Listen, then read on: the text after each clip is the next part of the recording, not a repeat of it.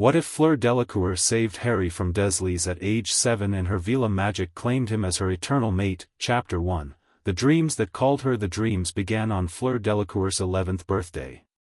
She'd gone to bed satisfied after a day of celebration at their villa in the south of France. Her parents had hosted a magnificent party befitting the eldest daughter of one of France's most prestigious magical families. Ribbons of silver and blue had decorated the garden, enchanted to flutter in the gentle Mediterranean breeze regardless of actual wind conditions. Delicate pastries created by house elves trained in Paris had been served alongside the finest magical drinks appropriate for children of noble wizarding households. Yet something had felt incomplete. Despite the expensive gifts, despite the attendance of the most important families in French magical society, despite her little sister Gabrielle's adoring gaze following her everywhere, Fleur had felt a strange emptiness she couldn't name. That night, she dreamed of emerald eyes. Just that, nothing more. A pair of brilliant green eyes, filled with such loneliness that she woke with tears streaming down her face. Ridiculous, she muttered in French, wiping at her cheeks. It was only a dream. But the next night, those eyes returned, and this time she saw more. A small boy with messy black hair and broken glasses, huddled in darkness. He couldn't see her, but she could see him, tracing a birthday cake in the dust and whispering, "Happy birthday, Harry," to himself. By the third night, Fleur was afraid to sleep. She sat on her balcony overlooking the moonlit Mediterranean, wrapped in her silk dressing gown, fighting to keep her eyes open. The air was sweet with the scent of night-blooming jasmine that her mother had enchanted to grow up the stone walls of their home. "Fleur? What are you doing awake, ma chérie?" Her mother's voice came from the doorway, musical and concerned. Apparates Delacour was still strikingly beautiful even in her nightclothes, her silvery blonde hair cascading down her back, the Veela heritage evident in her perfect features. Fleur had inherited much of her mother's beauty, though at 11, it was still a child's version of the ethereal loveliness she would one day possess. "I don't want to dream again," Fleur admitted. Apparates sat beside her daughter on the balcony's stone bench. "Tell me about these dreams." Fleur hesitated. "There's a boy with green eyes. He's always alone and sad. He sleeps in a tiny dark room, smaller than our broom closet. I think he's calling me somehow." Her mother's expression grew serious. She placed cool fingers under Fleur's chin, tilting her face up. "Calling you? How?" "Not with words," Fleur struggled to explain. "But I feel like I need to find him. Like something terrible will happen if I don't." Apparates was silent for a long moment, her eyes studying her daughter with an intensity that made Fleur nervous. "Maman? Is something wrong with me?" "Nothing is wrong with you," Apparates said firmly. "But we Veela have different magic than ordinary witches and wizards. Sometimes, especially as we come of age, our magic can reach out." "Reach out?" Fleur repeated. "It's very rare." Her mother stroked her hair. "I'll speak with your father in the morning. For now, try to sleep. If you dream of this boy again, pay attention to details, anything that might tell us who he is or where." Fleur nodded, not entirely reassured, but relieved her mother wasn't dismissing the dreams as childish fancy.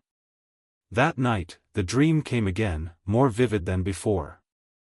The small boy, Harry, she now knew, was being shouted at by an enormous man with a purple face and a walrus mustache. "Worthless, ungrateful freak," the man bellowed, spraying spittle. "After all we've done for you." The boy didn't cry.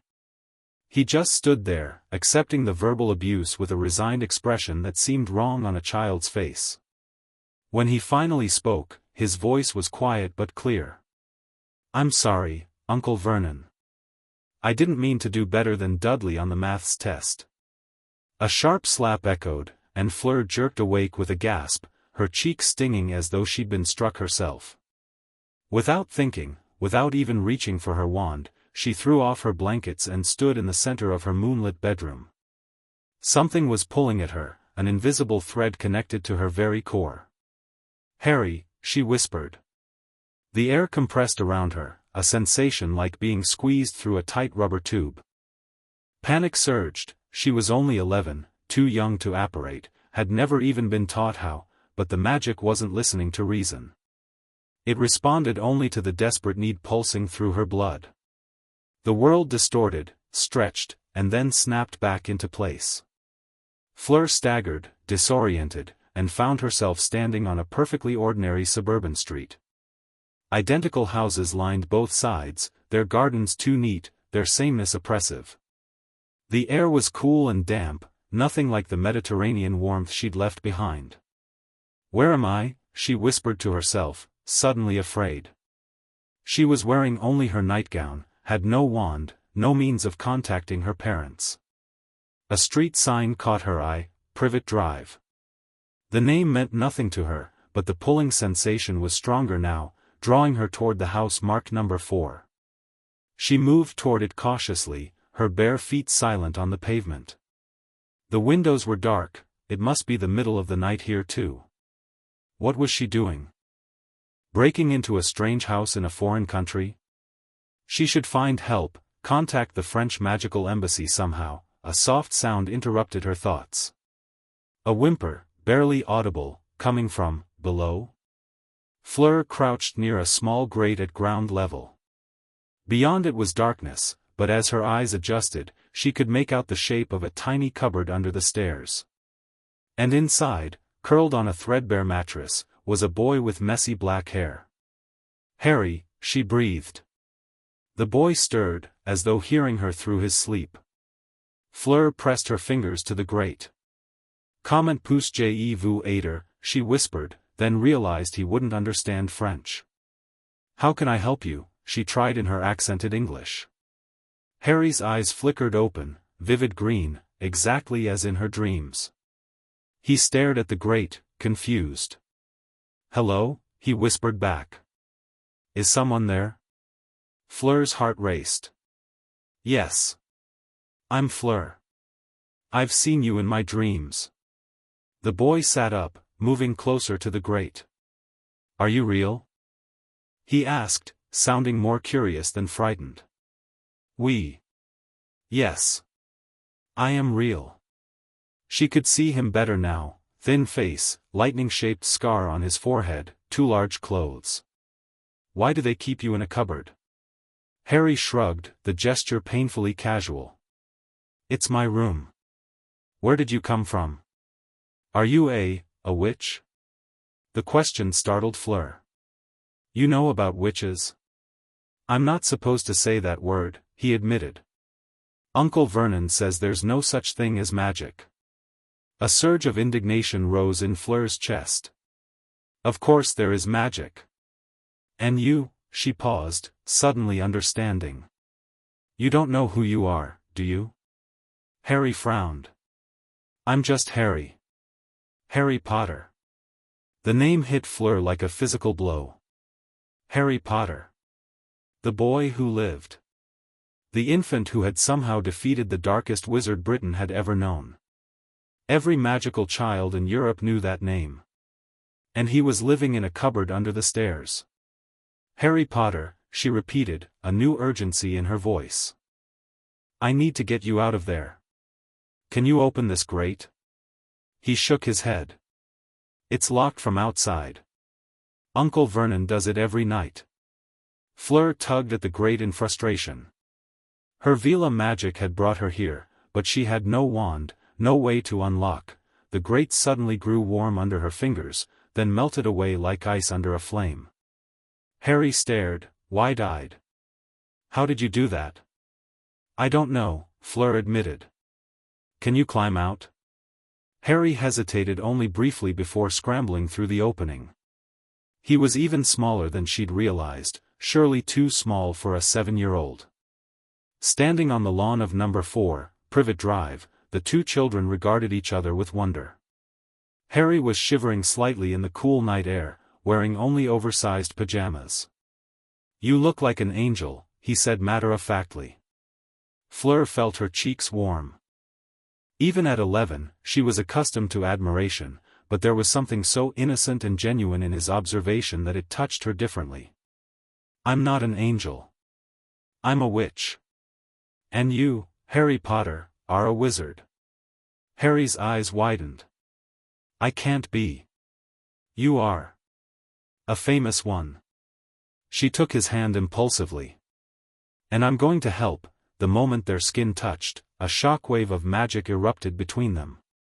Golden light spiraled around their joined hands, then expanded outward in a dome that encompassed both children. Fleur gasped as warmth rushed through her, a feeling of rightness so profound it brought tears to her eyes. Harry was staring at their hands in astonishment. "What's happening?" "I don't know," Fleur admitted again, but she didn't pull away.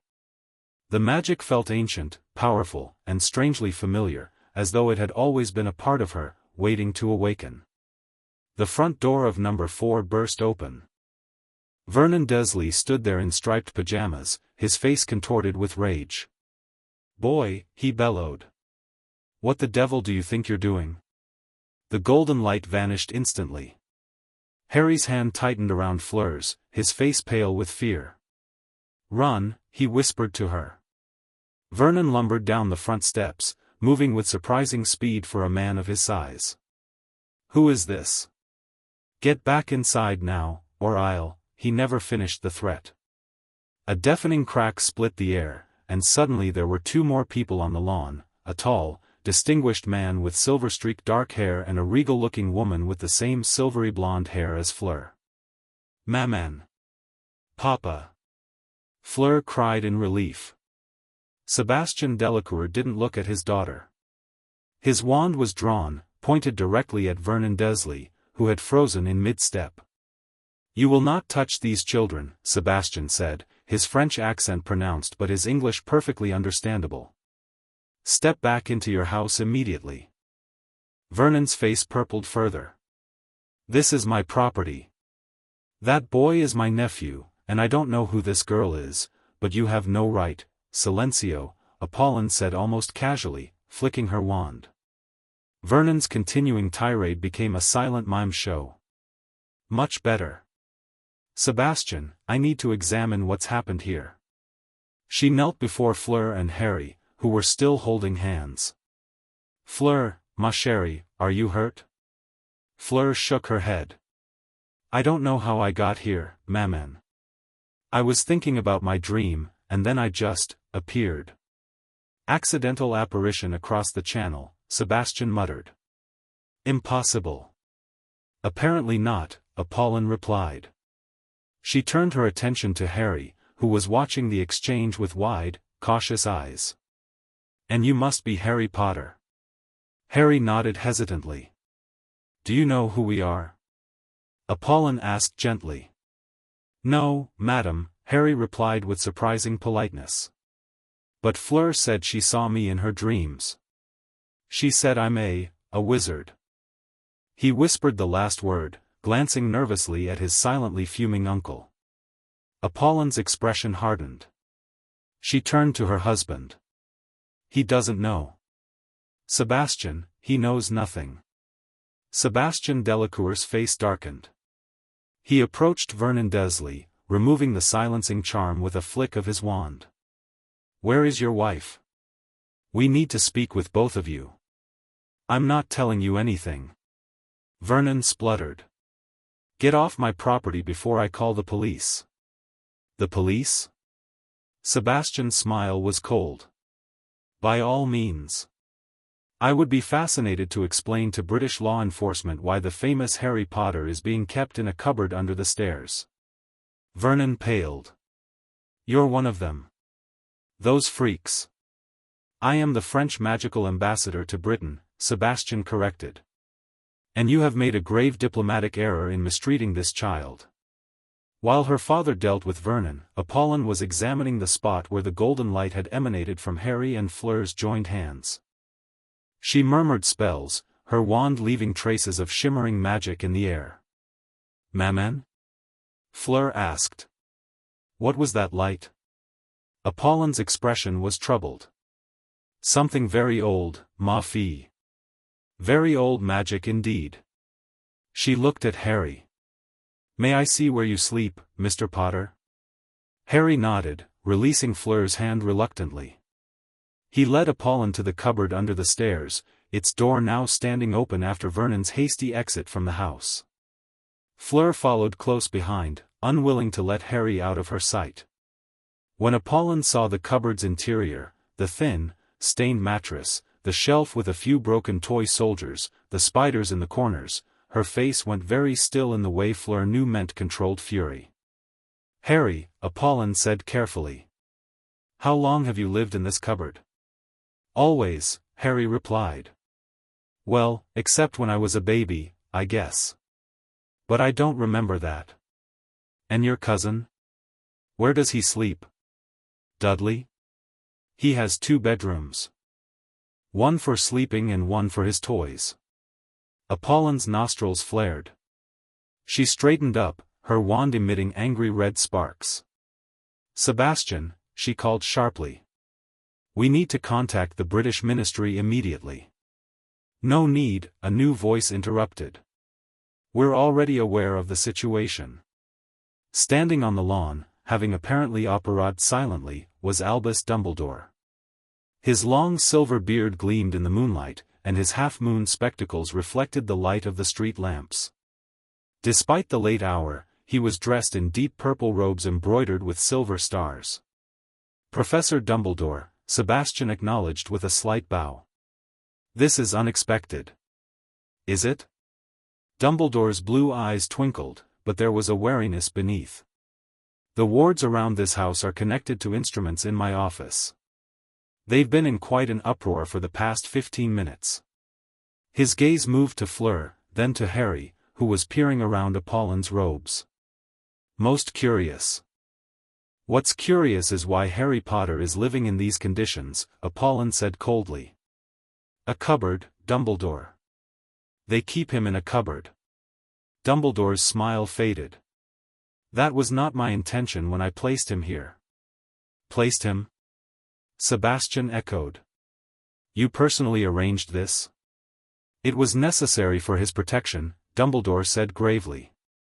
The blood wards tied to his mother's sacrifice provide protection no other magic can offer. And did these blood wards require him to be abused? Apollon demanded. To be ignorant of his heritage? To not even know he is a wizard?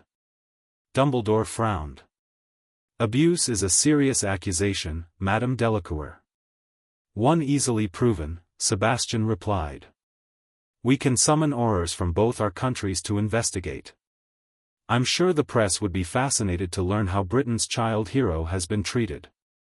A silent standoff ensued, broken only when Harry tugged at Fleur's nightgown. Are you really an ambassador? He whispered. My papa is, Fleur whispered back. He's very important in France. Harry nodded solemnly. Is that man with the long beard important too? Oui. He's the headmaster of Hogwarts, the British school for magic. Will I go there someday? Before Fleur could answer, Dumbledore spoke. Harry, my boy. I had hoped to meet you under better circumstances, but it seems fate had other plans. Harry stepped forward cautiously. Sir? Is it true what Fleur said? That I'm a wizard? It is indeed true, Dumbledore confirmed. Your parents were a witch and wizard of remarkable talent. My parents? Harry's voice caught. Aunt Petunia said they died in a car crash. A flash of genuine anger crossed Dumbledore's face. They most certainly did not. Lily and James Potter died heroically, protecting you from a very dark wizard. Harry's eyes were huge. Is that how I got this? He pushed his fringe back, revealing the lightning scar. Yes, Dumbledore said softly. That is a mark of powerful, protective magic. Throughout this exchange, Fleur noticed her mother continuing to cast detection spells around them. Apollon's expression grew increasingly troubled. Albus, she interrupted. Are you aware of what's happened here tonight? Dumbledore's eyes darted from Harry to Fleur. I know that the wards have been disturbed. I know that young Miss Delacour has somehow apparated across international boundaries, which should be impossible for a child her age. It's more than that, Apollon insisted. When the children touched, did your instruments record a magical surge? They did, Dumbledore admitted cautiously. Do you recognize the signature? Dumbledore hesitated. I have suspicions. Sebastian stepped closer to his wife and daughter. Would you care to share those suspicions? Inside the house, lights were coming on. A horse-faced woman in a nightgown appeared in the doorway, a pudgy boy hiding behind her skirts. Vernon? What's going on out there? She caught sight of the wizards on her lawn and shrieked. Who are these people? Why is the boy outside? Ah, Petunia, Dumbledore said pleasantly. Perhaps you could join us? We're discussing your nephew's living arrangements. There's nothing to discuss. Petunia snapped. We took him in out of the goodness of our hearts, despite the burden. Apollon's voice cut through the night air like a blade. Is that what you call a child orphaned by war? A burden? Petunia faltered under the Veela's glare. Get inside, Dudley, she hissed to her son. Vernon, what have you told them? Nothing. Vernon protested. They just appeared. They're threatening us, pet. No one is threatening anyone, Dumbledore interjected calmly. But I believe we need to have a serious conversation about Harry's welfare. His welfare is none of your business. Vernon bellowed, finding his courage again. You left him on our doorstep with nothing but a letter. No support, no explanation of his freakishness. Just expected us to raise another child with no compensation. Sebastian's eyebrows rose. Is that true, Dumbledore? You left an infant on a doorstep? It was imperative that the blood protection be established immediately, Dumbledore replied, but he looked uncomfortable for the first time. Blood protection that requires him to live with people who hate him? Apollon's voice was incredulous. Who lock him in a cupboard? Harry, who had been watching this exchange with growing distress, suddenly stepped forward. Please don't fight because of me, he said quietly. I'm used to the cupboard. It's okay. His words had the opposite of their intended effect. Apollon's eyes filled with tears, and Sebastian's face hardened. It is most certainly not okay, Sebastian said firmly. He turned to Dumbledore. You placed this child with abusive relatives without supervision or support. You've allowed him to grow up ignorant of his heritage and history. By any measure, magical or mundane, this constitutes neglect. Dumbledore's expression was grave. The protections mean nothing if the child is being harmed by those meant to protect him, Apollon interrupted. And now there is a new complication. My daughter's Veela magic has somehow formed a connection with Harry Potter. A connection strong enough to allow her to apparate across countries at 11 years old. Fleur, who had moved to stand protectively beside Harry, felt a tingle run up her spine at her mother's words. A connection? Was that why she'd been dreaming of him? A connection, Dumbledore repeated carefully. Of what nature? I believe you know exactly what nature, Apollon said. It's why you arrived so quickly, isn't it? Your instruments didn't just detect a breach in the wards. They detected a Veela claiming. Dumbledore didn't deny it. If that's true, it's unprecedented at their ages. And potentially very dangerous. What's a Veela? Harry whispered to Fleur. My grandmother was one, Fleur whispered back. They're magical beings with special powers. My maman is part Veela, and so am I. Is that why you glow a little? Harry asked artlessly. Fleur blinked in surprise. I'm glowing. Just a bit. Around the edges. It's pretty. Before Fleur could process this, Vernon Dursley lost what little patience he had left. I don't care about any of this freakish nonsense, he roared. Take the boy if you want him so badly. We never asked for him. But don't expect us to cooperate with any of your lot ever again. Vernon. Petunia hissed. The neighbors. But it was too late. Lights were coming on in surrounding houses, curtains twitching as the commotion drew attention. Perhaps we should continue this discussion elsewhere, Dumbledore suggested, suddenly looking every one of his considerable years. The Ministry will need to be officially involved, and we're attracting rather a lot of Muggle attention. Agreed, Sebastian said. We'll convene at the French Embassy in London. It has appropriate facilities and neutral ground status. Dumbledore hesitated. The boy must remain here. The blood protection has already been compromised, Apollon interrupted. When my daughter's magic connected with his, a new protection began forming. Separating them now could be magically dangerous for both children. As if to underscore her point, Fleur felt a sudden chill at the mere suggestion of being separated from Harry. Without thinking, she took his hand again. The golden glow returned instantly, though fainter than before, a gentle shimmer around their joined fingers. Dumbledore observed this with a troubled expression. Very well. We'll all go to the embassy, including Harry. But I must insist that representatives from the British Ministry be present. Of course, Sebastian agreed. Diplomatic protocol demands it. Vernon had retreated to stand beside Petunia, both Dursleys watching the magical folk with a mixture of fear and loathing. You'll be hearing from our solicitor. Vernon called as Sebastian created a portkey from a garden gnome. I look forward to it, Sebastian replied coolly. I'm sure he'll be fascinated to learn how you've treated your famous nephew. Famous? Petunia echoed. What do you mean, famous? You really told him nothing, Apollon said, shaking her head in disgust. Harry Potter is known throughout the wizarding world as the boy who lived. He's a hero. Books have been written about him. Children are named after him.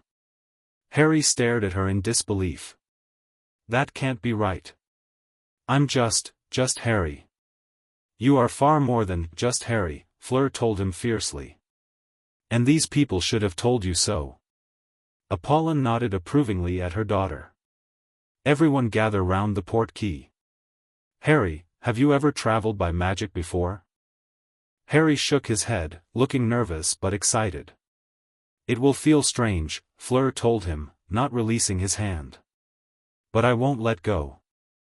I trust you, Harry said simply. Those 3 words sent a wave of warmth through Fleur's chest. She suddenly understood what her mother had meant about Veela magic reaching out. Something in her had recognized something in Harry, something that needed protection, something that belonged with her. As they all touched the portkey and the magic activated, spinning them away from Privet Drive, Fleur made a silent vow: she would never let Harry Potter be mistreated again. Whatever this connection between them was, she would use it to keep him safe. The French Magical Embassy in London was housed in an elegant Georgian building that Muggles saw as an exclusive private club. Inside, however, it expanded into a palatial space with high ceilings, marble floors, and magical artwork representing the best of French wizarding culture. It was nearly 3 in the morning, but the embassy was suddenly abuzz with activity. Sebastian had sent Patronus messages to key officials in both the French and British ministries. Apollon had transfigured appropriate clothing for both children, turning their nightwear into simple but elegant day clothes. Harry looked around in wonder, still holding tightly to Fleur's hand. Is all magic like this? He whispered. So beautiful? Not all, Fleur admitted. But the best magic is. They were seated in a comfortable sitting room adjacent to Sebastian's official office. House elves had brought hot chocolate and pastries, which Harry was eyeing with obvious hunger but hesitant to take. Go ahead, Fleur encouraged him. They're for us. Harry carefully took a pane of chocolate and bit into it. His eyes widened in delight. This is the best thing I've ever tasted, he declared. Fleur smiled, pleased by his enjoyment. Wait until you try proper French food. My family's chef is amazing. Your family has a chef? Harry asked, impressed. Before Fleur could answer, the door opened. A stern-looking witch in official British ministry robes entered, followed by Dumbledore and two French officials whom Fleur recognized as her father's colleagues. "Where is Ambassador Delacour?" the British witch demanded. Arranging secure communication with Paris, one of the French officials replied smoothly. "He will join us momentarily. I am Jean-Pierre Moreau, Deputy Ambassador." The British witch gave a curt nod.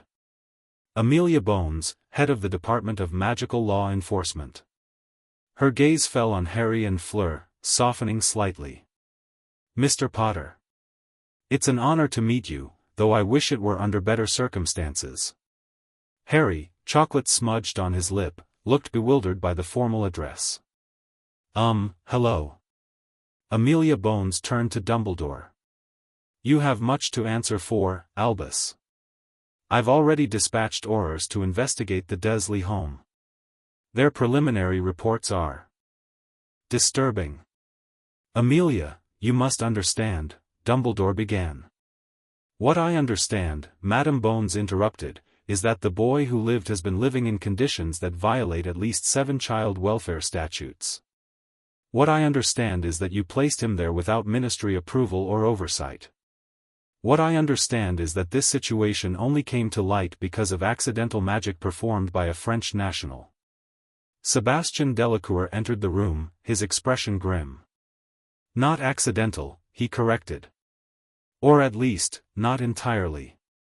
The Minister for Magic in Paris has authorized me to share certain sensitive information regarding Veela magic." Sebastian, Apollon cautioned. "The children need to understand what's happening to them," Sebastian finished. "Particularly if Dumbledore's suspicions are correct." Dumbledore sighed heavily. "I believe they are. The magical signature was unmistakable, though I've only seen theoretical descriptions in ancient texts." "Would someone please explain what you're talking about?"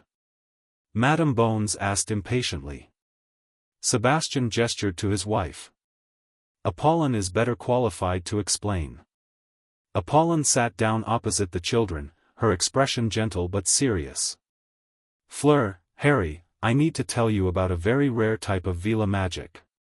Something that hasn't been documented in over 2 centuries. Fleur sat straighter, suddenly nervous. She could feel Harry's curiosity and apprehension through their joined hands, which still glowed faintly. "Veela magic is primarily connected to emotions and bonds," Apollon began.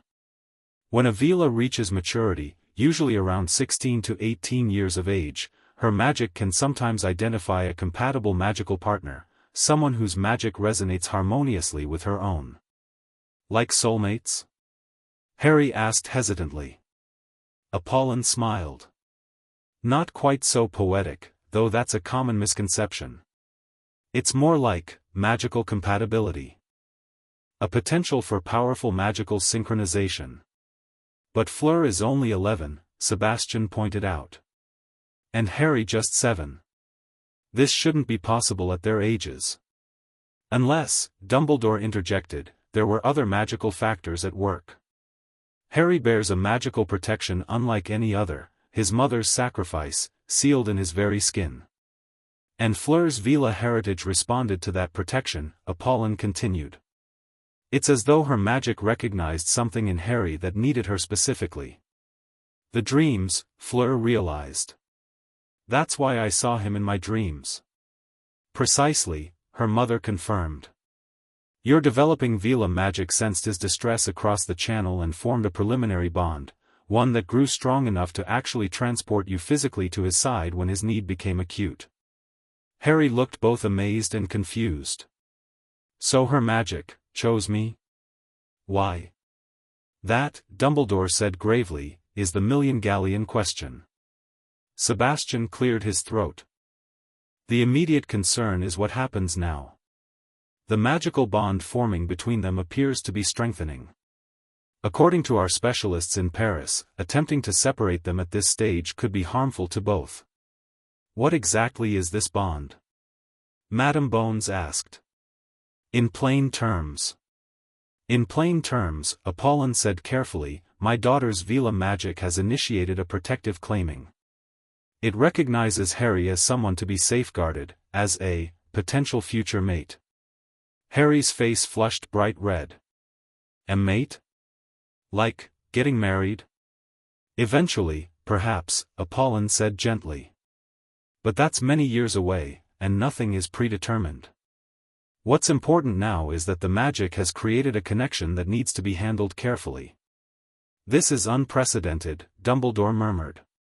A Veela claiming at their ages. Less unprecedented than you might think, Sebastian countered. Our archives contain references to similar cases during the Grindelwald era. Young Veela responding to magical children in danger. The key point, Apollon emphasized, is that the blood protection Dumbledore established has now been altered. It's intertwining with Veela protection magic, creating something new. Madame Bones rubbed her temples. So what exactly are you proposing, Ambassador Delacour? Sebastian straightened. The French ministry is formally requesting temporary custody of Harry Potter, to be placed with my family under the provisions of the International Magical Child Safety Accord of 1847. Out of the question, Dumbledore said immediately. Harry must remain in Britain. Why? Apollon challenged. The protection you valued so highly has been irrevocably altered. The Dursleys have proven themselves unfit guardians. And attempting to separate Harry from Fleur now could magically endanger both children. Britain is his home, Dumbledore insisted. His parents died protecting this country. His destiny lies here. Fleur felt Harry tense beside her. Excuse me, he said in a small but clear voice. But do I get any say in this? The adults fell silent, looking at the small, skinny boy with the lightning scar. Of course you do, Harry, Madame Bones said finally. What would you like to say? Harry took a deep breath. I don't know anything about magic or Veela or protection. But I know the Dursleys hate me and always have. And I know that when Fleur found me, it felt like someone finally saw me. Really saw me. He glanced at Fleur, who squeezed his hand encouragingly. I don't want to go back to that cupboard. I don't want to be just Harry anymore. I want to learn about my parents and magic and everything. And you believe the Delacours can provide this? Dumbledore asked quietly. Harry met the old wizard's eyes. I don't know them. But they came for Fleur right away when she needed them. They got angry when they saw how the Dursleys treated me. That's more than anyone else ever did. The simple truth of this statement hung in the air, a damning indictment that even Dumbledore couldn't counter. There are legal procedures, Madame Bones said finally. But given the unusual magical circumstances and the clear evidence of neglect, I believe we can arrange temporary magical guardianship pending a full investigation. She fixed Dumbledore with a stern look. Unless you'd care to explain to the Wisengamot why the boy who lived was kept in a cupboard under your supervision? Dumbledore's shoulders slumped slightly. I only ever wanted to keep him safe. Safe from what? Sebastian pressed. Voldemort is gone. His followers imprisoned or in hiding. Not all, Dumbledore said softly. And not forever. A chill ran through the room at his words. If you're referring to prophecies and future threats, Apollon said firmly, then surely Harry would be safer away from Britain, trained and nurtured in a loving home, rather than abused and ignorant of his heritage. The debate continued for hours. More officials arrived. Documents were drafted, magical oaths sworn, diplomatic language parsed.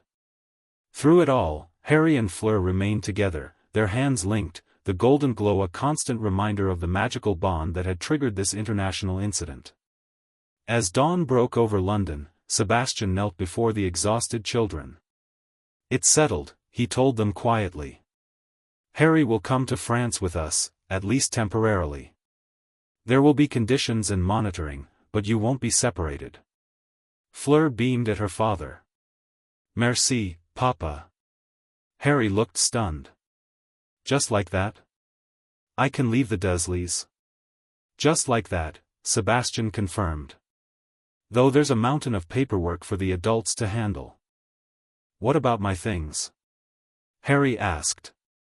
My clothes and stuff? Sebastian's expression darkened. Aurors have collected your belongings from Privet Drive. But Harry, I promise you, will provide everything you need. There is one more matter, Dumbledore said, approaching. He had aged visibly during the night's negotiations. Harry, regardless of where you live, you must understand that you are a symbol to many in the wizarding world. Your safety will always be paramount. Harry nodded solemnly. Because of what happened when I was a baby? When my parents died? Yes, Dumbledore confirmed. The events of that night created ripples that continue to this day. There are those who would harm you if they could. But they'd have to get through me first, Fleur declared fiercely. Despite the gravity of the situation, several of the adults smiled at her protective declaration. Indeed, Dumbledore acknowledged. Your magical connection appears to be strengthening the protections around Harry rather than diminishing them. That, more than anything, has convinced me to accept this arrangement. Madame Bones stepped forward. Mr. Potter, as a representative of the British Ministry of Magic, I want to formally apologize for the failure of our institutions to ensure your welfare. Rest assured, those responsible will be held accountable. Her gaze flickered to Dumbledore, who accepted the implicit rebuke with dignity. Thank you, Harry said, unsure how to respond to such an official statement. We should leave soon, Apollon suggested. The children are exhausted, and there will be time for further discussions after they've rested. As arrangements were made for their departure, Harry tugged Fleur aside. Is this real? He whispered. Am I really leaving the Dursleys? Going to France? Fleur nodded, her silvery blonde hair catching the morning light. You're coming home with us. But why? Harry pressed. Why would your family do this for a stranger? Fleur considered his question seriously. Partly because of the magic between us. Partly because it's the right thing to do. She squeezed his hand. But mostly because I asked them to. And because they love me, they listened. Harry's eyes widened at this simple explanation of how families were supposed to work. That's nice. It's normal, Fleur corrected gently. What the Dursleys did was wrong. Not just putting you in a cupboard, but making you think you weren't worth caring about. Harry looked down, blinking rapidly. So what happens now? With this bond thing? I don't know exactly, Fleur admitted. But I think we'll learn about it together. She grinned suddenly. And I can teach you French, and how to fly on a broomstick, and all about magical creatures. For the first time since she'd met him, Harry smiled fully, his whole face lighting up with genuine happiness. I'd like that. The golden glow around their joined hands pulsed brighter for a moment, as though responding to their shared joy. In that instant, both children felt the same certainty, whatever strange magic had brought them together, it was only the beginning of their story. Sebastian approached, a small glass snow globe in his hand. Our portkey is ready. It will take us directly to our home in Provence. Harry looked nervous again. Will it feel like before? Yes, but you'll get used to it, Fleur assured him. As the Delacours and Harry gathered around the portkey, Dumbledore watched with troubled eyes. Remember our agreement, Sebastian. Regular reports on his well-being and magical development. And he returns to Britain for Hogwarts when he turns 11. Sebastian nodded curtly. As agreed. Though much may change in 4 years. Indeed, Dumbledore murmured. More than any of us can imagine, I suspect. The portkey activated, swirling the group away in a flash of blue light. As they vanished, Dumbledore turned to Madame Bones. I fear I've made a grave mistake, Amelia. Which one? She asked dryly. Leaving him with those muggles, or failing to check on him for 6 years? Both, Dumbledore admitted. But also in underestimating the powers at work here. A Veela claiming at their ages, it suggests forces in motion beyond our understanding. You don't believe it's simply a case of magical compatibility? No, Dumbledore said softly. I believe it's the magic of prophecy, finding a way to fulfill itself in ways we never anticipated. Madame Bone's expression hardened. Then perhaps next time, you'll consult the Department of Mysteries before making unilateral decisions about prophesied children. Perhaps I should, Dumbledore agreed, suddenly looking every one of his 115 years. For now, we can only watch, and wait, and hope that Harry Potter finds the strength he will need, in France, of all places. And the girl? This Veela child? Dumbledore gazed out the window at the rising sun. Fleur Delacour may have just changed the course of magical history with a single act of compassion. Whether for good or ill, only time will tell. The Delacour villa in Provence sat on a hillside overlooking the Mediterranean, surrounded by lavender fields and olive groves. Ancient stone walls encased modern magical comforts, while enchantments kept the property hidden from Muggle eyes. Harry stumbled as the portkey deposited them on a stone terrace. Fleur caught him, steadying him with surprising strength for a girl her size. We're home, she announced proudly. Harry stared in wonder at the sprawling villa, the blue sea in the distance, the vibrant garden surrounding them. After the drab uniformity of Privet Drive, it seemed like a fairy tale castle. This is where you live? He asked in disbelief. For most of the year, Apollon said, smiling at his reaction. We have a smaller apartment in Paris for when Sebastian's duties require us to be in the capital. A small figure with large bat-like ears and enormous eyes appeared with a crack. Harry jumped in surprise. Mistress and master have returned, the creature squeaked. With guests. Tibby will prepare rooms right away. Thank you, Tibby, Sebastian said kindly. This is Harry Potter. He will be staying with us for quite some time. Please prepare the blue guest suite in the children's wing. The house elf's already huge eyes widened further. Harry Potter, sir. What an honor for Tibby. She bowed so low her nose touched the stone terrace. Nice to meet you, Harry said awkwardly. Harry, this is a house elf, Fleur explained. They help magical families. Tibby has been with my family since before I was born. Tibby raised little Mistress Fleur, the elf said proudly. And now Tibby will make sure Harry Potter sir is comfortable too. She disappeared with another crack. She seems enthusiastic, Harry observed. House elves are very loyal, Apollon explained. And your name is well known even among magical creatures. Harry still looked bewildered by his apparent fame. I still don't understand why I'm famous. Just because I didn't die when my parents did? Sebastian and Apollon exchanged glances. It's a bit more complicated than that, Sebastian said gently. But perhaps that discussion should wait until you've rested. It's been a long night for everyone. I'm not tired, Fleur declared, though the dark circles under her eyes suggested otherwise. I want to show Harry everything. Tomorrow, Apollon said firmly. For now, breakfast and then bed. You've performed extraordinary magic tonight, ma fille. Your body needs to recover. As if on cue, a wave of exhaustion swept over Fleur. The adrenaline that had carried her through the night was ebbing, leaving bone-deep fatigue in its wake. Dacard, she conceded reluctantly. But I'm staying with Harry. He doesn't know where anything is yet. Of course, Sebastian agreed easily. Show him to the dining room. Your mother and I need to send some messages to the ministry. As the adults disappeared inside, Fleur tugged Harry toward a set of glass doors. Come on. The morning room has the best breakfast view. The morning room turned out to be a sun-filled space with windows overlooking the sea.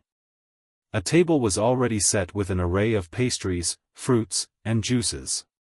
Harry had never seen so much food that he was actually allowed to eat. "Go ahead," Fleur encouraged, seeing his hesitation. "Take whatever you want." Harry cautiously selected a croissant and some orange juice. "Is it always like this? So much food?" "This is just a simple breakfast," Fleur said, helping herself to pain au chocolate and strawberries. "For dinner, our chef prepares 3 courses at minimum." Harry looked overwhelmed. "Your life is so different from mine." "Not anymore," Fleur said decisively. "Now it's your life too." They ate in companionable silence for a while, both processing the extraordinary events of the night. Despite his exhaustion, Harry couldn't stop looking around, taking in every detail of his new surroundings. "Will your parents really let me stay?" he asked finally, voicing his deepest fear. "What if they change their minds?" Fleur put down her pastry, fixing him with a serious look. "They won't. First, because they promised, and my papa never breaks his word. Second, because they're good people who hate injustice. And third—" She hesitated. "Because of the bond thing?" Harry guessed. "The Veela claiming. It's rare and important in magical terms." She fidgeted with her napkin. "I don't fully understand it myself. But I know it means we're supposed to be in each other's lives. Like destiny? Maybe. Or maybe just magic recognizing magic." She shrugged. "My grandmere will explain it better. She's a full Veela." Harry's eyes widened. "There are more of you?" "Of course. Not many full Veela in France, most live in Bulgaria and Eastern Europe. But my grandmere married a French wizard and moved here decades ago." As Fleur continued explaining about Veela society and customs, Harry found himself relaxing. The food, the warmth, the gentle cadence of Fleur's accented English, all combined to create a sense of safety he couldn't remember ever feeling before. When Tibby reappeared to show them to their rooms, Harry was almost too tired to walk. The blue guest suite turned out to be larger than the entire ground floor of the Dursley house. A 4-poster bed with blue silk hangings dominated the room, while tall windows offered views of the Mediterranean. "This is all for me?" Harry asked in disbelief. "Is it not to Master Harry's liking?" Tibby asked anxiously. "Tibby can prepare another room." "No, it's perfect," Harry assured the elf hastily. "I've just never had so much space." Fleur, who had followed them in, frowned at this reminder of his previous living conditions. "Tibby, could you bring Harry some pajamas? And perhaps a dreamless sleep potion? It's been a difficult night." "Right away, Mistress Fleur." The elf vanished with a crack. Alone with Harry, Fleur suddenly felt shy. The intensity of their connection had carried them through the crisis, but now, in the normality of daylight, the strangeness of their situation reasserted itself. "Your room is through there," she said, pointing to a door on the far wall. "We share a sitting room in between. My parents thought you might feel more comfortable with me nearby, because of the bond." Harry nodded, fighting to keep his eyes open. "Thank you, Fleur. For everything. For finding me. For bringing me here." "You don't need to thank me," she said softly.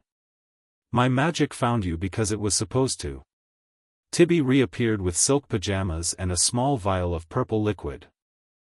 "Tibby has brought Master Harry's things. The potion will give peaceful sleep with no dreams." "Thank you," Harry said, accepting both items. "I'll let you rest," Fleur said, moving toward the connecting door. "If you need anything, just call for Tibby or come find me." Harry nodded, already moving toward the enormous bed. "Fleur," he called as she reached the door. "Is this real? Not just another dream I'm having in my cupboard?" Fleur smiled, her Veela heritage momentarily visible in the otherworldly beauty of her expression. "It's real, Harry. I promise." When you wake up, you'll still be here, and I'll still be next door. Good, Harry mumbled, his eyes already closing. That's good. As Fleur closed the door softly behind her, she found her mother waiting in the shared sitting room. How is he? Apollon asked quietly. Exhausted.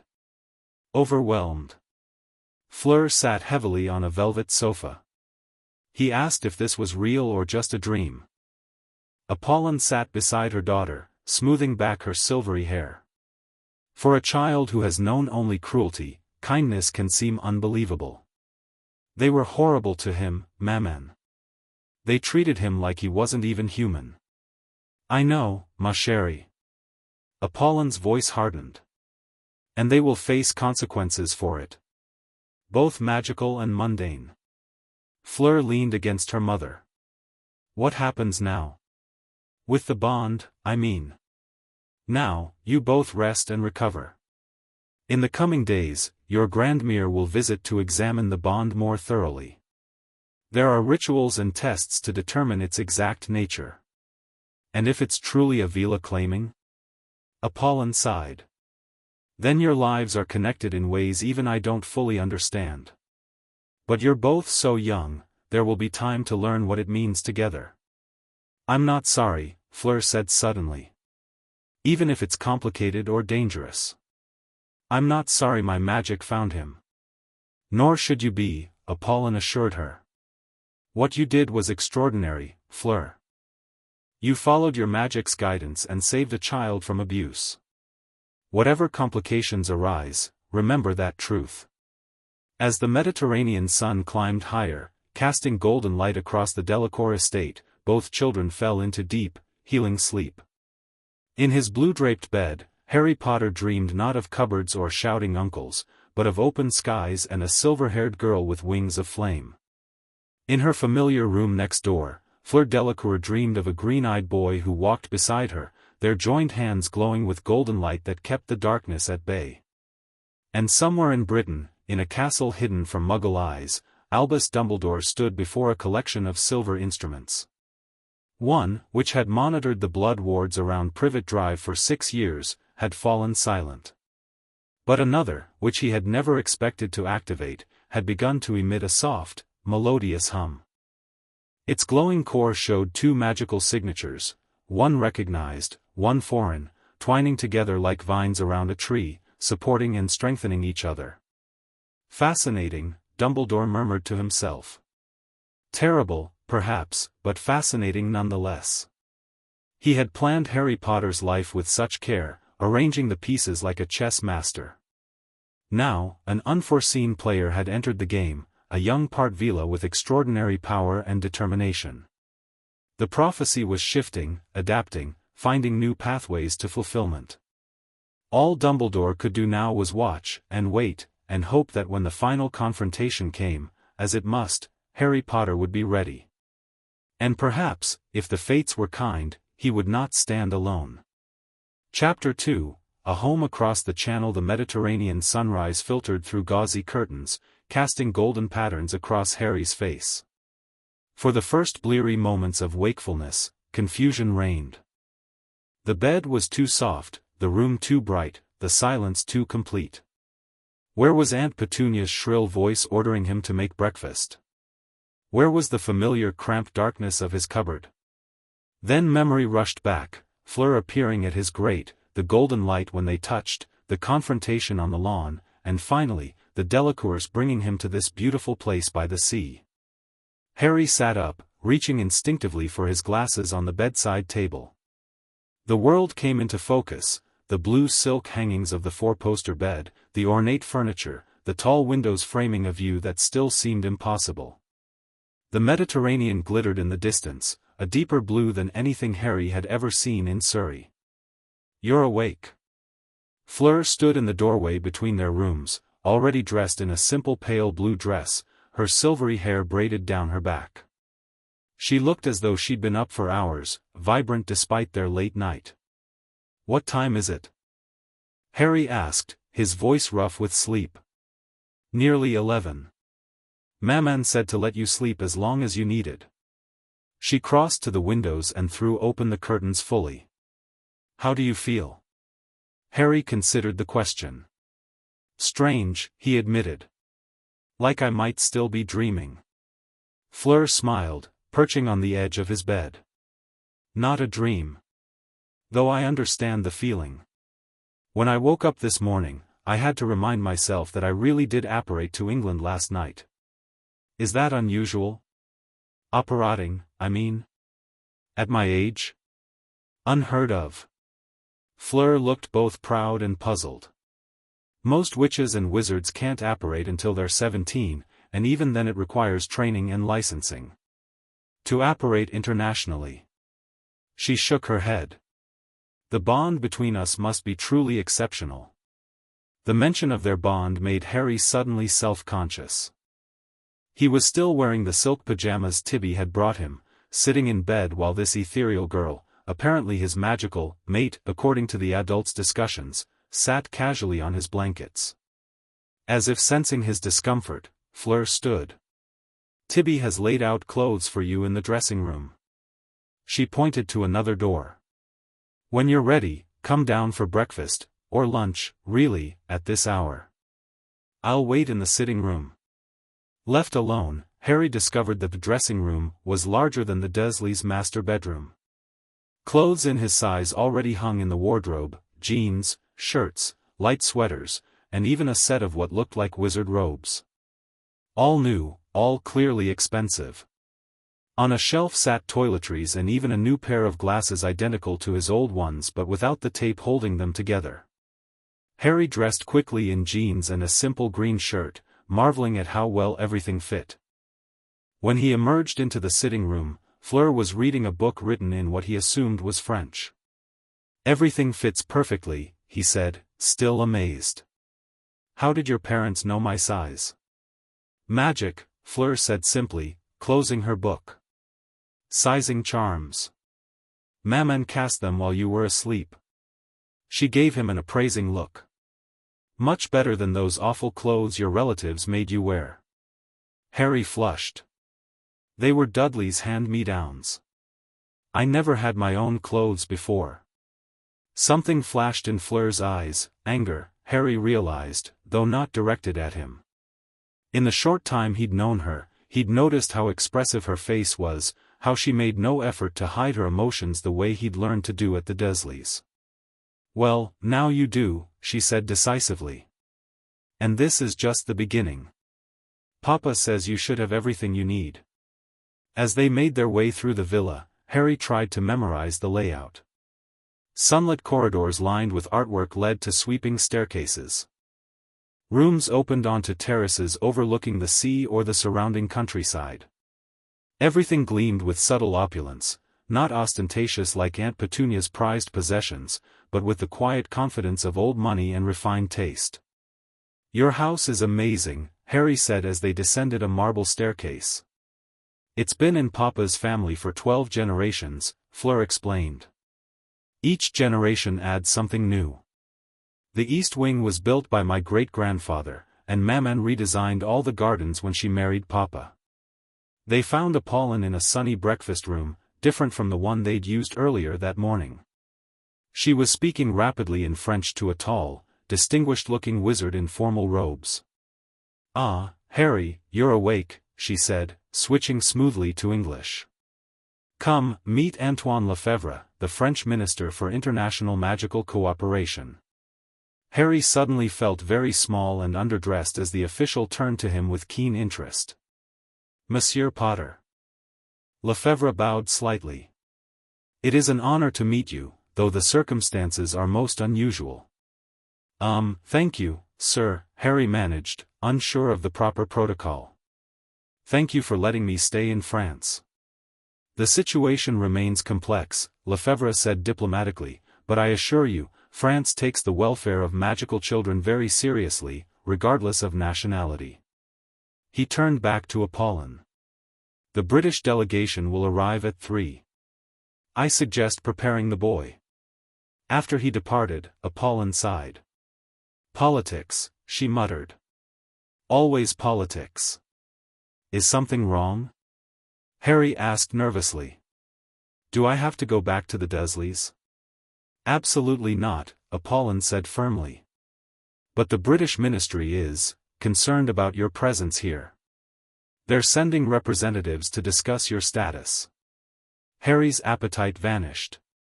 They want to take me back, don't they? Apollon gestured for both children to sit at the table, where an assortment of lunch foods appeared. Harry, there are complex factors at play. You are not just any child. You are, to the British wizarding world, a symbol of their victory over dark forces. Your sudden removal to France has created diplomatic tension. But they didn't care when the Dursleys locked me in a cupboard, Harry pointed out, a rare flash of bitterness breaking through his usually calm demeanor.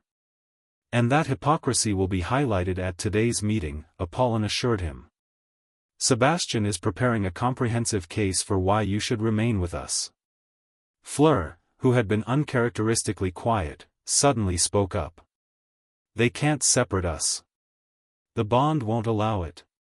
Apollon gave her daughter a measured look. The nature of your bond is still being studied, Fleur.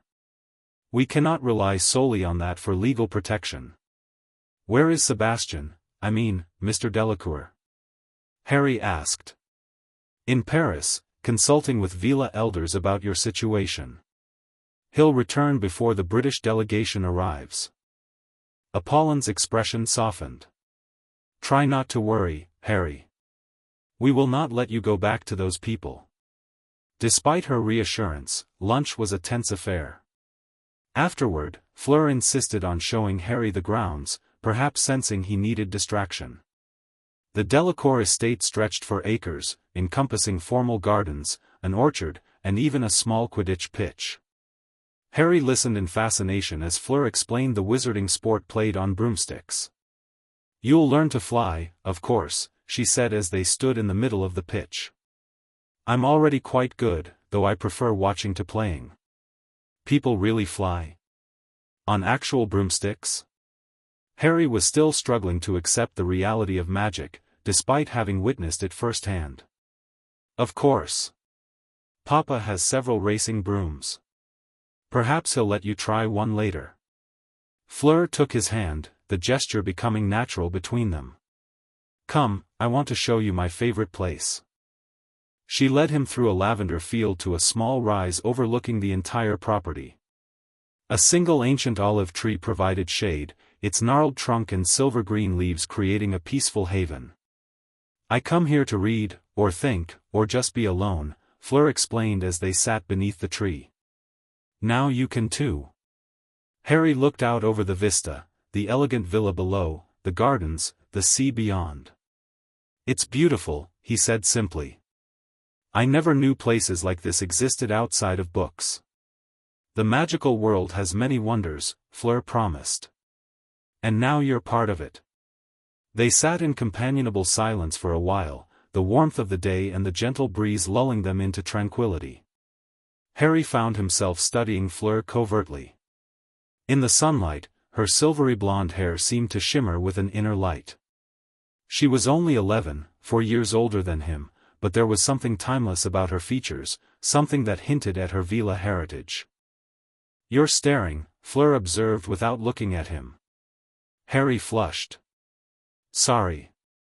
I was just thinking that you don't look completely human. But in a good way, he added hastily. To his relief, Fleur laughed. That's the Veela blood. Grandmere says I have more of it than most quarter Veelas. It will become more pronounced as I get older. What exactly is a Veela? Harry asked. Everyone keeps talking about them, but no one's really explained. Fleur considered the question. Veela are magical beings who appear as extraordinarily beautiful women. They have their own magic, different from wizards and witches. They can entrance men with their dance, and when angered, they can transform partially into something like bird creatures, with beaks and wings of flame. Harry's eyes widened. Can you do that? Not yet, Fleur said, looking disappointed. The transformation ability usually comes later, if at all for part Veelas. But I already have some of the allure, the ability to attract attention. That's why people sometimes stare at me, or act silly around me. I don't feel like that, Harry observed. When I look at you, I just feel calm. Safe. Fleur turned to him, her blue eyes serious. That's part of the bond, I think. You see me, the real me, not just the Veela allure. The moment was interrupted by a silver light streaking across the fields toward them. It solidified into the form of a graceful swan that spoke with Apollin's voice, "Return to the house immediately. The British have arrived early." Fleur was on her feet in an instant, pulling Harry up with her. "They're trying to catch us off guard," she said darkly. "Come on." They ran back through the lavender fields, the serenity of moments before shattered. As they approached the villa, Harry could see several figures in formal robes standing on the main terrace. Sebastian had returned, his tall figure easily recognizable, standing protectively beside his wife. Opposite them stood 3 British wizards, including Dumbledore. "Stay close to me," Fleur whispered as they climbed the steps to the terrace. "Remember, you have rights. They can't just take you." Harry nodded, though his heart was racing with fear. The security of his new life suddenly seemed fragile, hanging by diplomatic threads he didn't understand. "Ah, here they are," Sebastian said as they approached, his tone pleasant but his stance alert. "Harry, Fleur, allow me to introduce our guests. You already know Professor Dumbledore, of course. With him are Bartemius Crouch, head of the Department of International Magical Cooperation, and Cornelius Fudge, the British Minister for Magic." Harry was startled by the presence of such high-ranking officials. The portly man in the pinstriped cloak, Fudge, was staring at him with undisguised curiosity, while the straight-backed, mustached Crouch regarded him with clinical detachment. "Mr. Potter," Fudge stepped forward, hand outstretched. "An honor to meet you at last, though I must say, these circumstances are most irregular." Harry shook the minister's hand cautiously. "Hello, sir. Perhaps we should continue this discussion inside," Apollon suggested smoothly. "The children needn't be subjected to diplomatic negotiations in the sun." "On the contrary," Crouch interjected stiffly. "Potter's presence is essential. This entire situation concerns his custody and welfare." "Harry is 7 years old," Sebastian countered. "He should not be treated as a diplomatic bargaining chip." "Yet you've made him exactly that by removing him from his legal guardians without British ministry approval," Crouch said coldly. Sebastian's eyes flashed. "Legal guardians who kept him in a cupboard and treated him as a servant. Need I remind you that Madame Bone's orders confirmed these conditions?" "Regrettable, certainly," Fudge blustered. "And being addressed through proper channels. But that doesn't justify international kidnapping."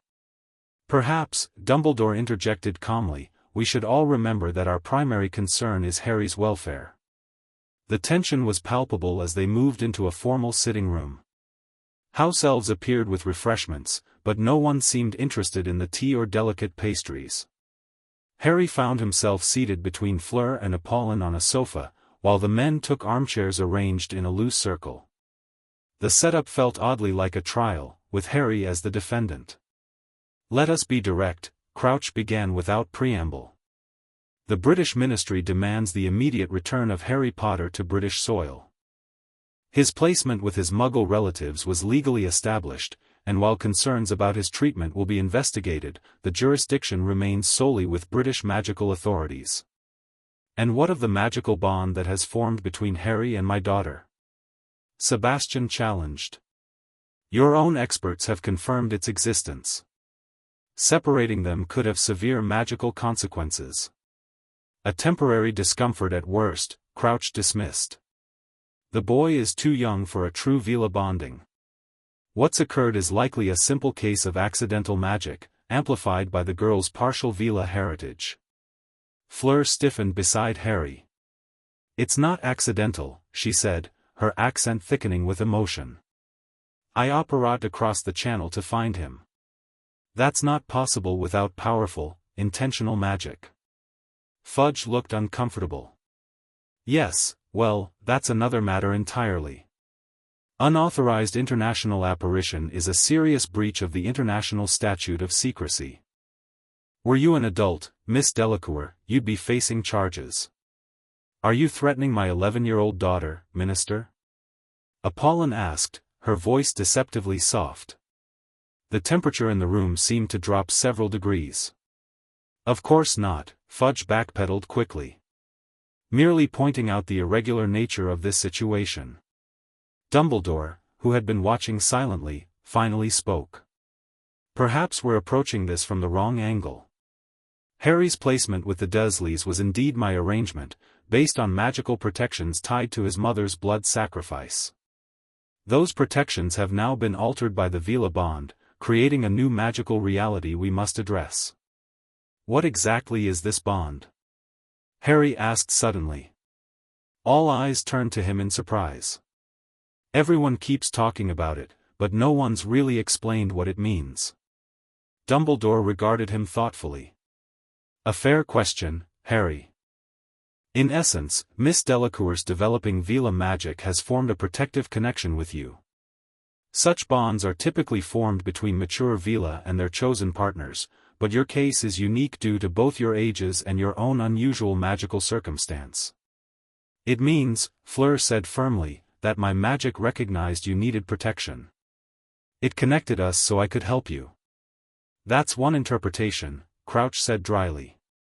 It's the correct one, a new voice declared from the doorway. Everyone turned to see an elderly woman of extraordinary beauty. Though clearly advanced in years, she carried herself with regal dignity, her silver hair flowing to her waist, her features perfect despite the fine lines of age. Her eyes, the exact same blue as Fleur's, surveyed the room with ancient wisdom. Grandmere! Fleur exclaimed. Sebastian rose immediately. Minister Fudge, Mr. Crouch, Professor Dumbledore, allow me to introduce Celestine Moreau, my wife's grandmother and an elder of the Southern European Veela conclave. Dumbledore stood and bowed respectfully. Madame Moreau. Your reputation precedes you. As does yours, Albus Dumbledore. The elderly Veela inclined her head slightly. I apologize for interrupting, but I was summoned by my great-granddaughter's magic. The disturbance was significant enough to be felt by all Veela within 500 miles. She moved into the room with fluid grace, coming directly to where Harry and Fleur sat. Without asking permission, she placed a weathered hand on each of their heads, closing her eyes in concentration. Harry felt a warm tingling where her palm touched him, like sunshine filtering through water.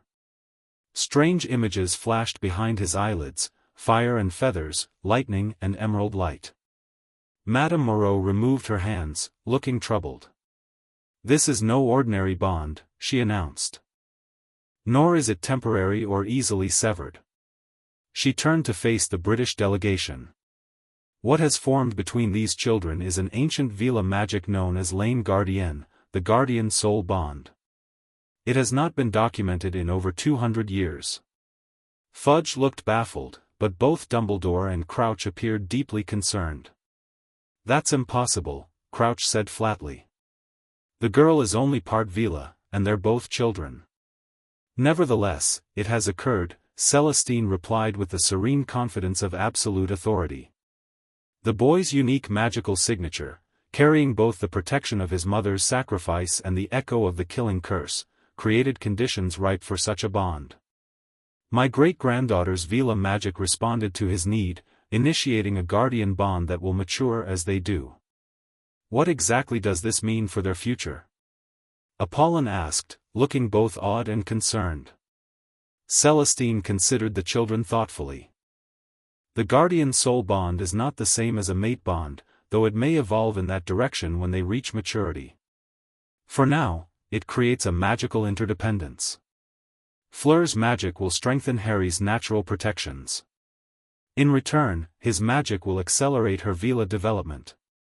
And if they are separated? Sebastian pressed. Magical withdrawal, initially, Celestine said gravely. followed by progressive weakening of both their magical cores. Eventually, in extreme cases, complete magical suppression, effectively rendering them squibs. A horrified silence fell over the room. To lose one's magic was considered worse than death by many in wizarding society. Fudge mopped his brow with a handkerchief. Surely there must be some way to safely dissolve this bond? Some counter-ritual or potion? The bond was formed by primal magic responding to desperate need, Celestine said sharply. It is not some schoolroom charm to be casually reversed. Even attempting to do so could be catastrophic. Dumbledore's blue eyes were grave behind his half-moon spectacles. I believe we must accept the magical reality before us. Whatever plans we may have had for Harry's upbringing must be reconsidered in light of this bond. You can't possibly suggest leaving Britain's most important magical child in the custody of a foreign national. Crouch exclaimed. I suggest, Dumbledore said quietly, that we prioritize Harry's magical welfare over political considerations.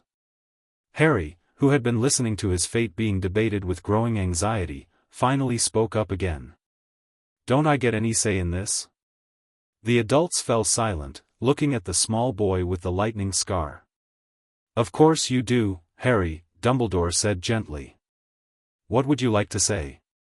Harry took a deep breath. I don't want to go back to the Dursleys. They hate me, and they hate magic. I want to stay here with the Delacours, where I can learn about magic and my parents. He looked at Fleur, then back at Dumbledore. And I don't want to lose my magic because some adults can't agree on where I should live. Fudge sighed heavily. Mr. Potter, while your feelings are understandable, there are broader considerations, such as? Sebastian interrupted coldly. The political embarrassment of admitting Britain failed to properly care for its child hero? The diplomatic concession of allowing him to be raised in France? Or perhaps the fear that Harry Potter might develop divided loyalties? Fudge flushed. Now see here, Delacour, no, you see, Sebastian countered. This child has been neglected and abused under your ministry's negligent watch. Now that he's finally found safety and care, you wish to risk his very magic to satisfy political pride. Sebastian, Apollon murmured warningly, placing a restraining hand on her husband's arm. Dumbledore cleared his throat.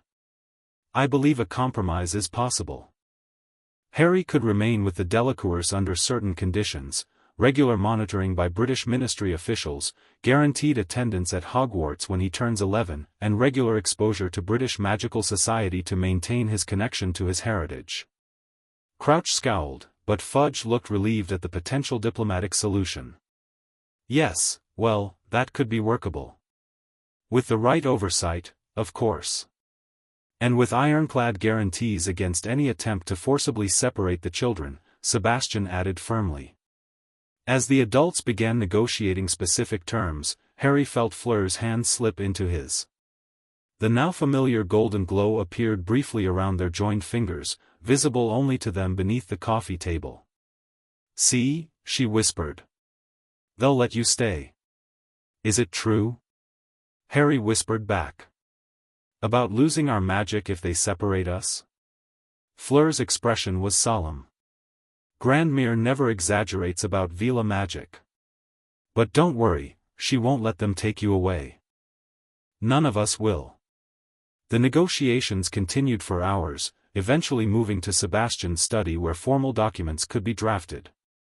Celestine remained with the children, studying them with her ancient eyes. You have questions, she said finally. Ask them. Harry and Fleur exchanged glances. What does this bond mean for us, truly? Fleur asked. Beyond the diplomatic talk. Celestine settled more comfortably in her chair. It means your magics have recognized a fundamental compatibility, a rare harmony that transcends ordinary magical connection. As you grow, the bond will evolve. You'll be able to sense each other's emotions, eventually even share magical strength in times of need. Will we have to get married? Harry asked awkwardly, his 7-year-old sensibilities still finding the concept somewhat distasteful. Celestine's laugh was like silver bells. The bond doesn't dictate your choices, child. It creates potential, not obligation. When you both reach maturity, you may choose to strengthen the bond through formal union, or you may find a way to maintain it while pursuing separate paths. But we'll always be connected? Fleur pressed. Yes, Celestine confirmed. That cannot be undone. But connection needn't mean constraint. Think of it as an unbreakable friendship with magical benefits, at least for now. Harry found this explanation reassuring. A magical best friend seemed much less intimidating than a predestined mate. Now I have a question for you both, Celestine said, her expression growing serious. The bond formed because Harry was in danger, emotional and physical. Has either of you experienced unusual magic since then? Abilities or perceptions that seem new? Fleur and Harry exchanged glances. I can see a sort of glow around Fleur sometimes, Harry offered hesitantly. Like she's outlined in light.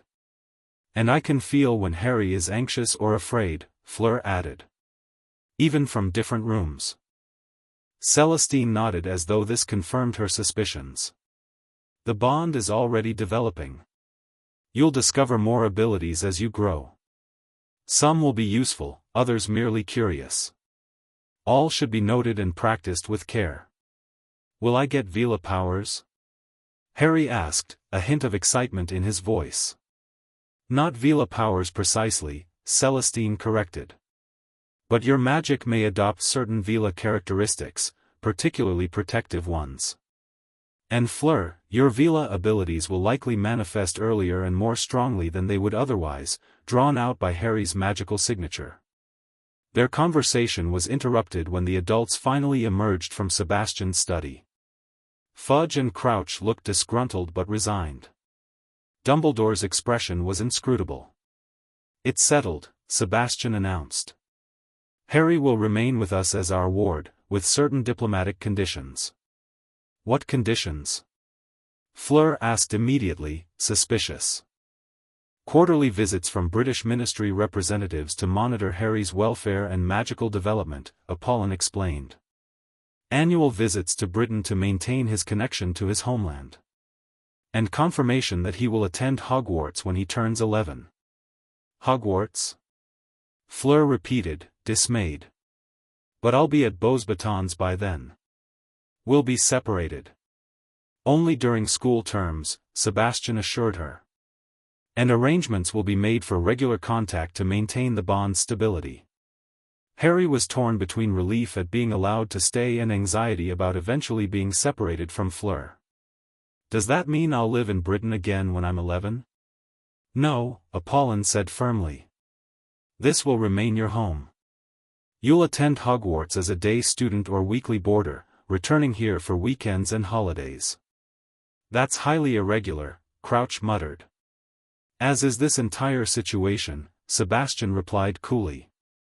The arrangements will be finalized when the time comes, based on the bond's development and Harry's needs. After the British delegation departed, Dumbledore with a gentle pat on Harry's shoulder and a promise to visit again soon, the Delacours and Madame Moreau gathered for dinner on the terrace overlooking the sea. The tension of the day gradually dissipated in the warm evening air, replaced by a tentative celebration. To new beginnings, Sebastian proposed, raising his wine glass in a toast. And to family, both born and chosen. Harry, sipping his sparkling apple juice, felt a warmth that had nothing to do with the golden bond. Family. The word had never held much meaning for him before. The Dursleys were relatives, not family.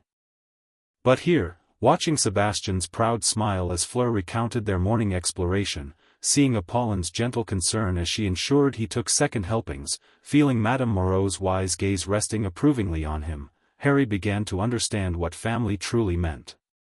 Tomorrow, Sebastian announced as dessert was served, we begin Harry's magical education. But I thought children didn't start magic school until 11, Harry said, confused. Formal schooling, yes, Apollon confirmed. But magical children from wizarding families begin basic training much earlier. Elementary wandless magic, magical theory, wizarding culture and history. And flying, Fleur added eagerly. Don't forget flying lessons. Sebastian laughed. Yes, and flying. Though perhaps we'll start with the basics before putting you on a racing broom. As the stars emerged above the Mediterranean, Harry could scarcely believe how much his life had changed in just 24 hours. From a cupboard under the stairs to a villa by the sea. From unwanted burden to welcomed family member. From ignorance about his past to the promise of knowledge. And at the center of it all, the silver-haired girl who had found him against all odds, whose magic had reached across countries to save him. Fleur caught him looking at her and smiled, a hint of mischief in her blue eyes.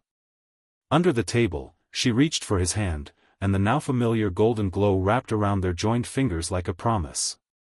For the first time in his life, Harry Potter felt like he might belong somewhere. The first weeks at the Delacour villa passed in a blur of new experiences. True to his word, Sebastian began Harry's magical education immediately, setting aside 2 hours each morning for lessons in the villa's library. Unlike the Dursleys, who had punished any sign of curiosity, Sebastian encouraged questions, treating Harry's thirst for knowledge about the magical world as natural and commendable. Magic, Sebastian explained on their first morning, is not merely waving wands and speaking incantations. It is an intrinsic force that flows through certain bloodlines and individuals. What wizards and witches do is learn to channel and direct that force. Harry, seated at a polished table beside Fleur, absorbed every word. The library itself seemed magical, 2 stories of books reaching to a painted ceiling, moving ladders that came when called, and windows that adjusted their tint based on the ideal reading light. Can I do magic without a wand? Harry asked, remembering incidents at the Dursleys that had earned him punishments, floating toys, vanishing glass, hair that grew back overnight. All magical children perform accidental magic, Sebastian confirmed. But with training, some wandless magic can be performed intentionally. Simple levitation, for instance. He demonstrated by holding his hand over a quill and causing it to rise a few inches without touching his wand. Brilliant! Harry exclaimed. Sebastian smiled. Why don't you try? Focus on the quill, imagine it becoming lighter than air, and will it to rise. Harry stared intently at the quill, his brow furrowing with concentration. Nothing happened. Don't force it, Fleur advised. Magic responds better to gentle guidance than brute force. Harry tried again, this time imagining the quill floating as gently as a soap bubble. To his amazement, it trembled, then rose shakily a half-inch off the table. Excellent! Sebastian approved. Most children your age couldn't manage even that much control. The quill dropped as Harry's concentration broke. Really? I thought all wizard children could do magic. They can, Sebastian clarified, but controlled wandless magic is different from accidental outbursts. What you just did showed remarkable potential. Harry glowed under the praise, another new experience. At the Dursleys, his very existence had been treated as a burden. Here, his smallest achievements were celebrated. Lessons expanded beyond magic itself. Apollon taught the children wizarding etiquette and history, while a tutor named Monsieur Lefebvre came 3 times weekly for French language lessons. Harry proved a quick study, absorbing the language with surprising ease. It's the bond, Fleur explained when Harry mentioned his unusual aptitude. I think you're borrowing some of my language knowledge through our connection. This theory seemed confirmed when Harry occasionally found French words coming to his lips without conscious thought, particularly when emotionally stressed or tired. The most enjoyable lessons, from Harry's perspective, were flying.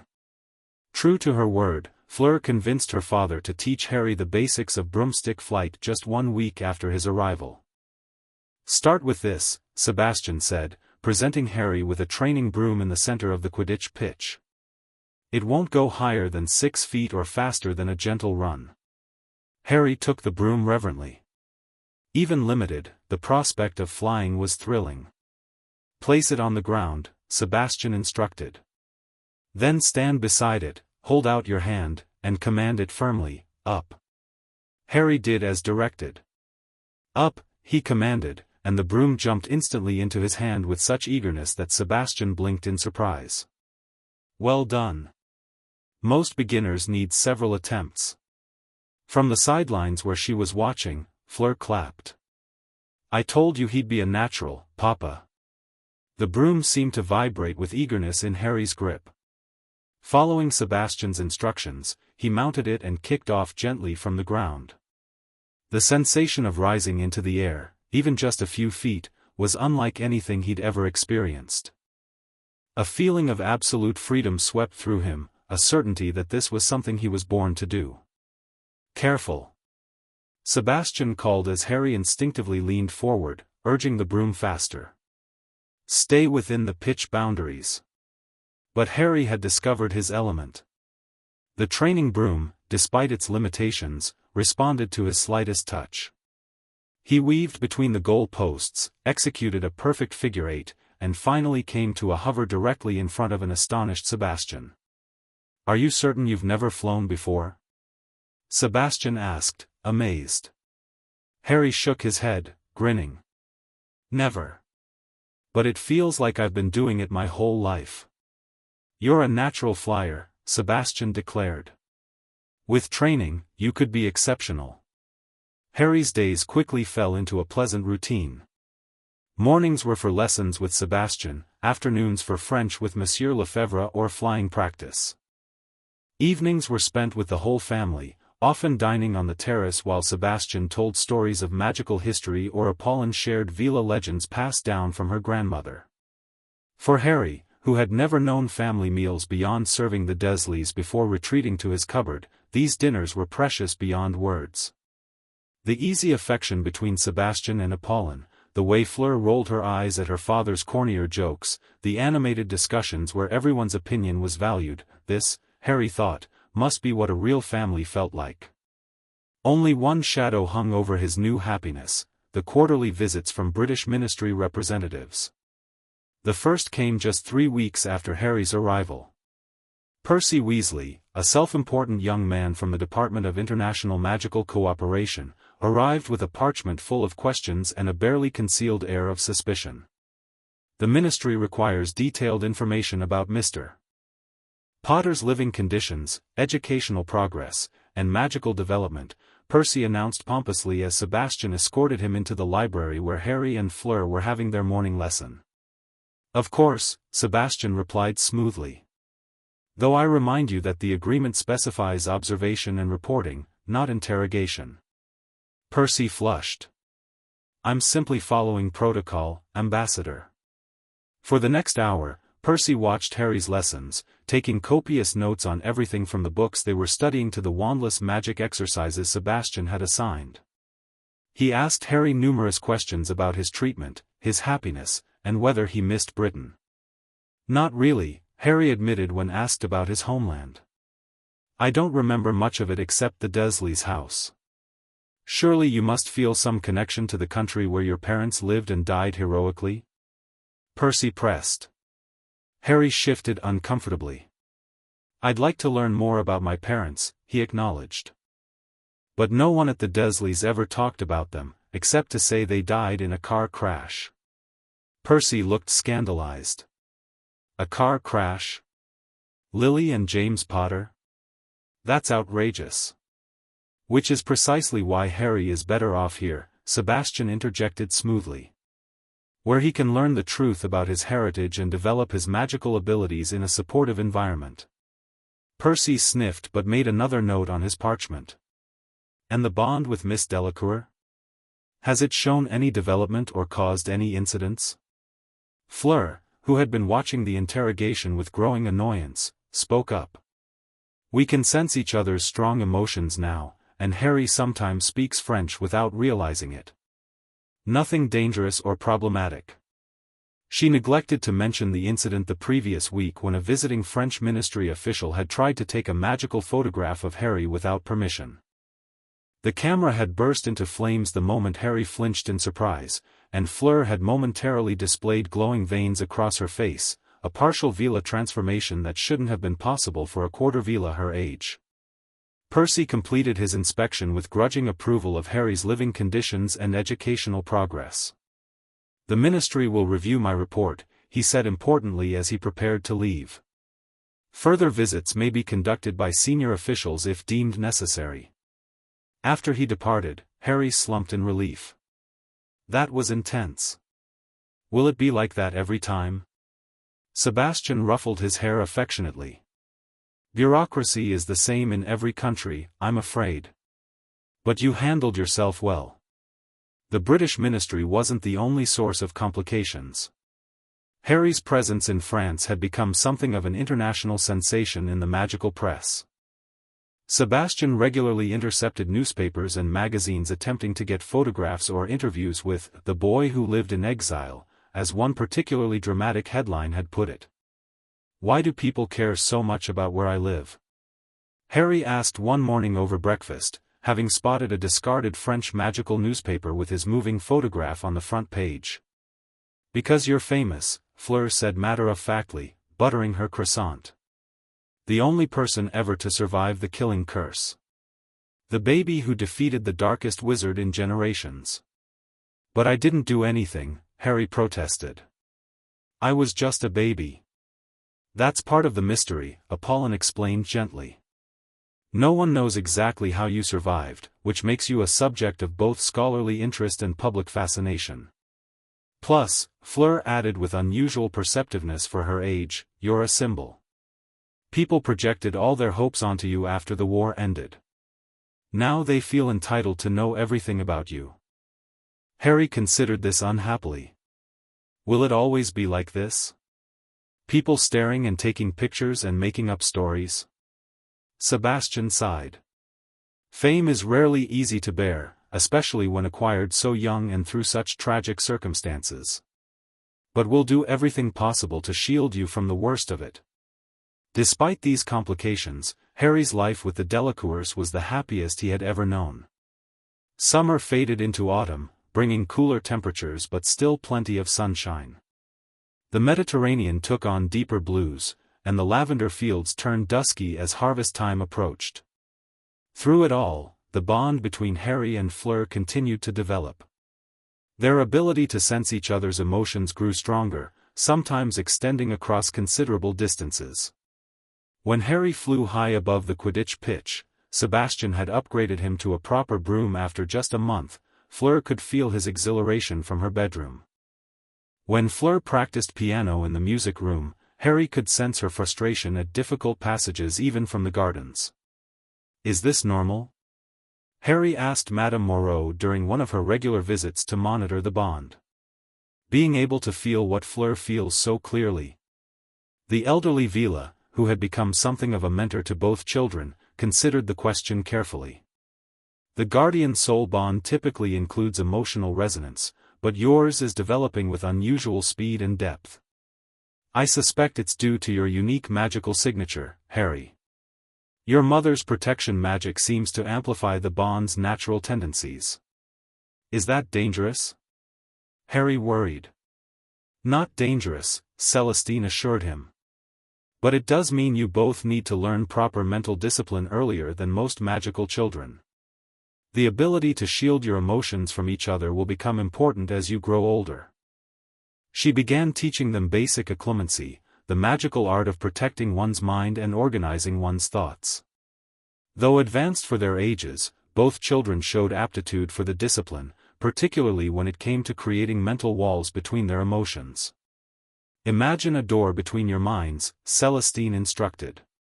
"You can open it to share feelings when appropriate, but close it when privacy is needed." By mid-October, they had mastered the technique well enough that Harry no longer woke up sharing Fleur's occasional nightmares, and Fleur wasn't distracted during her lessons by Harry's excitement during flying practice. As autumn deepened, Sebastian expanded Harry's education to include wizarding politics and current events. The lessons took an unexpected turn one rainy afternoon as they discussed the aftermath of Voldemort's defeat. Many of his followers claim to have been under the Imperious Curse, a spell that controls the victim's actions, Sebastian explained. Some were telling the truth, others used it as a convenient excuse to avoid punishment. What happened to them? Harry asked. The ones who really followed him? The worst offenders were sent to Azkaban, the wizarding prison. Others paid substantial fines or made political alliances to avoid prosecution. Harry frowned. That doesn't seem fair. Politics rarely is, Sebastian acknowledged. Which is why understanding it is crucial, especially for someone in your position. What about the person who betrayed my parents? Harry asked suddenly. Dumbledore mentioned someone told Voldemort where to find us. Sebastian looked uncomfortable. That's a complex situation. The man believed responsible, Sirius Black, was your father's best friend and your godfather. Harry stared in shock. My godfather betrayed my parents? That's the official account, Sebastian said carefully. Though some aspects of the case have always troubled me. What aspects? Fleur asked, picking up on her father's hesitation. Sebastian hesitated, then seemed to make a decision. Black was sentenced to life in Azkaban without a trial. In the chaos following Voldemort's fall, many legal protocols were ignored, but even so, it was an extraordinary breach of magical justice. Why would they skip a trial for something so important? Harry pressed. The evidence seemed overwhelming, Sebastian admitted. Black was found at the scene of another crime, the murder of Peter Pettigrew, another friend of your parents, along with 12 Muggle bystanders. Witnesses heard Pettigrew accuse Black of betraying the Potters before he was killed. Something in Sebastian's tone made Harry suspicious. But you don't believe it? Sebastian sighed. Let's just say that as a diplomat, I've learned to question neat narratives, especially in times of crisis. The lack of a trial means many questions went unasked. This conversation planted a seed in Harry's mind, questions about his parents' betrayal and his godfather's guilt that would grow in the coming months. He began asking for more specific information about his parents and their friends, piecing together a picture of the people who had loved him before tragedy struck. November brought a surprise visitor to the Delacour estate. Harry was practicing elementary potion-making with Apollon when Sebastian entered the workroom with Albus Dumbledore. Professor Dumbledore has come to see your progress, Sebastian explained, his expression carefully neutral. Harry hadn't seen the headmaster since the diplomatic negotiations months earlier. The old wizard looked much the same, long silver beard, half-moon spectacles, and twinkling blue eyes that seemed to see more than they should. Harry, my boy, Dumbledore greeted him warmly. You're looking remarkably well. France clearly agrees with you. Thank you, sir, Harry replied politely. I like it here very much. So I see. Dumbledore gestured to the potion simmering in the cauldron. Already beginning potion work? Most impressive for a 7-year-old. It's just a simple calming draft, Harry explained. Madame Delacour says understanding potion principles early builds a strong foundation. Quite right, Dumbledore agreed. Apollon was always a gifted potioneer at Beauxbatons. After observing Harry's potion work, Dumbledore requested a private conversation with him. Sebastian agreed reluctantly, though Harry noticed he remained visible through the workroom's glass door. I've brought you something, Dumbledore said once they were alone. From within his robes, he withdrew a small package wrapped in velvet. This belonged to your father. I believe he would want you to have it now. Harry unwrapped the package carefully. Inside was a silvery, fluid-like fabric unlike anything he'd ever seen. What is it? He asked, letting the strange material flow between his fingers. An invisibility cloak, Dumbledore explained.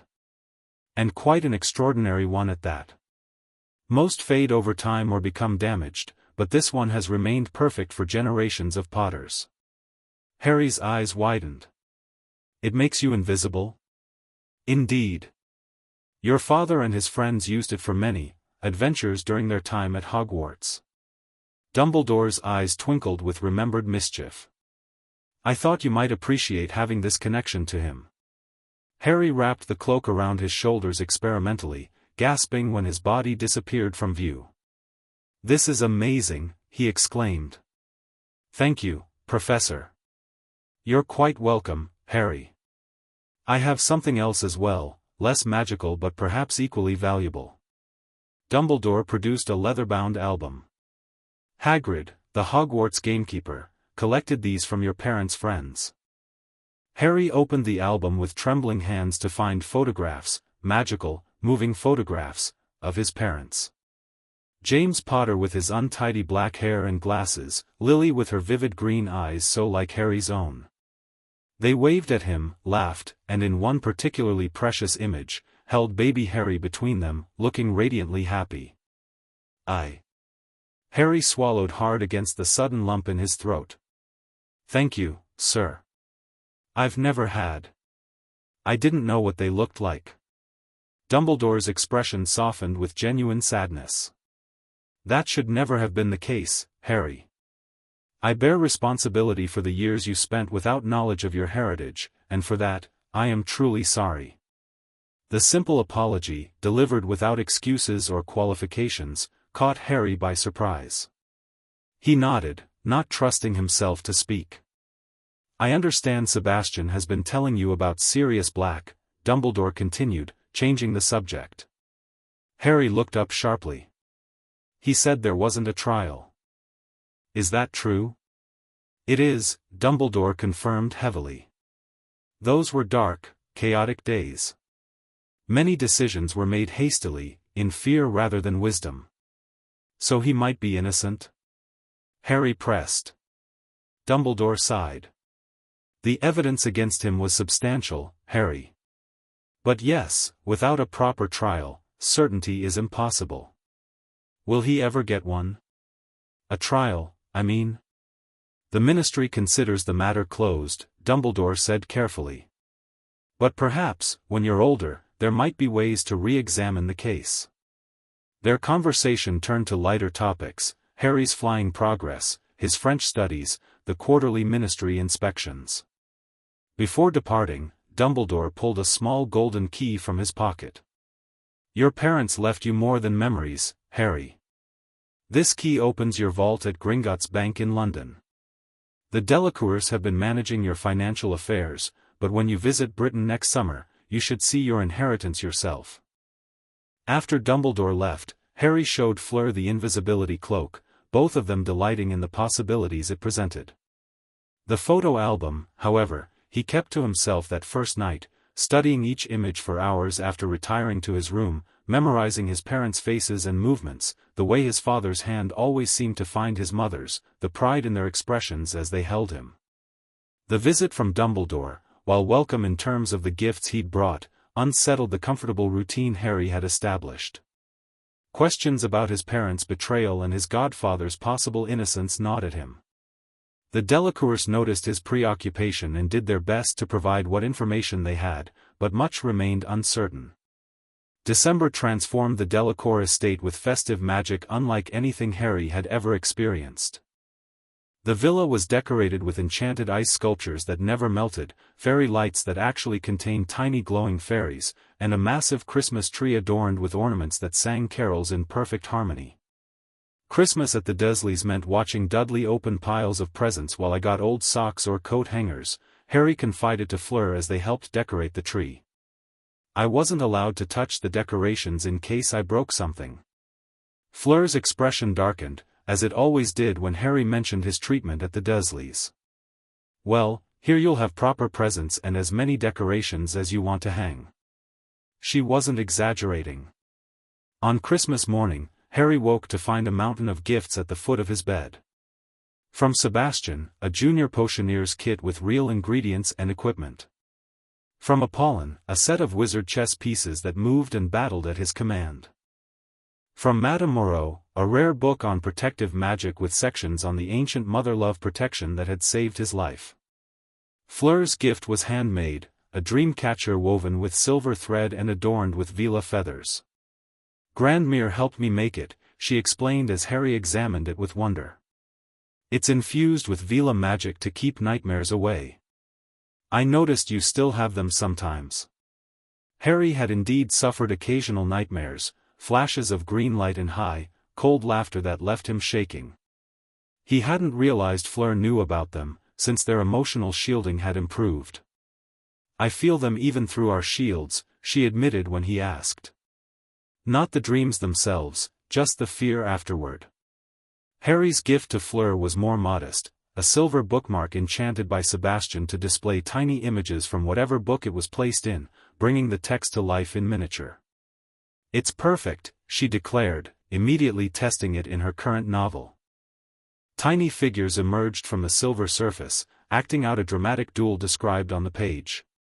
The Christmas feast that evening was a magnificent affair attended by various French magical dignitaries and their families. Harry, still uncomfortable with his fame, was grateful that Sebastian had insisted guests treat him as simply another member of the family rather than the boy who lived. As snow fell softly outside the windows, a rarity in this part of France, clearly arranged for the festive occasion, Harry looked around the table at his new family. Sebastian carving the roast with ceremonial flourish. Apollon directing house elves with elegant efficiency. Fleur animatedly discussing a book with one of the guests' children. For the first time in his life, Harry experienced a perfect Christmas, unmarred by cupboards or hand-me-downs or the Dursleys' constant reminders of his unworthiness. The bond between Harry and Fleur glowed warmly that night, visible to both of them as a golden light between their chairs, unseen by the other guests. It had become a private language of sorts, brightening with shared joy, dimming with shared concern, a tangible representation of their unique connection. Winter passed into spring, marking nearly a full year since Harry's arrival at the Delacour villa. His 8th birthday approached, bringing with it an unexpected development. The quarterly inspection, scheduled for early May, was to be conducted not by the usual ministry official but by Cornelius Fudge himself, accompanied by Bartemius Crouch and, most worryingly, 2 Aurors, the magical equivalent of police officers. It's a power play, Sebastian explained to Apollon the night before the visit, unaware that Harry and Fleur were listening from the hallway outside his study. They've been looking for an excuse to challenge our custody arrangement. Something must have given them confidence. They cannot simply take him, Apollon replied, her accent thickening with anger. The bond is well documented. The French ministry has granted protective status. Nevertheless, we should be prepared, Sebastian warned. I've asked the French magical law enforcement to have representatives here as well. Just in case. Harry retreated to his room in distress, Fleur following close behind. They won't take you, she promised fiercely. The bond wouldn't allow it. But what if they try? Harry worried. What if they bring some kind of magic to block the bond temporarily? Fleur's eyes narrowed thoughtfully. Then we need to be ready to demonstrate how dangerous that would be. The next morning, the British delegation arrived with formal pomp. Fudge, in pinstriped robes and bowler hat, shook Sebastian's hand with false joviality. Merely a routine inspection, he assured them. Though given Mr. Potter's importance, I felt it appropriate to oversee personally. The 2 Aurors remained silent, their scarlet robes marking them as elite magical law enforcement. One, a grizzled man with a magical eye that rotated independently of his normal one, surveyed the room with obvious suspicion. Alastair Moody, Sebastian greeted the man coolly. I wouldn't have expected the ministry to spare their top Auror for a routine inspection. Constant vigilance, Moody growled. The boy's security is a priority. The inspection began normally enough, with Fudge reviewing Harry's educational progress and living conditions. He spoke to Harry alone briefly, asking pointed questions about whether he missed Britain and if he'd like to meet other British children his age. I'm happy here, Harry insisted. I have friends in the village, and I'm learning magic and French. Fudge seemed disappointed with this answer. The situation deteriorated when Crouch raised the subject of Harry's upcoming birthday. The Ministry feels it would be appropriate for Mr. Potter to spend his 8th birthday in Britain, Crouch announced. A reception has already been arranged at the Ministry, with selected children his age in attendance. This is the first we're hearing of such plans, Sebastian said sharply. A recent decision, Fudge said smoothly. Part of our cultural reintegration program specified in the custody agreement. The agreement specifies annual visits to Britain, not specific celebrations, Apollon countered. And certainly not without prior consultation. Nevertheless, Crouch persisted, arrangements have been made. Mr. Potter will return with us today for a 2-week stay, culminating in the birthday celebration. A tense silence fell. Harry felt Fleur's alarm spike through their bond, and he knew his own fear was flowing back to her. That will not be possible, Sebastian said firmly. As you know, extended separation could destabilize the bond. Our experts have developed a method to temporarily suppress the bond's effects, Crouch revealed, producing a small silver amulet. This will allow Mr. Potter to spend time in Britain without magical distress. Harry felt a chill of dread. They had indeed prepared to separate him from Fleur, just as he'd feared. Absolutely not, Apollon's voice was ice. Tampering with a Veela bond is not only dangerous but illegal under international magical cooperation laws. The British Ministry does not recognize the authority of foreign magical law when it comes to our citizens, Crouch replied stiffly. Perhaps this demonstration is necessary after all, Fleur said suddenly, stepping forward.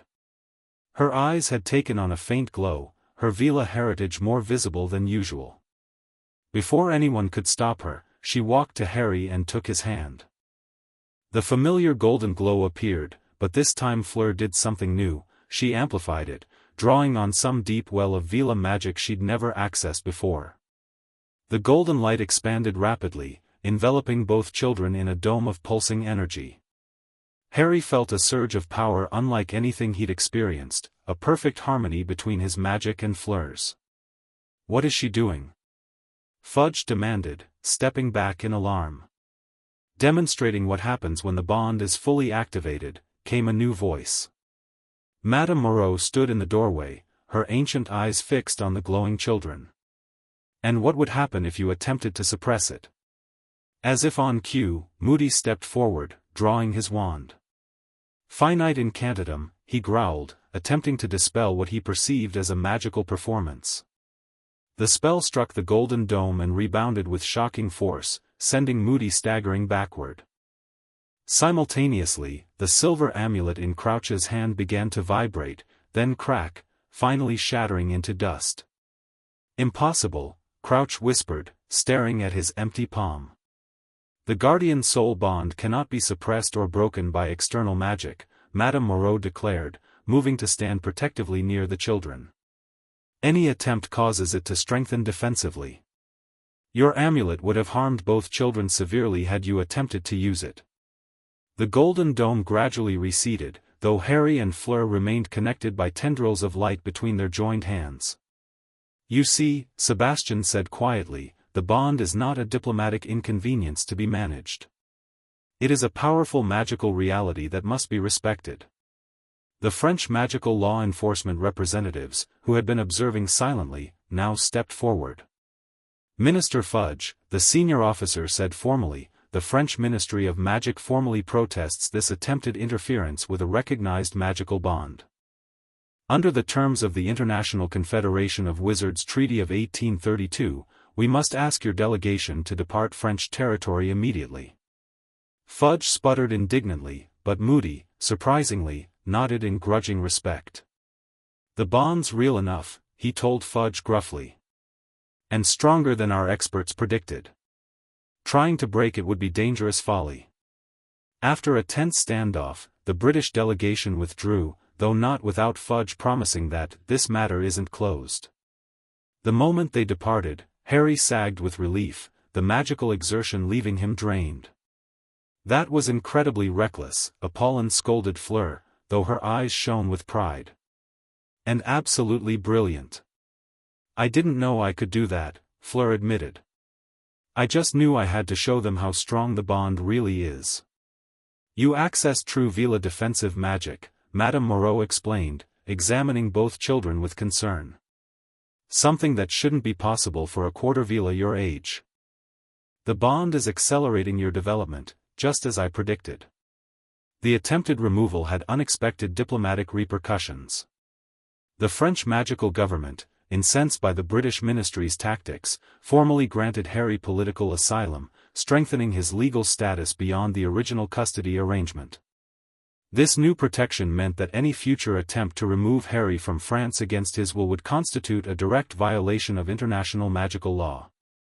Sebastian used the incident to negotiate more favorable terms for Harry's eventual attendance at Hogwarts, securing guarantees that he would be permitted to return to France every weekend to maintain the bond's stability. For Harry, the episode confirmed what he had begun to suspect, that political forces beyond his understanding were still maneuvering to control his life.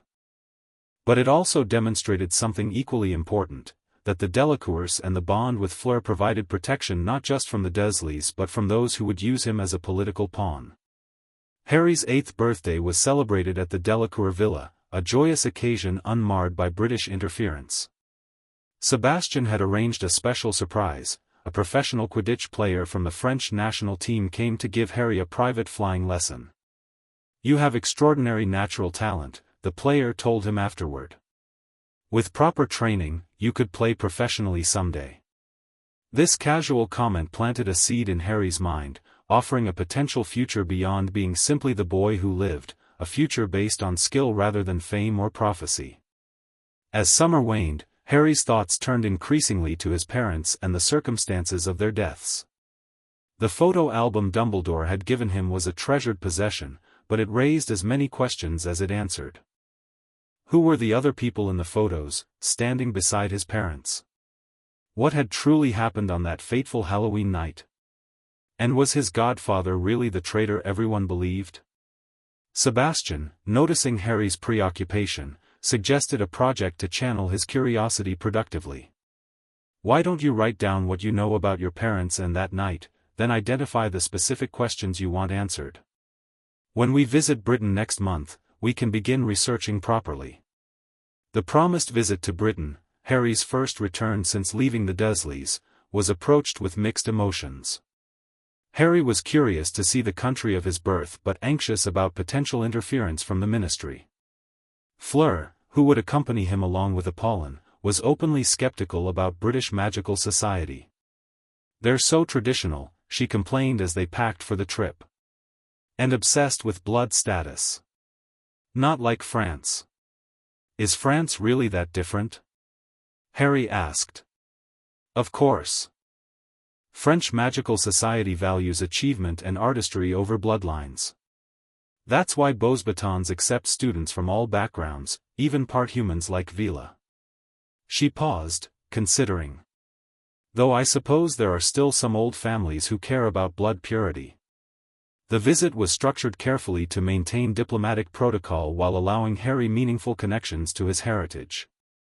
They stayed not at a ministry-approved location but at the French Magical Embassy in London, technically French soil.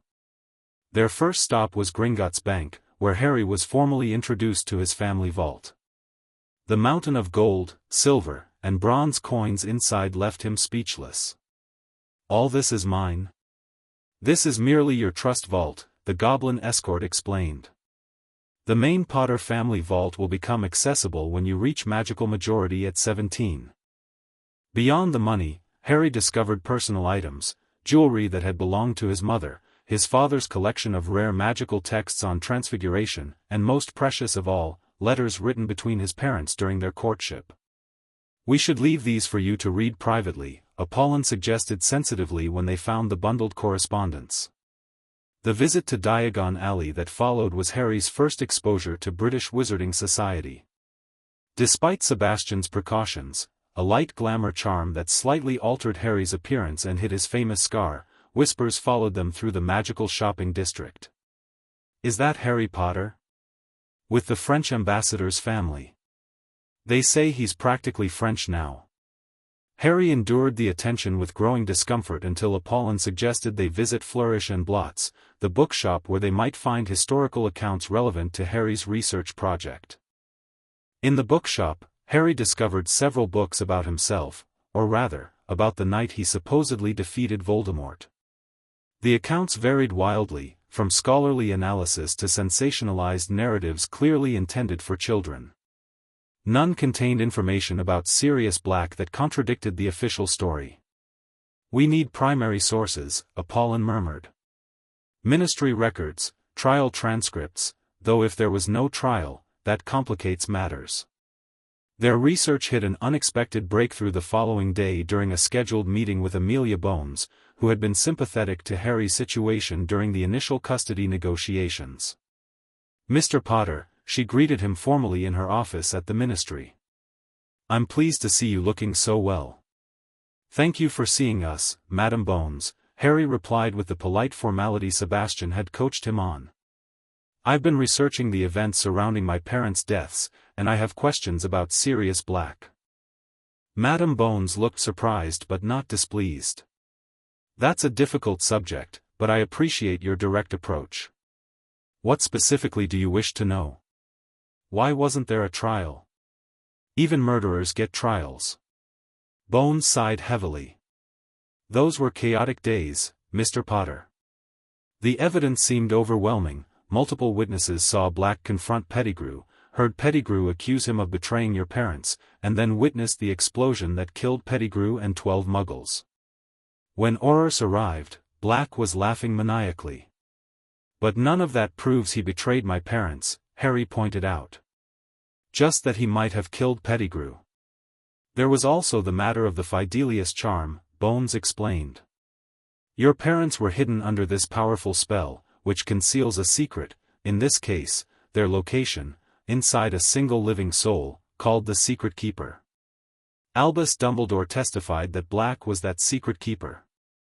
So only Black could have revealed their location to Voldemort," Apollon concluded. "Precisely," Bones confirmed. "Though." She hesitated. "Though what?" Harry pressed.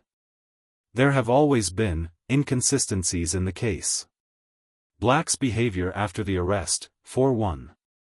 He kept repeating, 'It's my fault, all my fault,' but never explicitly confessed to betraying the Potters.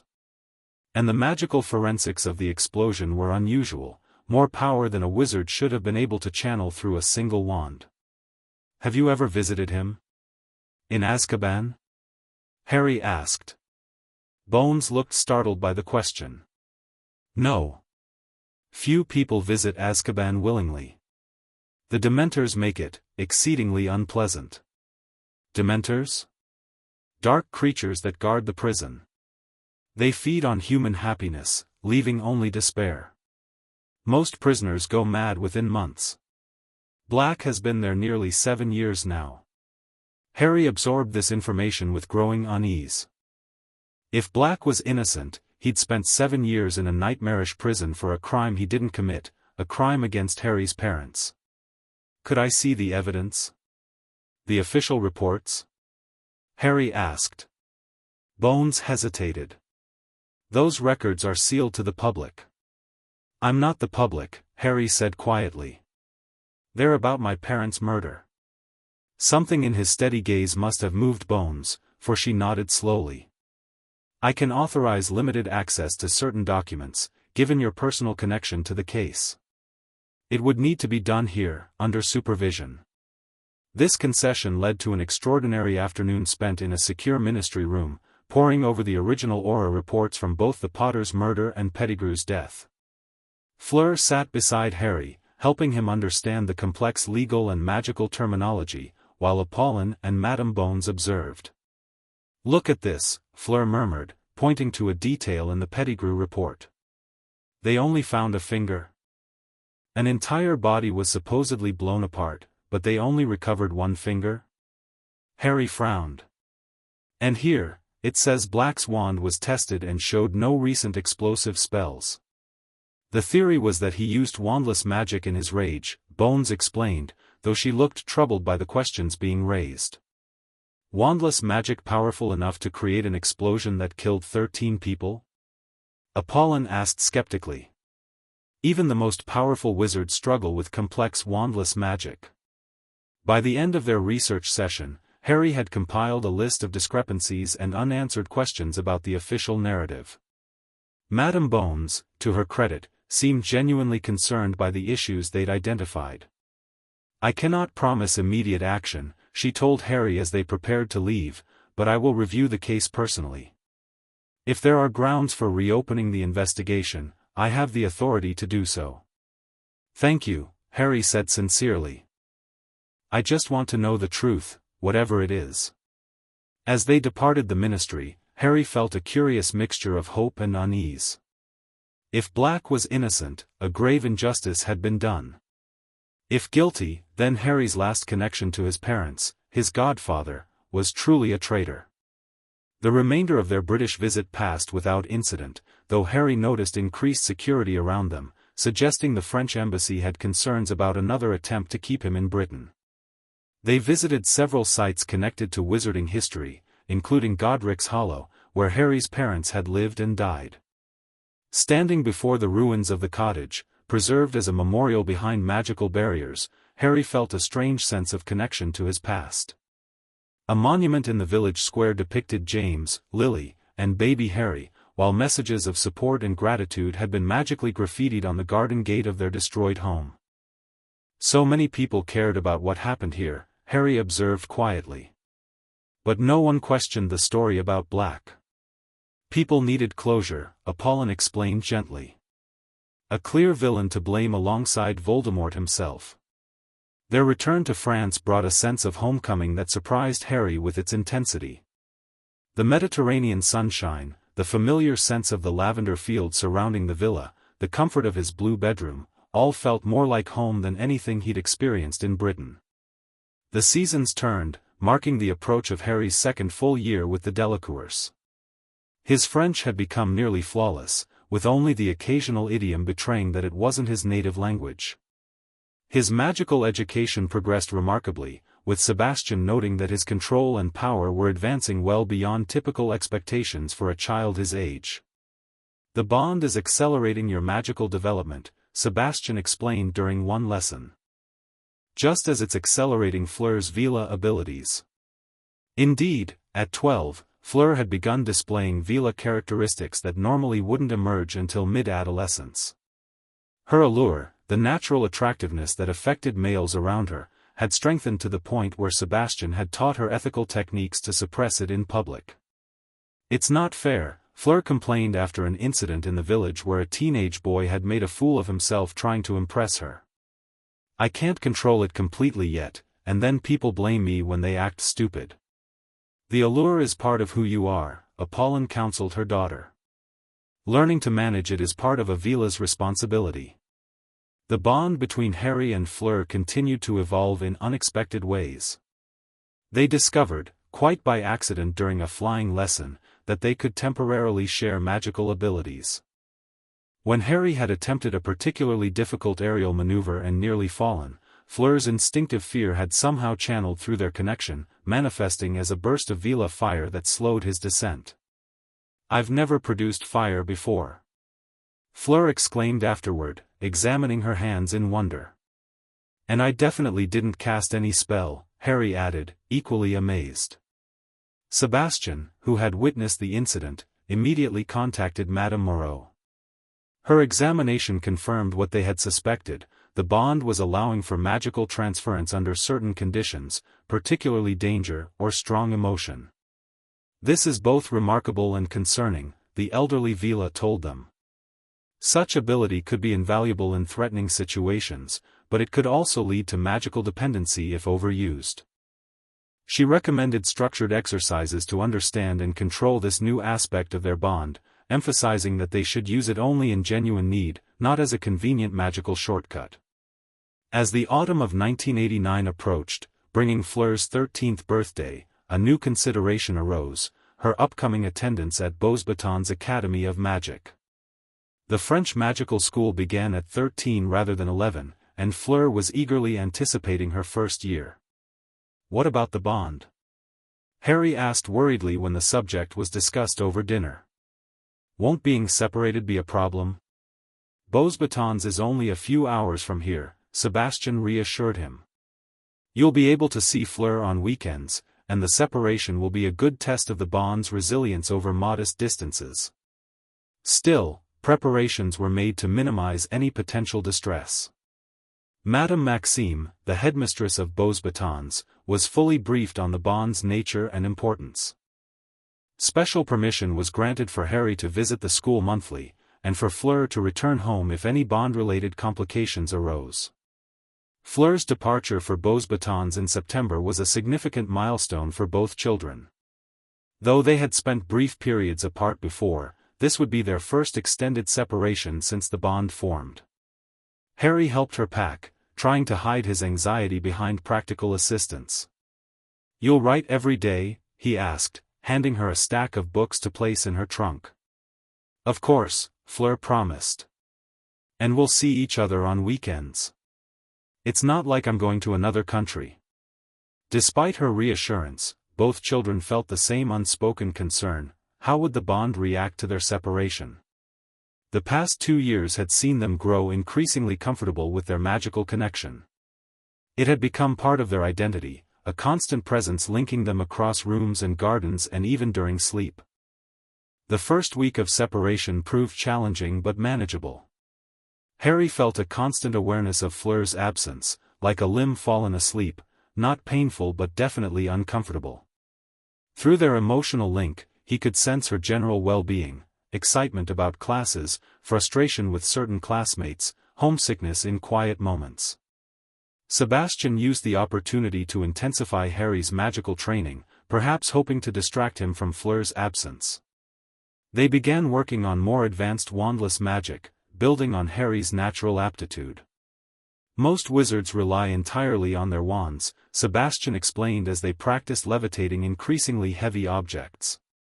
"But wandless magic has distinct advantages, particularly in situations where you might be disarmed." By the time Fleur returned for her first weekend home, Harry could reliably perform several spells without a wand: simple levitation, basic illumination, and minor warming charms.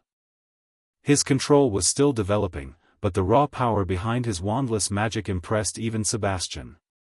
Fleur's return temporarily strengthened the bond, the golden glow between them burning brighter than usual when they reunited. She arrived full of stories about Beauxbatons, the palace-like school with its fountains and gardens, the flying carriages pulled by enormous winged horses, the international student body representing magical communities across Europe.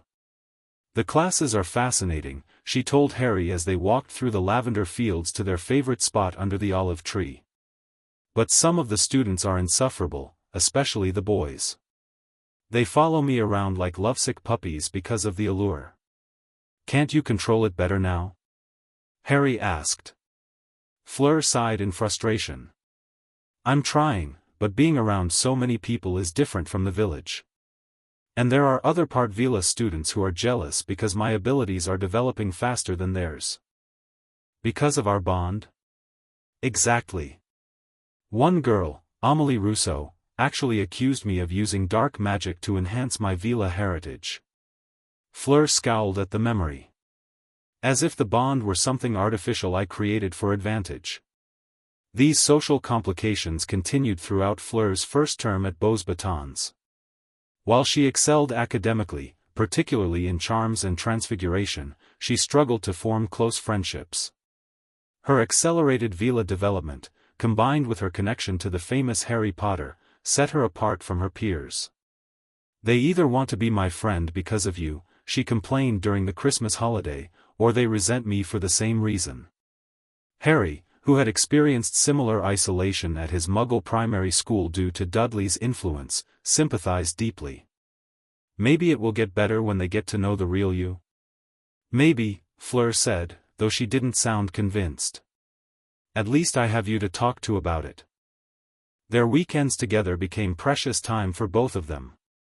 They developed a ritual of sharing their week's experiences, practicing magic together, and simply enjoying the comfort of the bond at full strength.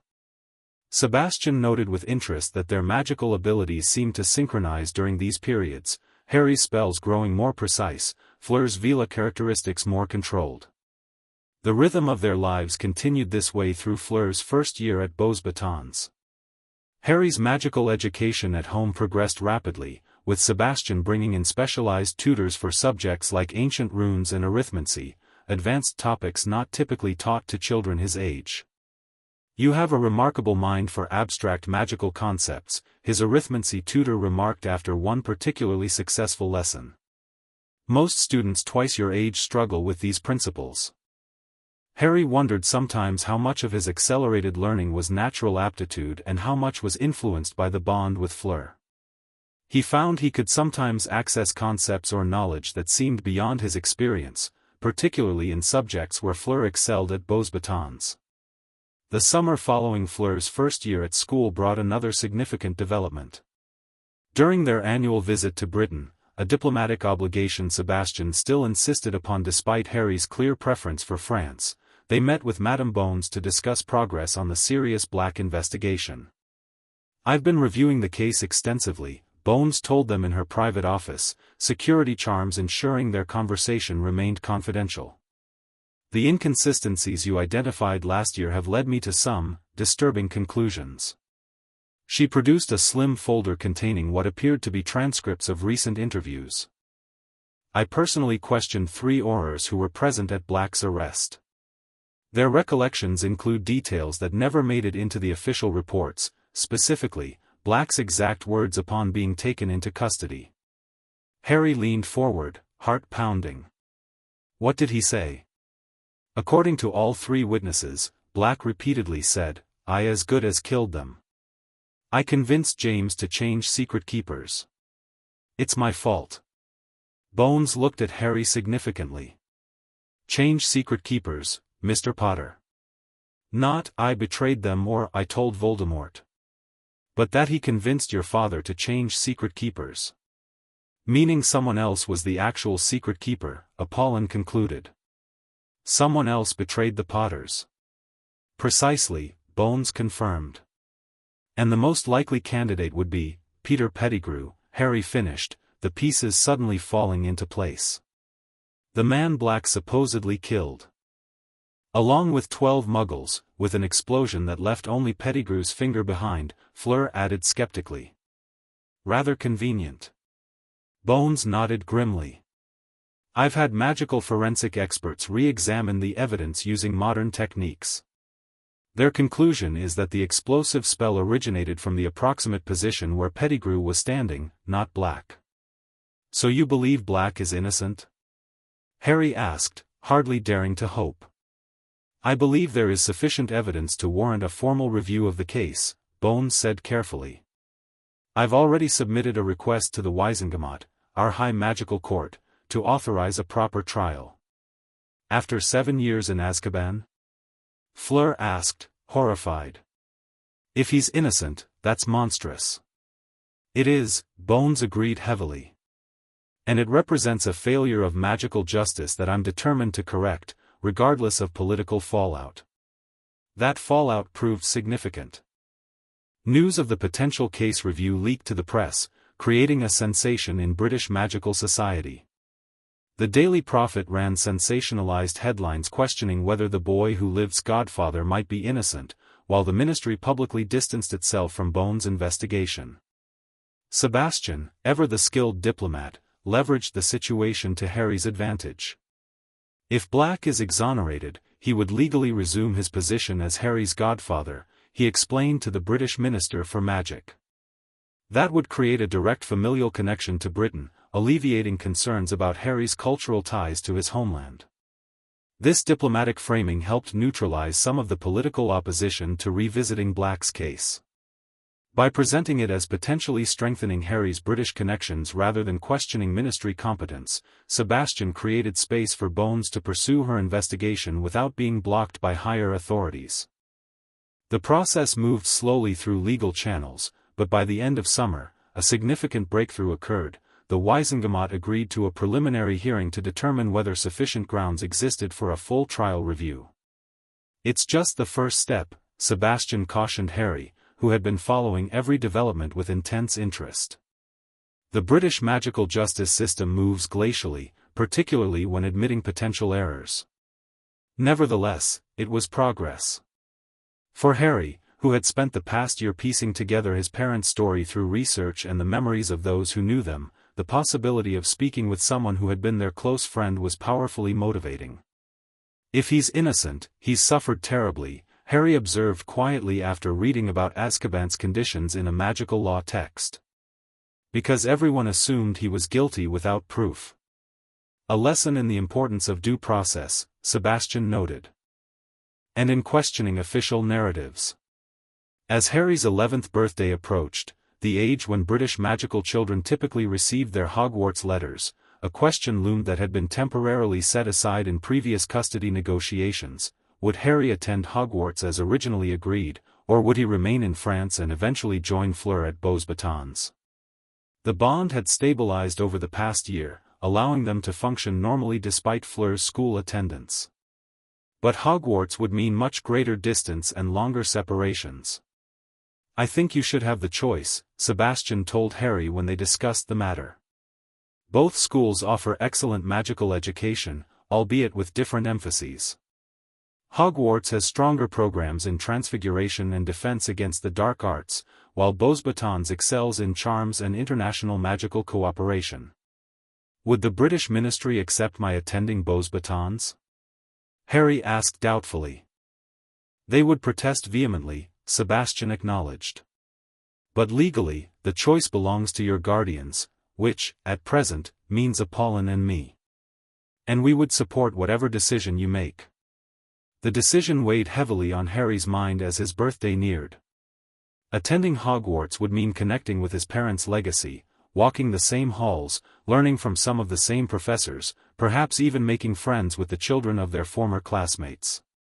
But it would also mean months away from the Delacours, the only real family he had known, and potential strain on his bond with Fleur. The expected Hogwarts letter arrived precisely on his 11th birthday, delivered by a tawny owl during breakfast. At the same time, a majestic eagle owl arrived bearing a letter with the Beauxbatons crest, addressed to Monsieur Harry Potter, ward of the Delacour family. "Both schools want you," Fleur observed as Harry examined the letters. "As they should. Beauxbatons doesn't normally admit students until 13, Harry noted, surprised by the second invitation. "Madame Maxime made an exception in your case," Apollon explained.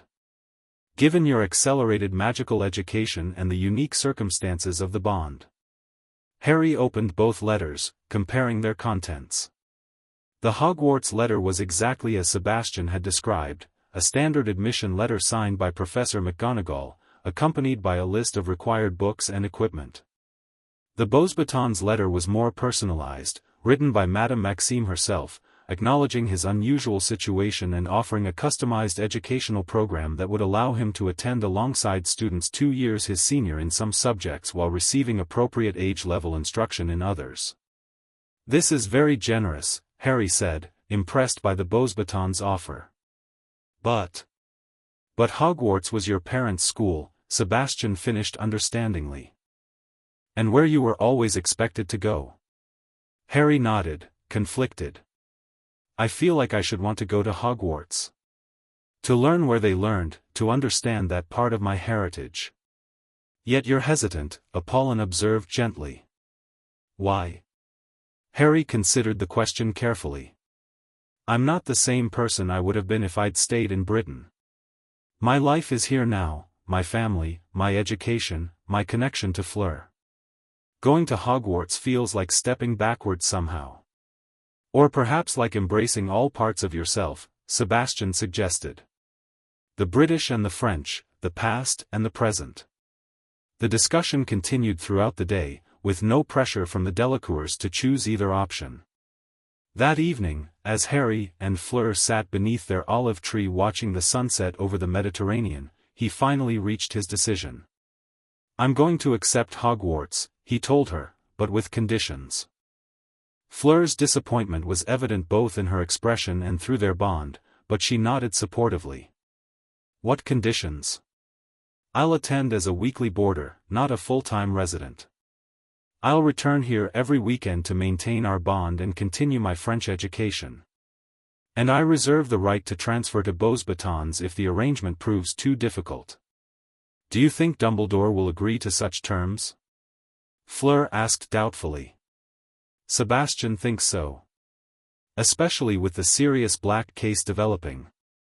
The British ministry is eager to show they're respecting my connection to my heritage. Harry smiled wryly. Besides, I'm the famous Harry Potter. Dumbledore wants me at his school badly enough to bend the rules. This assessment proved accurate. While the arrangement was unprecedented in Hogwarts' thousand-year history, Dumbledore readily agreed to Harry's conditions. A specialized Fleur connection would be established between the Delacour villa and Hogwarts, allowing Harry to return to France every Friday evening and travel back to Scotland every Monday morning. A most elegant compromise, Dumbledore told them when he visited to finalize the arrangements. And one that respects both Harry's British heritage and his French upbringing. With this settled, Harry's attention turned to preparing for Hogwarts. A trip to Diagon Alley was arranged to purchase his school supplies, though Sebastian insisted they visit the French magical district in Paris first, to compare quality and prices.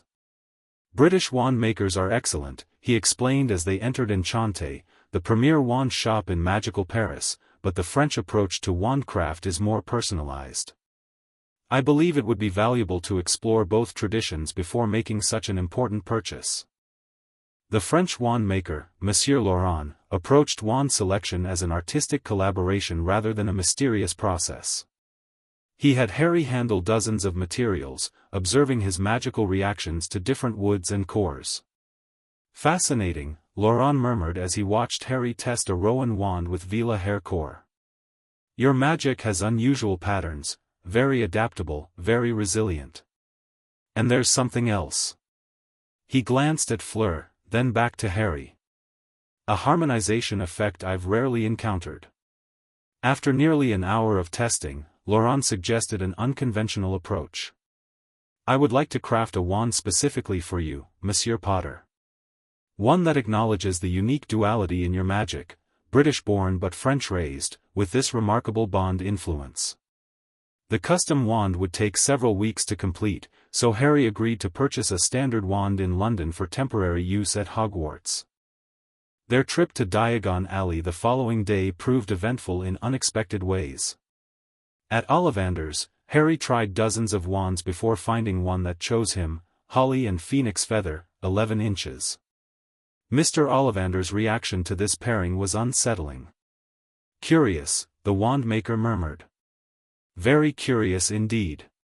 What's curious? Harry asked. I remember every wand I've ever sold, Mr. Potter. Every single wand. It so happens that the phoenix whose tail feather is in your wand gave just one other feather. Just one. It is very curious indeed that you should be destined for this wand when its brother, why, its brother gave you that scar. A chill ran through Harry at this revelation. You mean Voldemort's wand?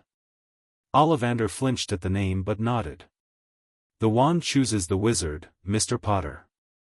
I think we must expect great things from you. After all, he who must not be named did great things, terrible, yes, but great. The encounter left Harry deeply unsettled.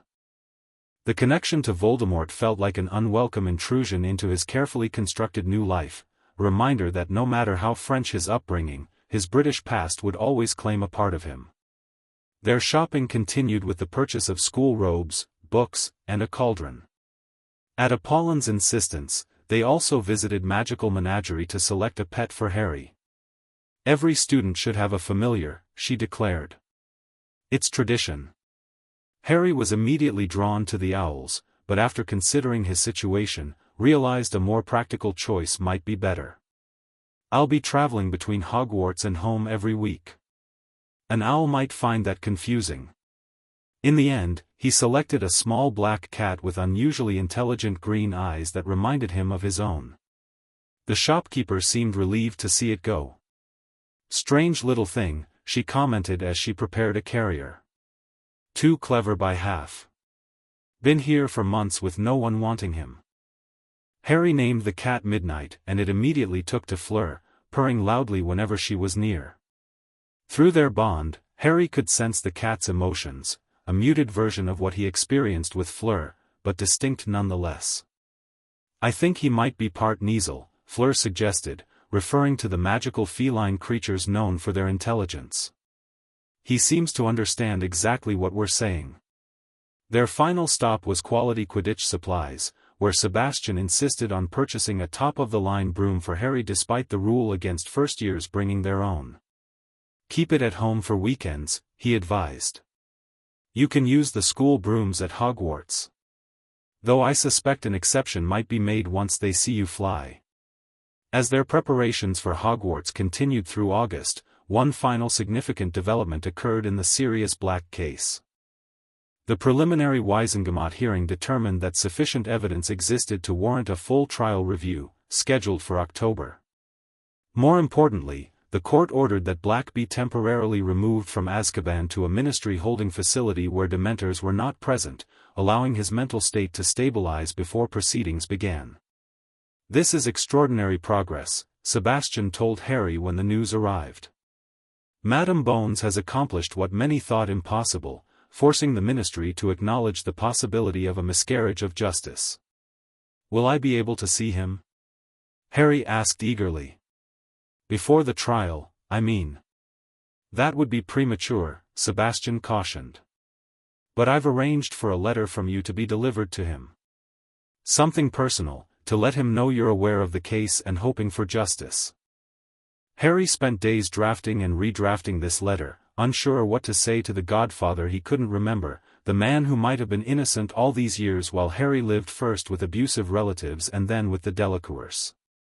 In the end, he kept it simple: "Dear Sirius, my name is Harry Potter. I'm told you are my godfather, though I have no memory of you. For the past 4 years, I've been living in France with the Delacour family, who rescued me from the Dursleys where I was very unhappy. I've been learning about what happened to my parents and the events afterward. I want you to know that I've been working with Madame Bones to uncover the truth about that night and your involvement.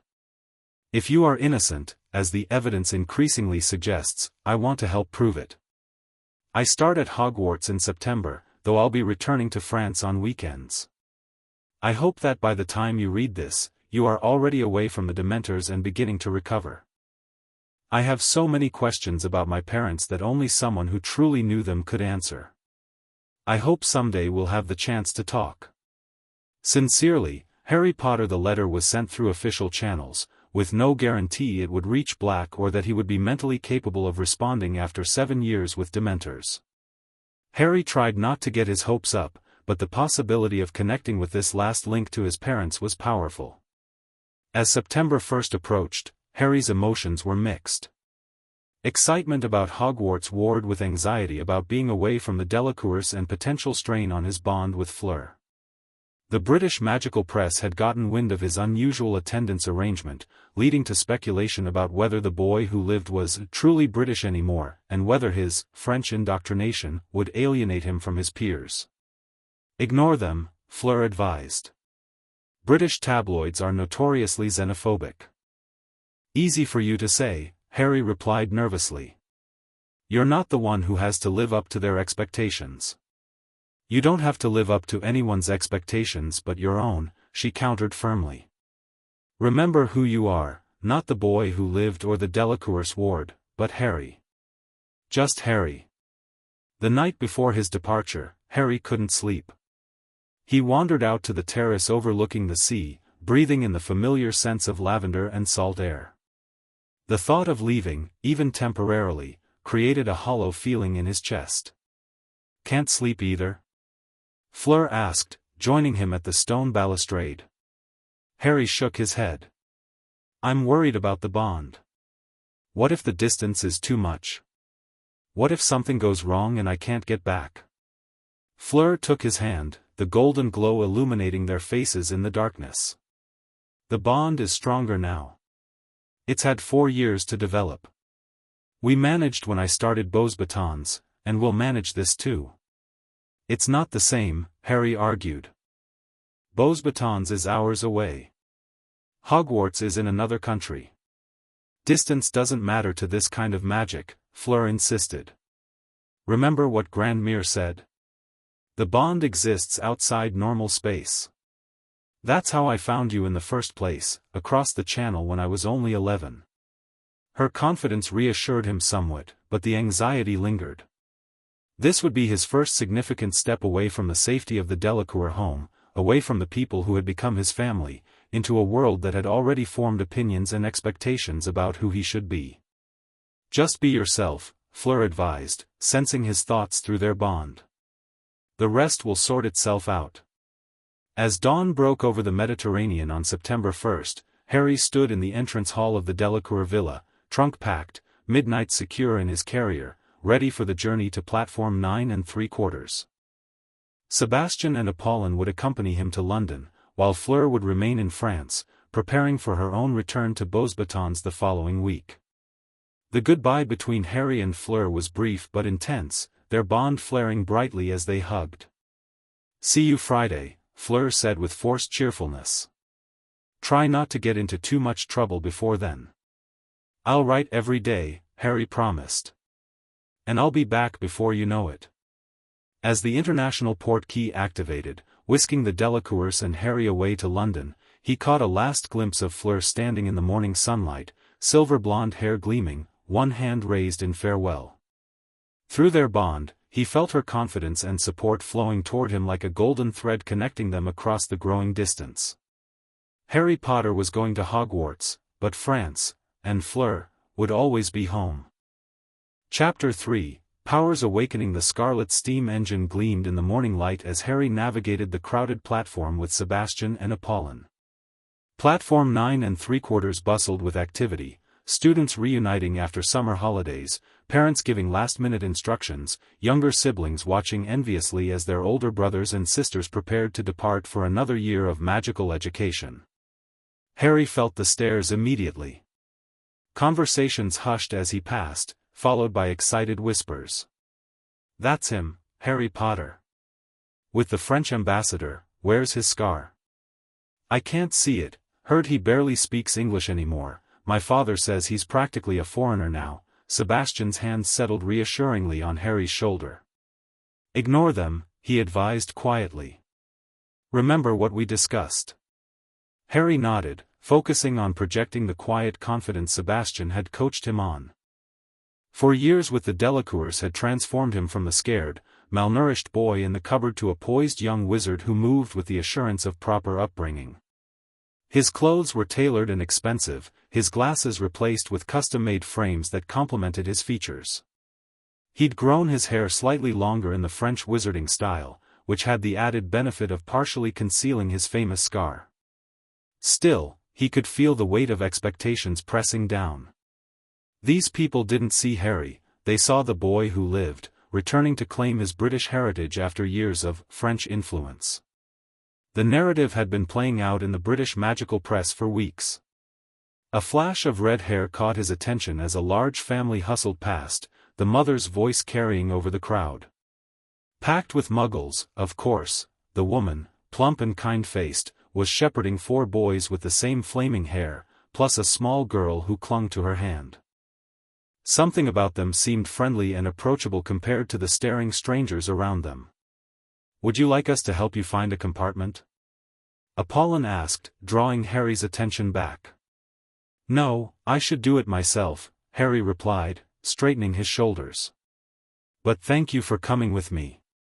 Apollon's eyes glistened slightly as she bent to embrace him. "We'll see you Friday evening," she reminded him. "And you can call anytime before then if needed." Sebastian shook Harry's hand formally, then pulled him into a brief, tight hug. "Remember, just be yourself. The right friends will appreciate you for who you are, not what they imagine you to be." With final goodbyes exchanged, Harry boarded the train, Midnight's carrier in one hand, his trunk charmed with a featherweight spell in the other. He found an empty compartment near the end of the train and settled in, placing Midnight's carrier on the seat beside him. The small black cat meowed in what seemed like encouragement. "Just us now," Harry told him, opening the carrier to let the cat stretch. "At least until Friday." Through the window, he caught a final glimpse of Sebastian and Apollon standing on the platform, looking both proud and concerned. He waved, and they waved back, remaining until the train began to move. As London gave way to countryside, Harry felt the familiar twinge that meant physical distance was affecting his bond with Fleur. It wasn't painful, just a persistent awareness of connection stretched thin, like a muscle held at tension. They had practiced increasingly longer separations over the summer, but this was the farthest yet. He closed his eyes, focusing on the golden thread that linked them across the channel. "I'm fine," he projected, using the mental communication they developed. "The train is nice. Midnight is settling in." The response came faintly but clearly, "Good. Remember our exercises if it gets uncomfortable." The compartment door slid open, interrupting his concentration. One of the red-headed boys from the platform stood there, looking uncertain. "Sorry, everywhere else is full. Mind if I sit here?" He gestured to the empty seats across from Harry. "Not at all," Harry replied, automatically shifting into the formal politeness the Delacours had instilled in him. "I'm Ron, by the way. Ron Weasley." The boy flopped into the seat, then froze as his eyes landed on Harry's partially visible scar. "Bloody hell. You're Harry Potter." Harry suppressed a sigh. "Yes." Ron stared openly. "Do you remember it? When you know who, you know." "Not really," Harry answered, the practiced response automatic by now. "Just a flash of green light." "Wicked," Ron breathed, then seemed to catch himself. "I mean, terrible, obviously. But you're famous. Everyone says you've been living in France. Is it true you go to school with Veela?" Harry blinked, caught off guard by the specific question. "Not exactly. My guardian's daughter is part Veela, and she attends Beaux Batons." Ron looked impressed. "Lucky. My brothers say Veela are the most beautiful creatures alive. Charlie saw some in Romania and said he nearly walked off a cliff because he was so distracted." The conversation shifted to safer topics as Ron explained about his large family, 5 older brothers, 1 younger sister, all magical. Harry found himself warming to the straightforward boy, whose lack of artifice was refreshing after years of diplomatic interactions. Their discussion was interrupted when the compartment door opened again. A round-faced boy looked in tearfully. "Sorry, but have you seen a toad? Mine's gone missing again." "No, sorry," Ron replied, but Harry noticed Midnight's sudden alertness. "My cat might be able to help," Harry suggested. "Midnight's very smart about finding things." As if understanding, the cat leapt from his seat and slipped into the corridor. The toad's owner looked doubtful. "Won't he just eat Trevor if he finds him?" "Midnight doesn't eat toads," Harry assured him, though truthfully he had no idea. "Why don't you sit with us while he looks?"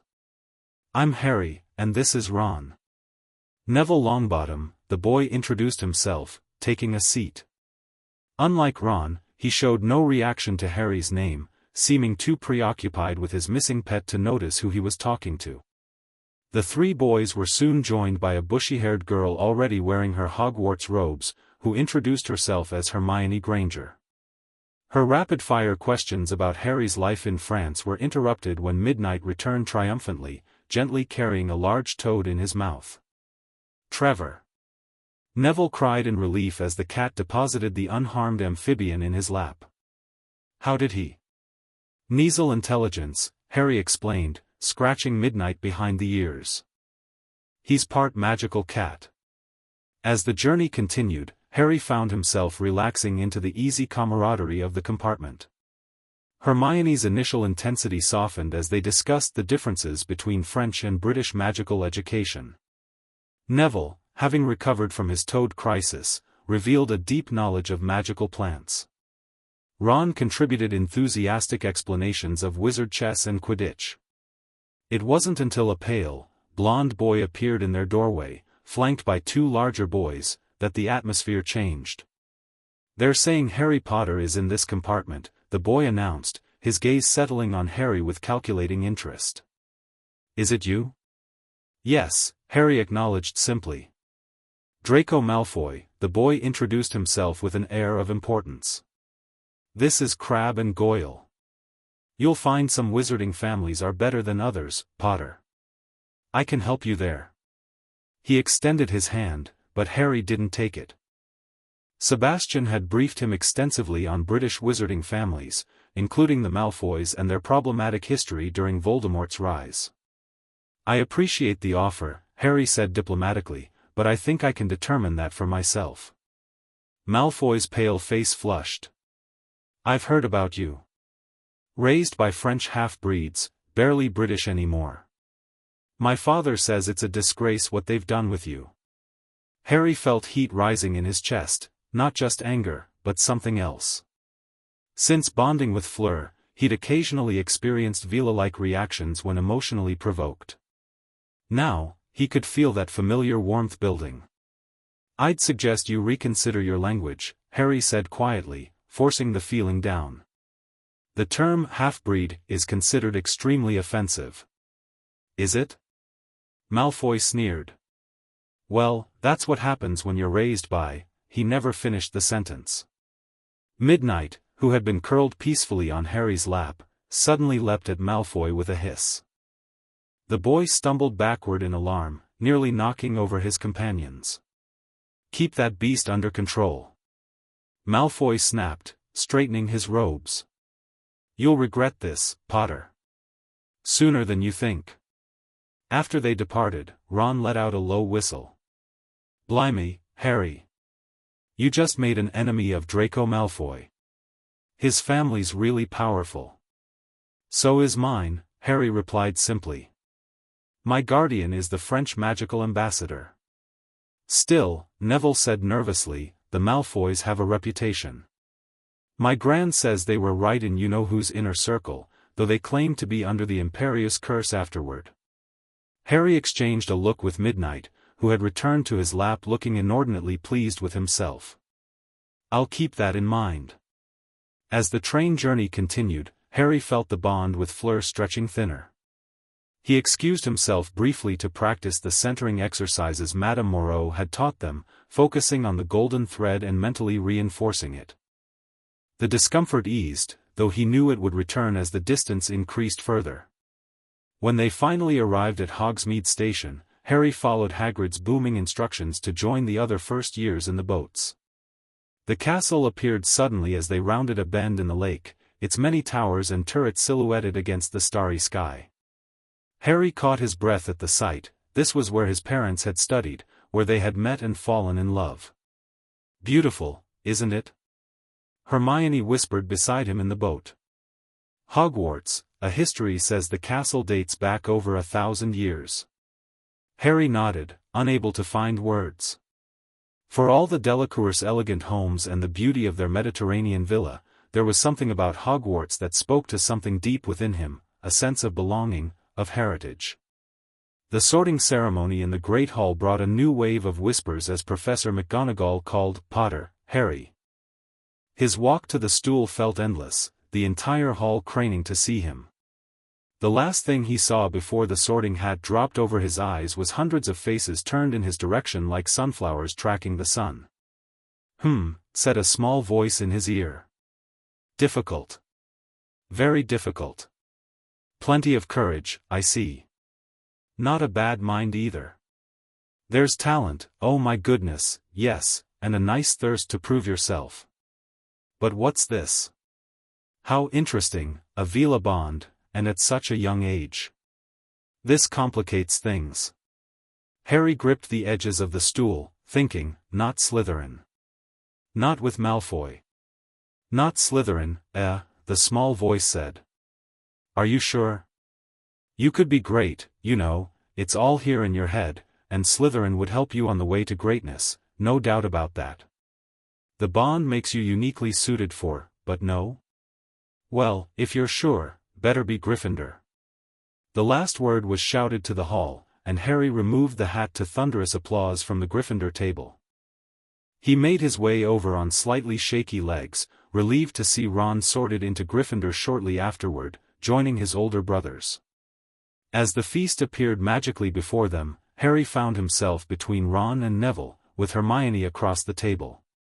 The food was excellent, though different from the Mediterranean cuisine he'd grown accustomed to in France. He sampled everything politely, answering the endless questions about his life abroad with practiced patience.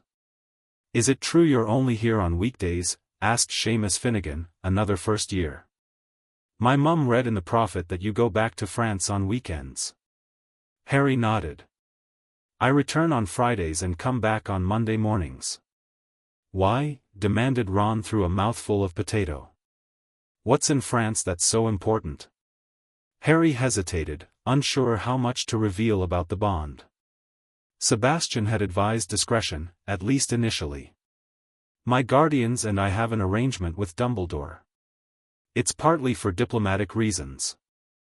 This seemed to satisfy most of his housemates, though he noticed Hermione looking at him thoughtfully, as if she suspected there was more to the story. At the staff table, Harry noticed several professors watching him with varying degrees of interest. Dumbledore's eyes twinkled kindly when their gazes met. A severe-looking woman Harry recognized as Professor McGonagall observed him with measured assessment. But it was a hook-nosed man with greasy black hair whose stare made Harry uncomfortable, cold and calculating, almost hostile. "Who's that professor talking to Professor Quirrell?" Harry asked Percy Weasley, Ron's older brother. "That's Professor Snape, head of Slytherin House. Teaches potions, but everyone knows he wants Quirrell's job. Defense against the dark arts." As if sensing Harry's attention, Snape's gaze sharpened, and a sudden, sharp pain flashed across Harry's scar. He winced, raising a hand to his forehead. "You all right, mate?" Ron asked. "Fine," Harry assured him, though he made a mental note to mention the incident in his letter to Fleur that night. Any unusual magical occurrences were to be documented, according to Madame Moreau's instructions. The rest of the evening passed in a blur of new faces, explanations of Hogwarts procedures, and finally, exhaustion. By the time Harry reached his four-poster bed in Gryffindor Tower, the strain of maintaining the bond across such distance was giving him a dull headache. He sat cross-legged on his bed, curtains drawn for privacy, and focused on the golden thread connecting him to Fleur. First day complete, he projected. Sorted into Gryffindor. Castle is amazing. Bond is stretched but stable. Miss you all. The response came faintly, as if from a great distance, proud of you. Focus on our exercises before sleep. Only 4 days until weekend. Comforted by the connection, however tenuous, Harry settled into his new bed.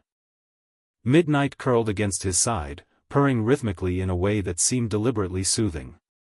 Despite the excitement and stress of the day, sleep came quickly. Harry's first week at Hogwarts proved both exhilarating and challenging. The castle itself was a maze of moving staircases, false doors, and hidden passages that seemed designed to confuse newcomers. Despite his extensive magical education with the Delacours, the British approach to teaching was noticeably different, more traditional and compartmentalized compared to the integrated French method. His unusual weekend arrangement raised eyebrows among both students and staff. Professor McGonagall pulled him aside after their first transfiguration lesson to discuss logistics. "The headmaster has arranged a private Fleur connection in his office for your Friday departures," she explained briskly. "You'll report there at 5 o'clock sharp. However, I must emphasize that this exceptional arrangement does not exempt you from completing all assigned work on time." "Of course, Professor," Harry agreed readily. "My guardian has arranged for me to maintain consistent study hours in France." McGonagall's stern expression softened slightly. "The Delacours have a reputation for academic excellence. Ambassador Delacour was particularly impressive during his time at Beauxbatons, as I recall. A prodigy in transfiguration." Harry nodded, pleased by this acknowledgement of Sebastian's abilities. "He's been teaching me advanced principles since I was 8. "Indeed?" McGonagall raised an eyebrow. "Perhaps a practical demonstration, then?" She placed a matchstick on the desk before him, the standard first exercise for beginning Transfiguration students. Harry, who had mastered this years ago, flicked his wand with practiced precision. The matchstick not only transformed into a perfect needle but also incorporated an elaborate filigree pattern along its length, a French refinement Sebastian had taught him. McGonagall's eyebrows shot up. "Most impressive, Mr. Potter. It seems your education in France has been quite thorough. I may need to adjust your curriculum accordingly." News of this exchange spread quickly among the faculty. By Wednesday, Professor Flitwick was testing Harry with second-year charms, and even Snape, despite his obvious dislike for Harry, couldn't find fault with his potion preparation technique. Only defense against the dark arts proved disappointing. Professor Quirrell, with his pronounced stutter and nervous demeanor, seemed barely capable of teaching the simplest defensive spells. After their first lesson, Harry wrote to Sebastian expressing concerns about the quality of instruction in this crucial subject. Among his fellow students, Harry's accelerated abilities created a mixed reception. Hermione Granger, initially frustrated to find her extensive preparation outpaced, quickly adopted a spirit of academic competition that Harry found refreshingly straightforward. Ron seemed impressed but occasionally uncomfortable with his friend's advanced knowledge. Others, particularly Slytherins led by Draco Malfoy, accused him of showing off and putting on French airs. By Thursday evening, the strain of maintaining the bond across such distance was becoming more difficult to manage. Harry found himself increasingly distracted during lessons, the pull toward France growing stronger as Friday approached. During dinner, he barely touched his food, drawing concerned looks from his housemates. "You all right, Harry?" Neville asked quietly. "You look a bit peaky." "Just tired," Harry replied, which wasn't entirely untrue. The constant effort of maintaining the bond was draining his energy. That night, his dreams were vivid and strange, flashes of fire and feathers, whispered words in French he couldn't quite catch, and underlying it all, a sense of urgency. He woke with his scar prickling uncomfortably, midnight staring at him with unusually intense green eyes.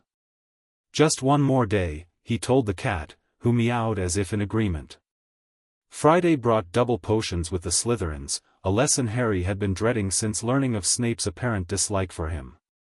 The potions master didn't disappoint, subjecting Harry to a barrage of advanced questions clearly intended to expose gaps in his knowledge. "Tell me, Potter," Snape said silkily, "what would I get if I added powdered root of asphodel to an infusion of wormwood?" "The base for the draught of living death, sir," Harry answered promptly, recalling Apollin's thorough potions instruction. Snape's lip curled. "Where would you look if I asked you to find a bezoar?" "In the stomach of a goat, sir. It's an antidote to most poisons." "What is the difference between monkshood and wolfsbane?" "They're the same plant, sir. Also called aconite. Though the French variety has slightly different properties than the British." This last addition seemed to particularly irritate Snape. "Apparently fame isn't everything," he said coldly. "Your French guardians have at least ensured you weren't completely ignorant upon arrival." 1 point to Gryffindor. The grudging award of a single point despite Harry answering all questions perfectly demonstrated Snape's bias clearly, but Harry was too focused on getting through the day to care much. The bond was pulling more insistently now, making concentration difficult. When 5 o'clock finally arrived, Harry practically ran to Dumbledore's office, the password, chocolate frogs, already provided by McGonagall. The headmaster was waiting beside his fireplace, eyes twinkling with understanding. "Eager to return home, I see," Dumbledore observed. "How have you found your first week at Hogwarts, Harry?" "Educational," Harry replied diplomatically, though he was shifting from foot to foot with impatience. "The castle is amazing." "And the bond? Has the distance been manageable?" Harry hesitated, not wanting to complain but unwilling to lie. "It's been challenging, sir. Especially today." Dumbledore nodded thoughtfully. "The strain should ease with practice. Miss Delacour is experiencing similar effects, I imagine." Yes, sir. Harry didn't ask how Dumbledore knew this. The headmaster's knowledge of the bond had always seemed unervingly comprehensive. Very well. The flu is ready. You're expected back by 9 o'clock Monday morning, in time for your first lesson. Dumbledore held out the container of flu powder. Oh, and Harry? Do give my regards to the Delacours. Moments later, Harry stumbled out of the fireplace in the Delacours villa, his body instantly relaxing as the bond strain eased. Fleur was waiting, and the moment they made eye contact, the golden thread between them blazed visibly, reconnecting fully after the week's separation. Finally! Fleur exclaimed, hugging him tightly. I was starting to think they'd decided to keep you. The relief of reconnection was so intense it was almost painful, a sudden rush of shared emotion and magical energy that left them both breathless. The separation had been their longest yet, and the bond seemed to be compensating by flowing more powerfully between them. Sebastian and Apollon entered the room, smiling at the reunion. Welcome home, Harry, Sebastian greeted him warmly. I see the bond is re-establishing itself quite emphatically. Over dinner on the terrace, with the Mediterranean sunset painting the sky in brilliant oranges and pinks, Harry recounted his first week at Hogwarts in detail, the sorting, his classes, the new friends he was making, and the challenges of navigating his unique position as both the boy who lived and the French-raised ward of a diplomat. Professor McGonagall seems to respect Sebastian's educational methods, Harry reported. She's arranging advanced lessons for me in Transfiguration. As she should, Apollon approved. No sense in wasting time on spells you mastered years ago. And socially? Sebastian inquired carefully. How are the other students responding to your situation? Harry considered the question. Mixed. Some are friendly and curious. Others seem to have decided I'm some kind of foreign imposter. The Slytherins especially. Led by Draco Malfoy, I imagine, Sebastian noted. His father has been particularly vocal in the Wizengamot about your unfortunate French indoctrination, as he calls it. Draco made his feelings pretty clear on the train, Harry confirmed. Though Midnight took exception to his comments. This prompted a detailed account of the cat's dramatic intervention, which had the entire family laughing. That cat is definitely part Kneazle, Apollon declared. And unusually protective. As the evening progressed, Harry felt the week's tension melting away. This was home, the terrace overlooking the sea, the familiar foods, the easy conversation flowing between French and English. Hogwarts, for all its wonders, didn't feel like this. After dinner, Fleur suggested they walk to their olive tree spot, where they could talk privately. The September evening was still warm, the air fragrant with lavender and sea salt. So, Fleur said once they were settled beneath the ancient tree, tell me what you didn't say at dinner. How is the bond really affecting you there? Harry sighed, relieved to discuss it openly. It's harder than I expected. By Thursday I could barely focus in class. And my scar hurt a couple of times, when I looked at Snape during the feast, and again in a dream last night. Fleur frowned. Your scar? That's new. We should tell Grandmere about that, it might be related to the bond somehow. Maybe, Harry agreed, though he wasn't convinced. How has it been for you? You're starting back at Beauxbatons next week, right? Monday, Fleur confirmed. And it's been strange. The distance affected me differently than I expected. Instead of feeling drained like you described, my Veela characteristics have been more pronounced. Maman says it's like the bond is compensating by amplifying that part of me when you're far away.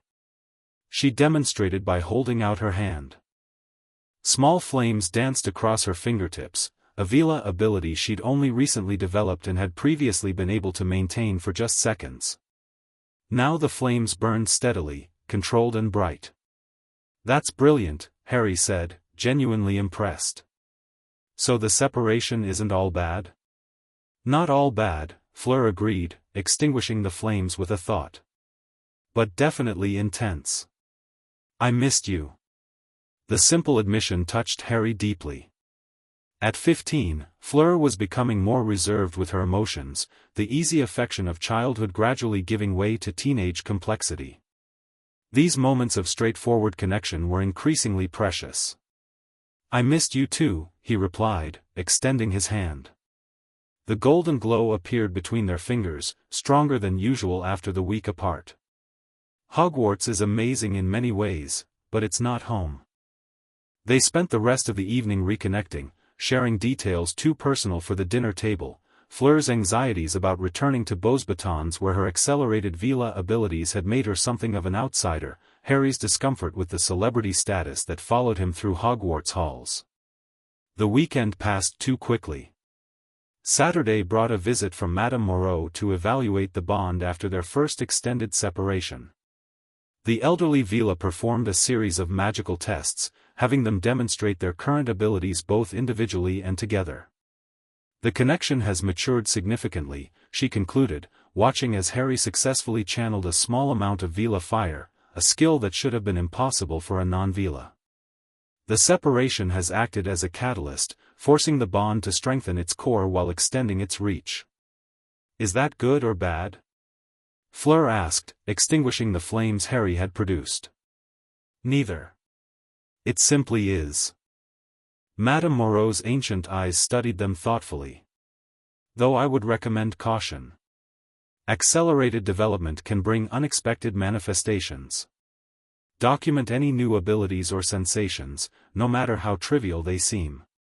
Sunday was spent flying over the Mediterranean coastline, Harry showing off the advanced maneuvers he'd been practicing. His custom broom, a top-of-the-line French model, responded to his slightest touch, allowing aerial acrobatics that would have been impossible on the school brooms at Hogwarts. You should try out for the Quidditch team, Fleur suggested as they landed. First years aren't usually allowed their own brooms, but with your skill, they might make an exception. Maybe, Harry said noncommittally. Though I'm not sure I want the additional attention. Monday morning arrived with painful swiftness. Preparing to return to Hogwarts, Harry felt the golden thread already beginning to stretch, anticipating the coming separation.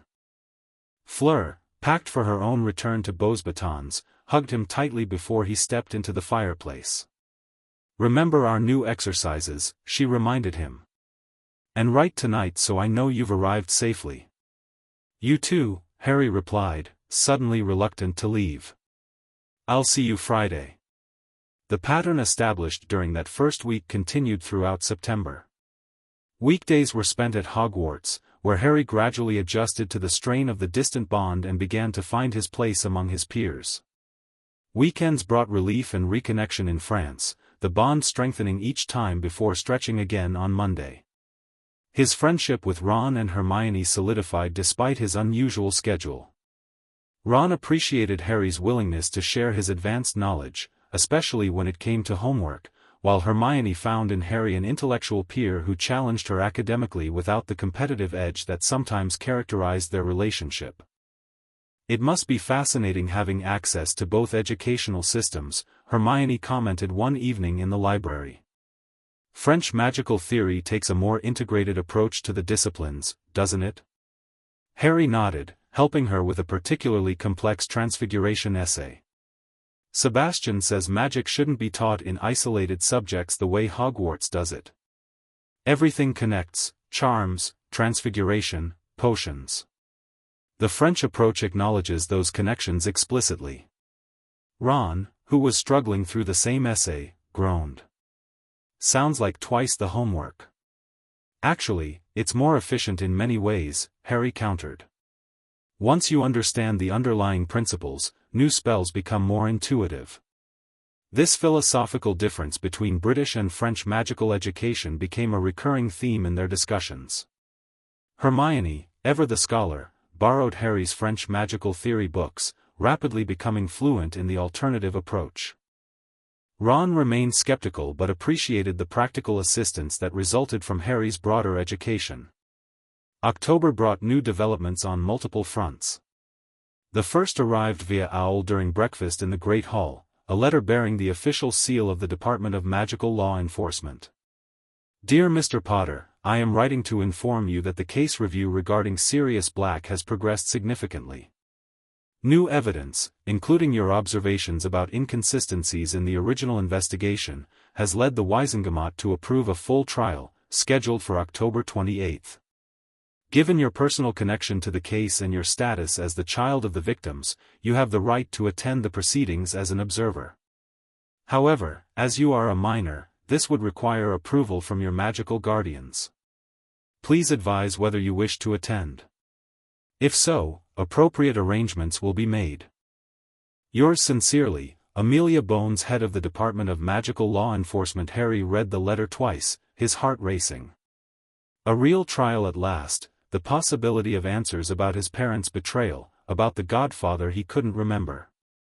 What's that about? Ron asked, noticing Harry's intense focus. It's complicated, Harry replied, folding the letter carefully.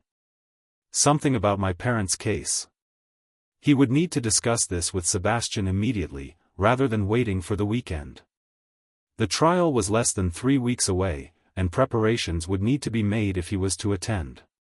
That evening, Harry used the special Fleur connection in Dumbledore's office to call the Delacours. Sebastian listened gravely to the news, his expression thoughtful in the flickering green flames. I expected this development, though perhaps not so quickly, he said. Madame Bones has been remarkably efficient. The question is whether you should attend, Harry. It will be emotionally challenging, certainly very public, and potentially dangerous. Dangerous? Harry hadn't considered that aspect.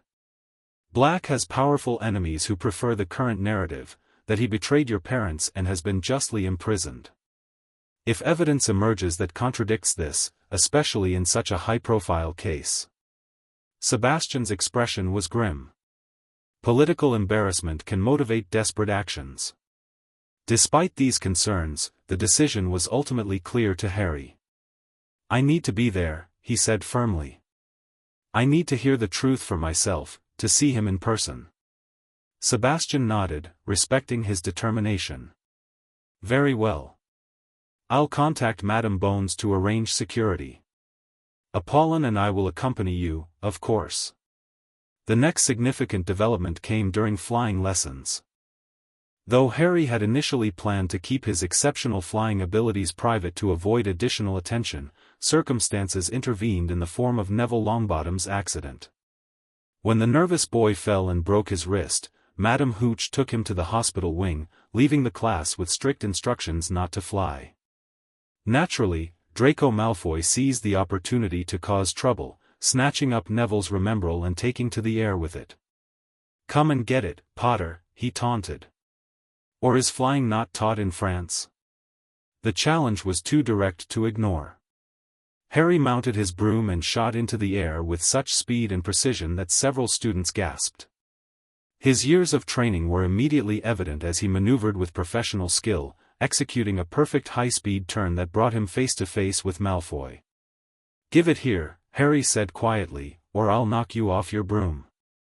Malfoy sneered, though he looked significantly less confident now that he'd seen Harry fly. Have it your way, then. He threw the Remembrall as hard as he could toward the castle wall. What followed would later be described by witnesses as impossible and professional-level flying. Harry accelerated at a speed that left Malfoy gaping, caught the Remembrall a mere foot from the stone wall, then executed a perfect pivot that converted his forward momentum into a graceful arc, landing lightly on the grass before the stunned class. Harry Potter. Professor McGonagall's voice cut through the cheering students like a knife. She stood at the edge of the field, her expression unreadable as she beckoned him to follow her. Harry prepared himself for punishment, knowing he had directly disobeyed Madame Hooch's instructions. To his astonishment, however, McGonagall led him not to her office but to a classroom where she extracted an older student named Oliver Wood. Wood, I've found you a seeker, she announced without preamble. Potter just performed a professional quality dive and catch that would make Victor Crumb envious. I've never seen anything like it. Wood, the burly captain of the Gryffindor Quidditch team, looked at Harry with sudden intense interest. Really? But he's a first year. And the broom rule, we'll speak to the headmaster about an exception, McGonagall said firmly. Potter has been trained in France, where they start flying instruction much earlier. It would be a crime to waste such talent. And so, in a bewildering turn of events, Harry found himself named seeker for the Gryffindor team, the youngest in a century. When he explained the situation to Sebastian that weekend, his guardian was unsurprised. "I wondered how long it would take them to notice your abilities," Sebastian remarked, examining the permission form McGonagall had sent. "The British have always been willing to bend their rules for exceptional Quidditch talent. Your father was a gifted player too, as I recall." "I'm not sure I want the additional attention," Harry admitted. "Between classes, the bond maintenance, and now the trial coming up. Consider it an opportunity," Sebastian advised. "Quidditch provides a connection to your father's legacy and a chance to be known for your own achievements rather than your famous scar. But the decision is yours." After discussing it with Fleur, who enthusiastically supported the idea, Harry decided to accept the position. The team's reaction was ecstatic, though it insisted on keeping Harry's appointment secret to surprise the other houses. The exception to the first-year broom rule was quickly approved, allowing Harry to bring his French racing broom to Hogwarts. News of Harry's Quidditch position leaked despite Wood's precautions, bringing another wave of attention. Most of his fellow Gryffindors were thrilled, while the Slytherins, led by Malfoy, were predictably outraged about the special treatment. First the weekend trips to France, now breaking the broom rule, Malfoy sneered during potions. "Famous Harry Potter gets to ignore all the rules the rest of us follow." Harry ignored the baiting, focusing instead on his potion. His restraint was tested, however, when Malfoy shifted tactics. "Of course, we all know why you really go to France every weekend," Malfoy continued, voice pitched to Carrie. "My father says you're bonded to a Veela. A magical creature controlling the boy who lived. No wonder you're barely British anymore." Harry's hand tightened around his stirring rod. Malfoy's words hit a nerve, not because there was truth to the accusation of being controlled, but because he'd made the bond sound tawdry and unnatural. Before Harry could respond, Snape materialized beside their workstation. "Malfoy, Potter, less gossip, more attention to your potions. 5 points from Gryffindor for distracting the class." The unfairness of taking points only from Gryffindor was typical Snape, but Harry was too unsettled by Malfoy's comment to protest. How had Lucius Malfoy learned about the bond? The specific nature of Harry's connection to Fleur was supposed to be confidential, known only to a handful of officials in both countries. That weekend, Harry shared his concerns with the Delacours. Sebastian's expression grew serious as he listened. "This is troubling," he acknowledged. "The bond itself isn't secret, but its specific nature as a Veela guardian soul connection was never made public.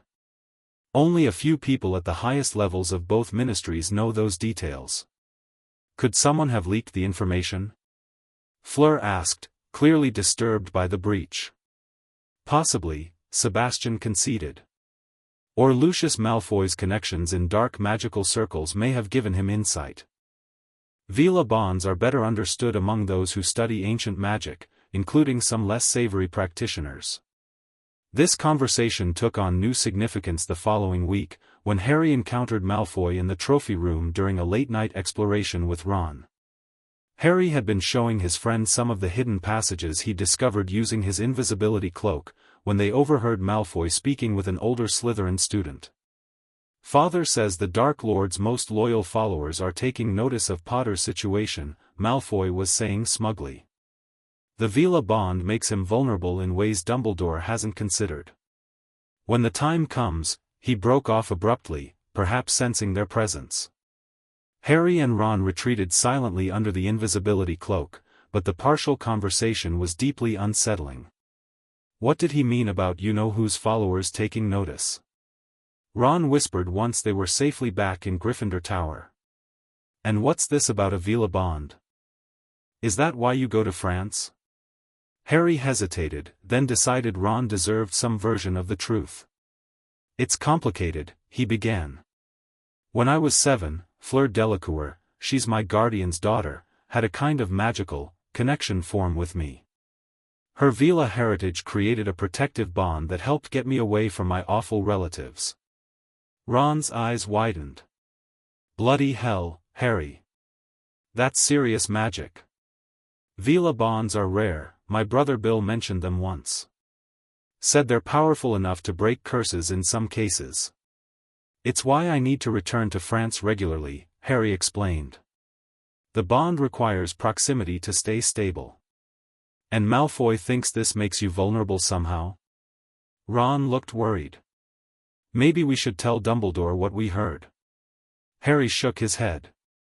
Dumbledore already knows about the bond. He helped arrange my attendance here despite it. But I'll write to Sebastian tonight about what Malfoy said. The revelation to Ron felt like a risk, but also a relief. Keeping such a significant part of his life secret from his closest friend at Hogwarts had been a strain. To Harry's surprise, Ron took the information in stride. Makes sense, actually, he said thoughtfully. My dad works at the ministry. He mentioned there was something unusual about your guardianship arrangement, but the details were classified. He'd be fascinated to know it's a Veela bond. I'd rather keep it quiet for now, Harry requested. It's not exactly a secret, but it's personal. Course, mate. Not my business to tell. Ron grinned suddenly. Though it explains why you sometimes slip into French when you're excited. Thought you were just showing off. The day of Sirius Black's trial arrived with front-page coverage in the Daily Prophet. Harry, excused from classes for the day, waited nervously in Dumbledore's office for Sebastian and Apollon to arrive via Fleur. Quite an important day for you, Harry, Dumbledore observed, watching as Harry paced before the fireplace. Are you prepared for what you might learn? I think so, sir, Harry replied, though his stomach churned with anxiety. I just want the truth, whatever it is. Dumbledore nodded thoughtfully. The truth. A simple desire, yet often remarkably difficult to obtain. Particularly when it concerns those we have lost. Before Harry could respond, the fireplace flared green, and Sebastian and Apollon stepped through, dressed in formal wizarding attire appropriate for a high-profile Wizengamot proceeding. Apollon immediately embraced Harry, while Sebastian exchanged formal greetings with Dumbledore. The ministry has arranged a secure entrance for us, Sebastian explained as they prepared to depart. To avoid the press waiting at the main atrium. Despite these precautions, their arrival at the Ministry of Magic created a stir. Whispers followed them down the corridors to Courtroom 10, where the trial would be held. The ancient chamber was already packed with witches and wizards in plum-colored robes, members of the Wizengamot, along with ministry officials, selected members of the press, and various observers. Madame Bones had arranged a reserved section for Harry and the Delacours, positioned to give them a clear view of the proceedings while maintaining some privacy. As they took their seats, Harry noticed Cornelius Fudge, looking distinctly uncomfortable on the raised platform where the Minister for Magic would preside. The minister opposed reopening the case, Sebastian whispered, following Harry's gaze. This proceeding represents a significant political risk for him, since he was a junior minister in the department that originally imprisoned Black without trial. A hush fell over the courtroom as the doors opened again. Four Aurors entered, escorting a gaunt figure in grey prison robes. Sirius Black bore little resemblance to the handsome, laughing young man in Harry's photo album. 7 years in Azkaban had hollowed his cheeks, grayed his once black hair, and etched deep lines around his eyes. Yet he walked with his back straight, his gaze alert as it swept the chamber. When his eyes fell on Harry, he froze mid-step, an expression of raw emotion crossing his face. Harry met his gaze steadily, seeing not a deranged mass murderer but a man who had lost everything in one terrible night, the same night Harry had lost his parents. The trial began with Madame Bones presenting the case for review, methodically outlining the procedural failures of the original investigation and the new evidence that had emerged. Witnesses were called, including the Aurors who had arrested Black, magical forensic experts who had re-examined the explosion site, and even Dumbledore himself, who confirmed that while he had believed Black to be the secret keeper, this was based on information from James Potter that may have been deliberately misleading. Potter told me Black would be the secret keeper, Dumbledore testified. But I did not personally witness the charm being cast. It is possible that this information was shared widely precisely to misdirect potential threats, while someone else was entrusted with the actual secret. When Black finally took the stand, the courtroom fell silent. Despite his weakened state, his voice was steady as he described the events of Halloween 1981. James and Lily knew they were being hunted, he explained. I was the obvious choice for secret keeper, being James's best friend. Too obvious. We decided to use Peter Pettigrew instead, a bluff that we thought would protect the secret even if I was captured and interrogated. He described finding the Potter's cottage destroyed, encountering Hagrid with baby Harry, and then tracking down Pettigrew for revenge. When I confronted him, he shouted for the whole street to hear that I had betrayed James and Lily. Then, before I could react, he blew apart the street with his wand behind his back, cut off his own finger, and transformed into a rat to escape in the sewer. A rat?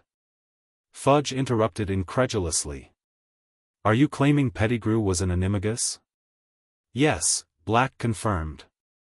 Unregistered, like myself and James. We became animagi during our school years to accompany our friend Remus Lupin during his transformations. He's a werewolf, he added matter-of-factly, ignoring the shocked murmurs from the Wizengamot. The most damning evidence came when Black agreed to provide testimony under Veritaserum, the powerful truth potion that made lying impossible. His account remained consistent, adding details about the Potter's final days that brought tears to Harry's eyes. The last thing James said to me, Black recalled, the potion giving his voice a flat, emotionless quality that somehow made the words more powerful, was to keep Harry safe if anything happened to them. I failed him. I failed my godson. By the time the testimony concluded, the outcome seemed inevitable. After a brief deliberation, the Wizengamot voted overwhelmingly to exonerate Sirius Black of all charges related to the betrayal of the Potters and the murder of Peter Pettigrew and the 12 Muggles. The Ministry of Magic extends its sincere apologies for this grave miscarriage of justice, Fudge announced, looking like he'd swallowed something extremely unpleasant. Full reparations will be made, and an investigation launched to locate Peter Pettigrew, who is now considered armed and extremely dangerous. In the chaotic aftermath of the verdict, Harry found himself face to face with his godfather for the first time in his living memory. Sirius Black stood before him, newly declared innocent, his eyes drinking in the sight of Harry as if he were a mirage that might vanish. "Harry," he said hoarsely. "You look so much like James." "But you have my mother's eyes," Harry finished with a small smile. "I've heard that before." Sirius nodded, his own eyes bright with unshed tears. "I should have been there for you. All these years, where did you go after that night?" "Hagrid said Dumbledore was taking you to your aunt and uncle." "I was with them until I was 7, Harry confirmed. "Then the Delacours became my guardians." He gestured to Sebastian and Apollon, who were giving them space while remaining protectively nearby. "French diplomats," Sirius said, recognition in his eyes. "I read about the custody arrangement in the Prophet they let me see before the trial. Though they didn't explain why a French family would take in the son of my best friends." "That's a long story," Harry replied, unsure how to explain the Veela bond in this setting. "One I'd like to tell you properly, when there's time." Sirius glanced around at the reporters being held at bay by Aurors, the ministry officials watching them with barely concealed interest. "You're right. This isn't the place. But I want you to know, now that I'm free, I hope to be part of your life. If you want that," he added quickly. "I understand you have guardians now, a life in France. I wouldn't want to disrupt that." The sincere concern in his voice touched Harry deeply. Here was a man who had lost everything, spent 7 years in a nightmarish prison, and his first thought was for what Harry wanted. I'd like that, Harry said firmly. Very much. Sebastian approached then, extending his hand to Sirius. Mr. Black. Sebastian Delacour. Harry has been working tirelessly to see justice done in your case. Perhaps you would join us for dinner tomorrow evening? We maintain a residence in London for diplomatic purposes, where we could speak privately. Sirius shook the offered hand, looking somewhat dazed by the rapid developments. I'd be honored. And grateful. For everything you've done for Harry. The arrangement made, they were forced to part as ministry officials swept in to process Sirius's official release papers and arrange temporary accommodations. Harry left the ministry with the Delacours, his emotions a complex tangle of relief, excitement, and apprehension about the future. What happens now? He asked Sebastian as they used a ministry fleur to return directly to the French embassy in London. With Sirius being my godfather, I mean. Does that change my guardianship? Sebastian's expression was measured as they settled in the embassy's private sitting room. Legally, it could. As your godfather, appointed by your parents, Black has a claim that could supersede our guardianship in British magical law. Harry's heart sank. But, the bond with Fleur would still need to be accommodated, Sebastian assured him. Any change in your living arrangements would have to account for that magical reality. But this is premature speculation, Harry. Black seems a reasonable man, despite his ordeal. I believe we can reach an arrangement that serves your best interests while honoring his connection to your parents. The dinner the following evening proved Sebastian's assessment correct. Sirius, looking considerably better after proper medical attention, a hot bath, and new clothes, joined them at the embassy residence. Though still gaunt and occasionally haunted-looking, glimpses of the charming, intelligent man from Harry's photos emerged during the meal. Harry had written to Fleur immediately after the trial, but he wished she could have been present for this meeting. Her perspective on Sirius would have been valuable, and the bond might have helped him navigate the complex emotions the situation evoked. So, Sirius said after they had covered the basic pleasantries and an outline of his plans for recovery, I understand there's something unusual about how you came to be Harry's guardians. Something the newspapers haven't reported accurately. Sebastian exchanged a look with Apollon, then turned to Harry. This is your story to share, if you wish. Harry appreciated the respect for his agency. Taking a deep breath, he explained the basics of how Fleur's developing Veela magic had formed a guardian soul bond with him, leading her to find him at the Dursleys and eventually resulting in the Delacours gaining custody. Sirius listened with increasing amazement. A Veela bond at those ages? That's extraordinary. I've read about such things, but they're incredibly rare. You've heard of guardian soul bonds? Apollon asked, surprised. The Black family library contains texts on all sorts of magic, including Veela bonds, Sirius explained. My parents were obsessed with magical bloodlines and their properties. I remember reading about cases during the Grindelwald era, young Veela forming protective bonds with magical children in danger. His understanding reaction eased some of Harry's tension. So you see why I need to return to France regularly. The bond requires proximity to maintain stability. Of course, Sirius said immediately. I would never want to interfere with something so important to your well-being.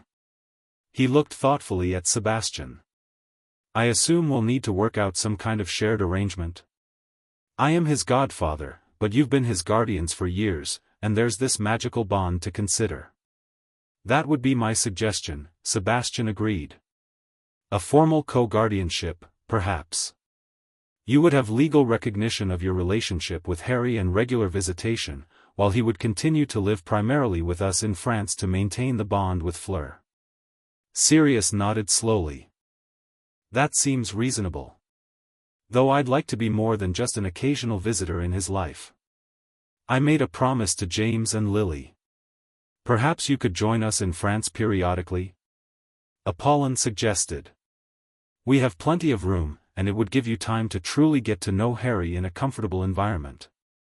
The discussion continued, all parties committed to finding an arrangement that would honor the various connections in Harry's life.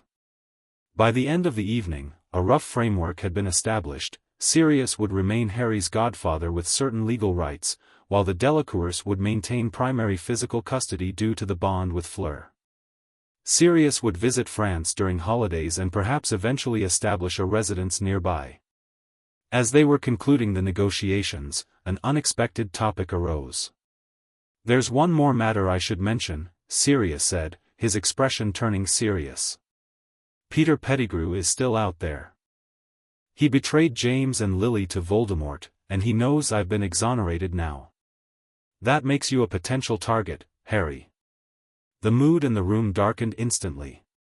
"You believe he would risk exposure after all this time?" Sebastian asked. "Pettigrew is a survivor," Sirius said grimly. "He's lived as a rat for 7 years to avoid capture. Now that his cover is blown, he's desperate, and desperate people are dangerous. Plus, there's the matter of Voldemort's other followers. You think they might target Harry as well?" Apollon asked sharply. "Some remained loyal even after his downfall," Sirius confirmed. "My cousin Bellatrix Lestrange, for instance, was so devoted she went to Azkaban still proclaiming his return. If these followers see Harry as a threat or a symbol of their master's defeat." The implication hung heavily in the air. Harry recalled Draco Malfoy's overheard conversation about the Dark Lord's followers taking notice of his bond with Fleur. "We've always been cautious about Harry's security," Sebastian said. "But perhaps we should review our measures in light of these concerns." The dinner concluded with promises to formalize their arrangement legally and to meet again soon. As they said goodbye, Sirius pulled Harry into a tight hug. "Your parents would be so proud of the person you're becoming," he said fiercely. "And I'm going to make up for the years I missed. I promise you that, Harry." Returning to Hogwarts the following Monday, Harry carried with him both the joy of his reconnection with Sirius and new concerns about the threats his godfather had identified. He shared the developments with Ron and Hermione, who had different reactions to the news. "That's brilliant about your godfather," Ron exclaimed. "But scary about Pettigrew. Dad's been called in to help with the ministry search. They're checking all magical households with rats as pets." Hermione was more focused on the security implications. "If Sirius Black thinks you're in danger, Harry, you should tell Dumbledore. The school's protections might need strengthening." "Dumbledore already knows," Harry assured her. "He was at the trial, and Sebastian spoke with him afterward. They're implementing additional security measures for my weekly travel between Hogwarts and France." These measures became apparent that Friday, when Harry found not just Dumbledore but also Professor McGonagall and an Auror waiting at the Fleur connection. "Just a precaution, Mr. Potter," McGonagall explained briskly. "In light of recent developments." The heightened security extended to France as well. When Harry arrived at the Delacour's villa, he discovered new magical protections had been added to the already formidable wards. "Grandmere has incorporated Veela fire protection," Fleur explained as they walked the property boundaries that evening. "Anyone with harmful intent toward us will find themselves facing flames that can't be extinguished by ordinary means." Despite these precautions, life continued its established rhythm. At Hogwarts, Harry balanced classes, Quidditch practice, and his friendships while managing the strain of the bond across distance. In France, weekends were devoted to reconnecting with Fleur, continuing his French magical education with Sebastian, and now, regular correspondence with Sirius. His godfather had taken up temporary residence in a wizarding hotel in London while his family home at Grimmauld Place was made habitable again. His letters were filled with stories about Harry's parents, their school days, and the friends who had formed their circle. These accounts brought James and Lily to life in ways the photographs alone couldn't, giving Harry a more complete picture of the people who had loved him first. As October turned to November, the first Quidditch match of the season approached, Gryffindor versus Slytherin. The pressure on Harry was enormous, not just as the youngest Seeker in a century but as the focus of intense house rivalry. The Slytherins, led by Malfoy, took every opportunity to remind him that his special privileges, the weekend departures, the exception to the first-year broom rule, would make his failure all the more satisfying to witness. The morning of the match dawned clear and cold. Harry picked at his breakfast, too nervous to eat much despite Hermione's insistence that he needed sustenance. "You'll be brilliant," Ron assured him. "I've seen you practice. The Slytherins don't stand a chance." Harry nodded, unable to articulate that his nervousness stemmed not from doubting his flying ability but from the weight of expectations. Everyone would be watching the boy who lived, the French-raised celebrity who had been given special treatment. Failure would confirm every whispered criticism. As he left the great hall to prepare, a now familiar pain flashed across his scar, sharp and sudden. He winced, raising a hand to his forehead. "All right, Harry?" Ron asked, noticing the gesture. "Fine," Harry assured him, though the pain was unusual. It had been happening with increasing frequency, particularly when he was stressed or tired. He'd mentioned it to Fleur, but neither of them had connected it definitively to the bond. In the changing room, Oliver Wood gave a tense pre-match speech that Harry barely heard, his mind focused on centering himself and managing both his nerves and the persistent discomfort in his scar. When they walked onto the pitch, the roar of the crowd hit him like a physical force. It seemed the entire school had turned out, along with various dignitaries. Harry spotted Dumbledore in the teacher's stand, along with an unexpected but welcome sight, Sebastian and Apollon in the visitors section, having come to support him despite it not being a weekend. Their presence calmed him, a reminder that whatever happened on the pitch, he had people who valued him for himself, not his performance. As Madame Hooch blew the whistle and 15 brooms rose into the air, Harry felt his nervousness transform into focused determination. The match began intensely, with Slytherin immediately employing aggressive tactics that bordered on fouls.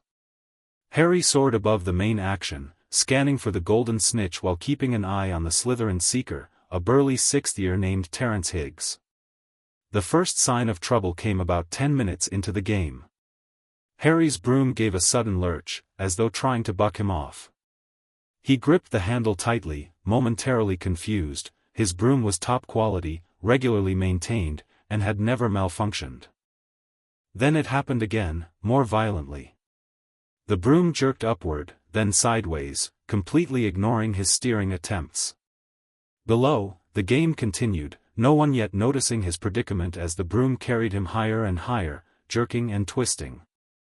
By the third violent movement, Harry knew this was no mechanical failure. Someone was jinxing his broom. His heart raced as the broom began to roll over and over, barely allowing him to maintain his grip. The crowd had noticed now, pointing and gasping as his broom behaved like a wild animal trying to throw its rider. Through his panic, Harry felt a sudden warmth in his chest, the bond with Fleur responding to his danger. Though she was hundreds of miles away in France, her magic reached out instinctively, creating a stabilizing effect that helped him maintain his grip through the broom's worst convulsions. In the stands, Hermione had borrowed Hagrid's binoculars and was scanning the crowd frantically. "Look at Snape," she gasped to Ron. "He's maintaining eye contact and muttering, he's jinxing the broom." Ron looked where she pointed and saw the potions master staring unblinkingly at Harry, his lips moving rapidly in what appeared to be an incantation. "What do we do?" Ron asked desperately. "Leave it to me," Hermione said, already moving. She raced through the stands toward the teacher's section, accidentally knocking over Professor Quirrell in her haste. Reaching Snape, she crouched behind him and used her wand to set fire to his robes. It took 30 seconds for Snape to realize he was on fire. His sudden yell and movement to extinguish the flames broke his concentration, and oddly, so did Quirrell's fall. Immediately, Harry's broom stopped trying to throw him and hung motionless in the air. Taking advantage of the reprieve, Harry swung himself back onto his broom and dove toward the ground, where he'd spotted a glint of gold. The Slytherin seeker, confused by Harry's erratic movements, was slow to respond. Harry stretched out his hand, nearly falling off his broom in his determination, and closed his fingers around the golden snitch. The stadium erupted as Harry held the snitch aloft, but his triumph was short-lived. As he descended to join his celebrating teammates, his scar exploded with the worst pain yet, blinding, searing agony that dropped him to his knees the moment his feet touched the ground.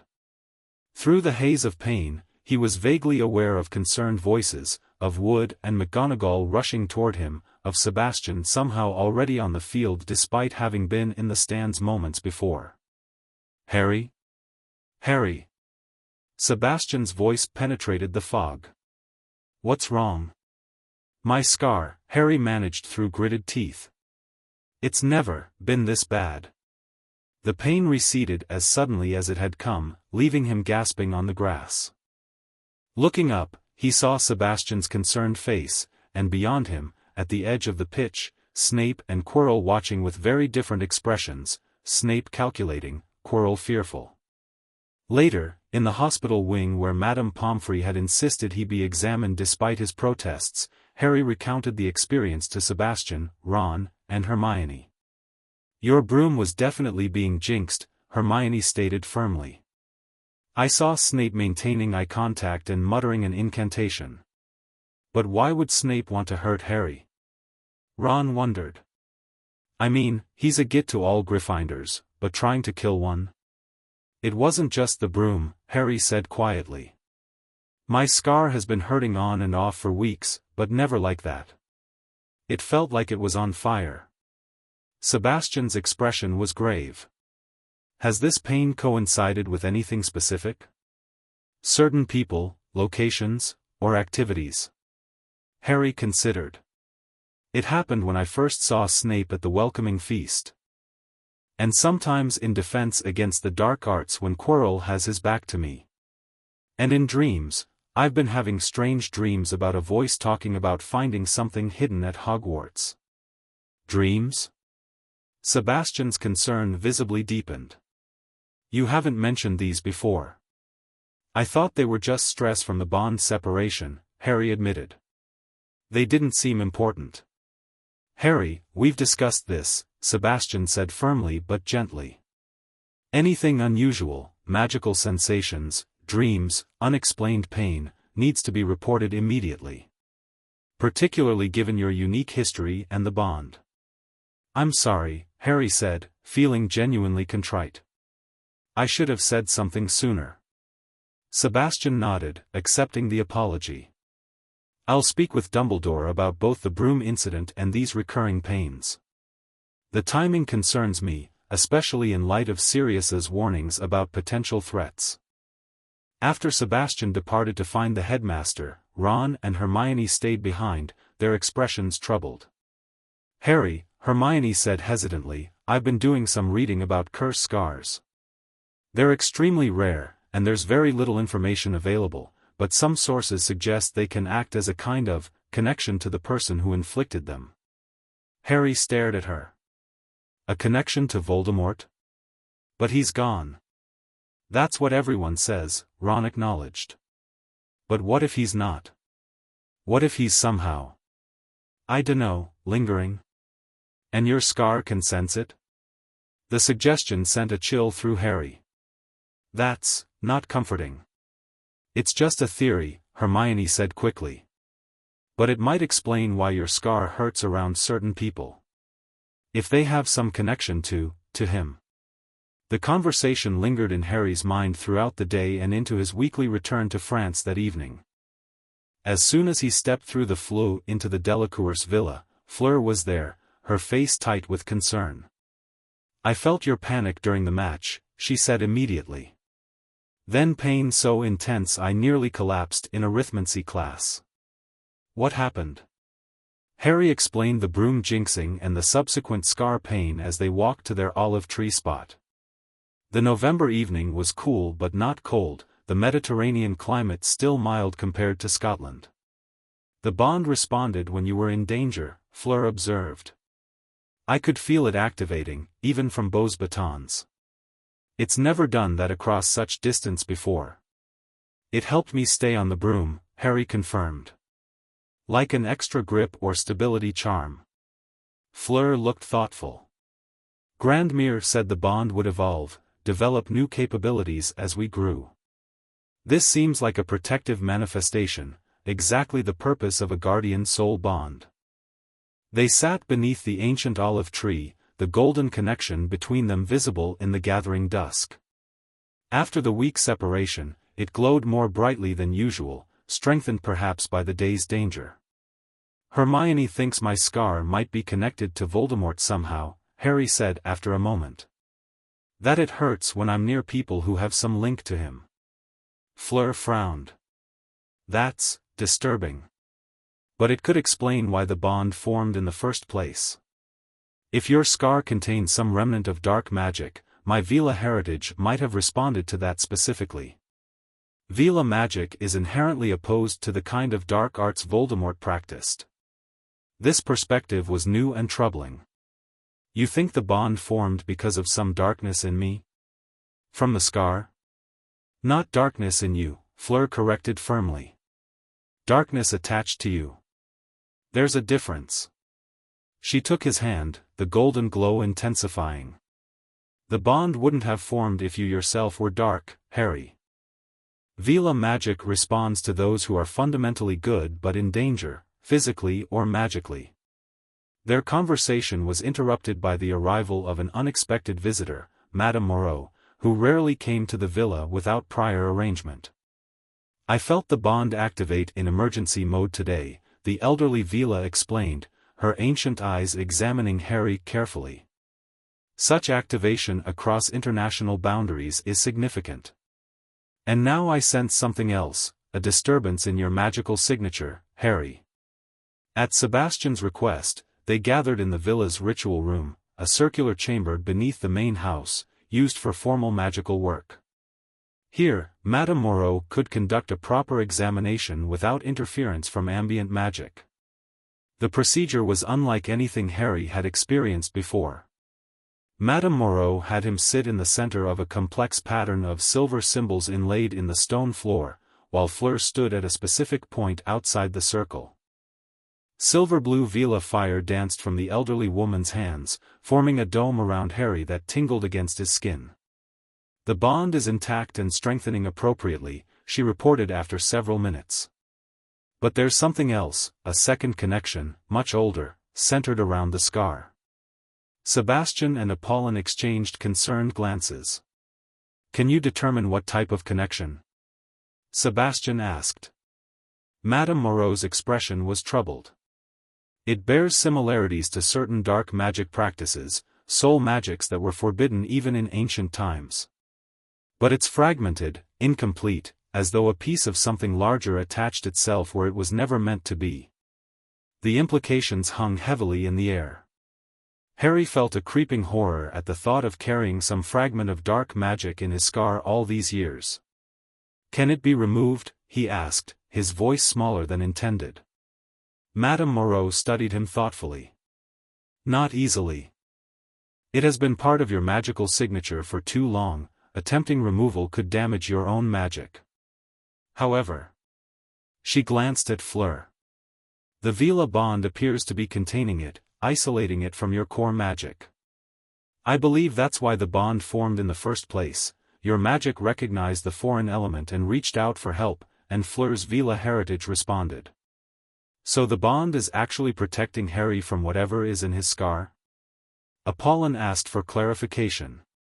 Precisely, the elderly Veela confirmed. And today, when external danger combined with apparent activation of the scar connection, the bond responded with unprecedented strength, enough that I felt it from my home 50 miles away. For Harry, this revelation was both disturbing and reassuring. The idea of carrying some dark remnant of Voldemort was horrifying, but knowing the bond with Fleur was actively protecting him from it gave him hope. What should we do? He asked, looking between the adults. Continue strengthening the bond, Madame Moreau advised. The stronger it becomes, the better it can isolate and neutralize the scar connection. And be vigilant about monitoring any changes in your scar, pain, dreams, unusual sensations. Sebastian nodded decisively. I'll speak with Dumbledore.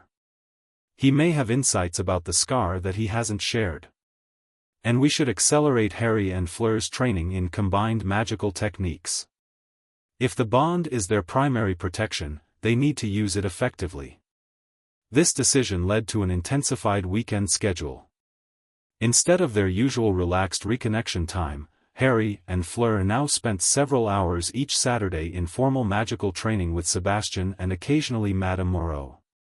They practiced channeling magic through their bond, learning to amplify each other's spells and share magical abilities.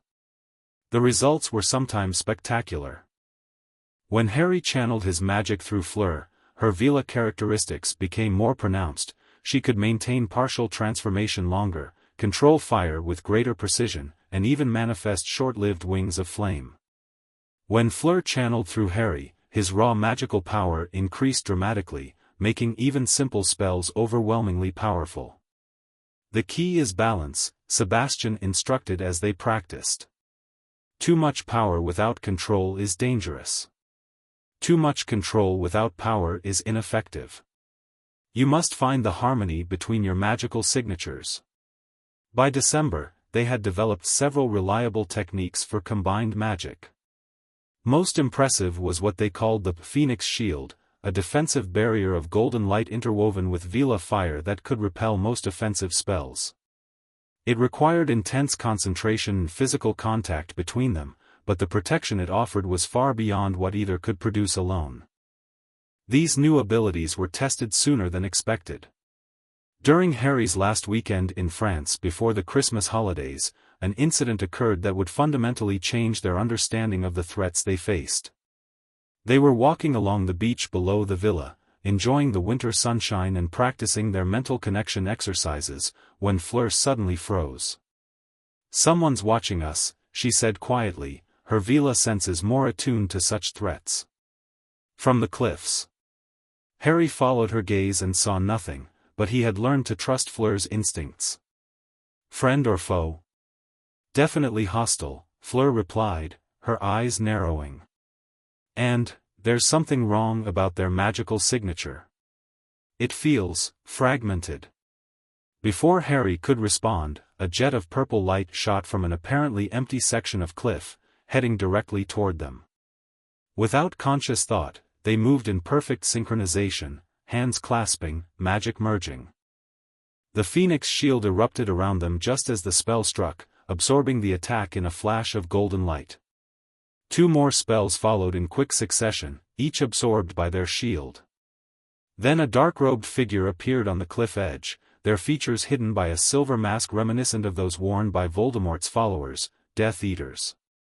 "The wards should have prevented this," Fleur said tensely as they maintained the shield.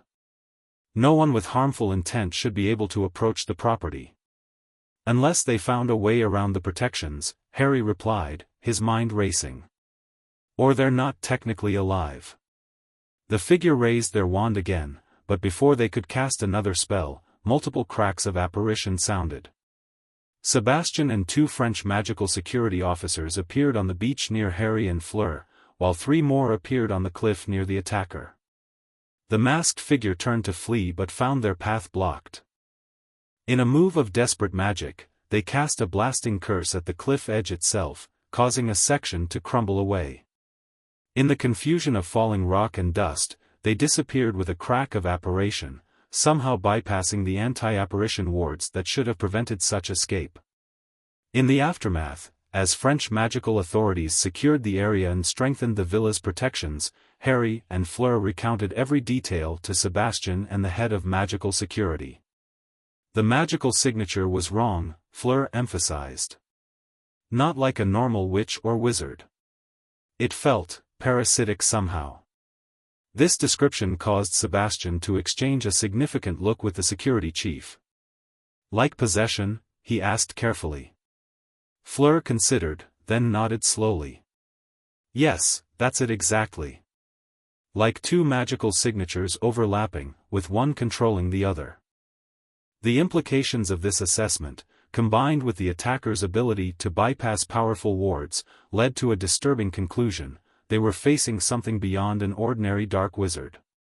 The attack confirmed Sirius's warnings about Voldemort's followers targeting Harry, but with a troubling additional element that suggested darker forces at work.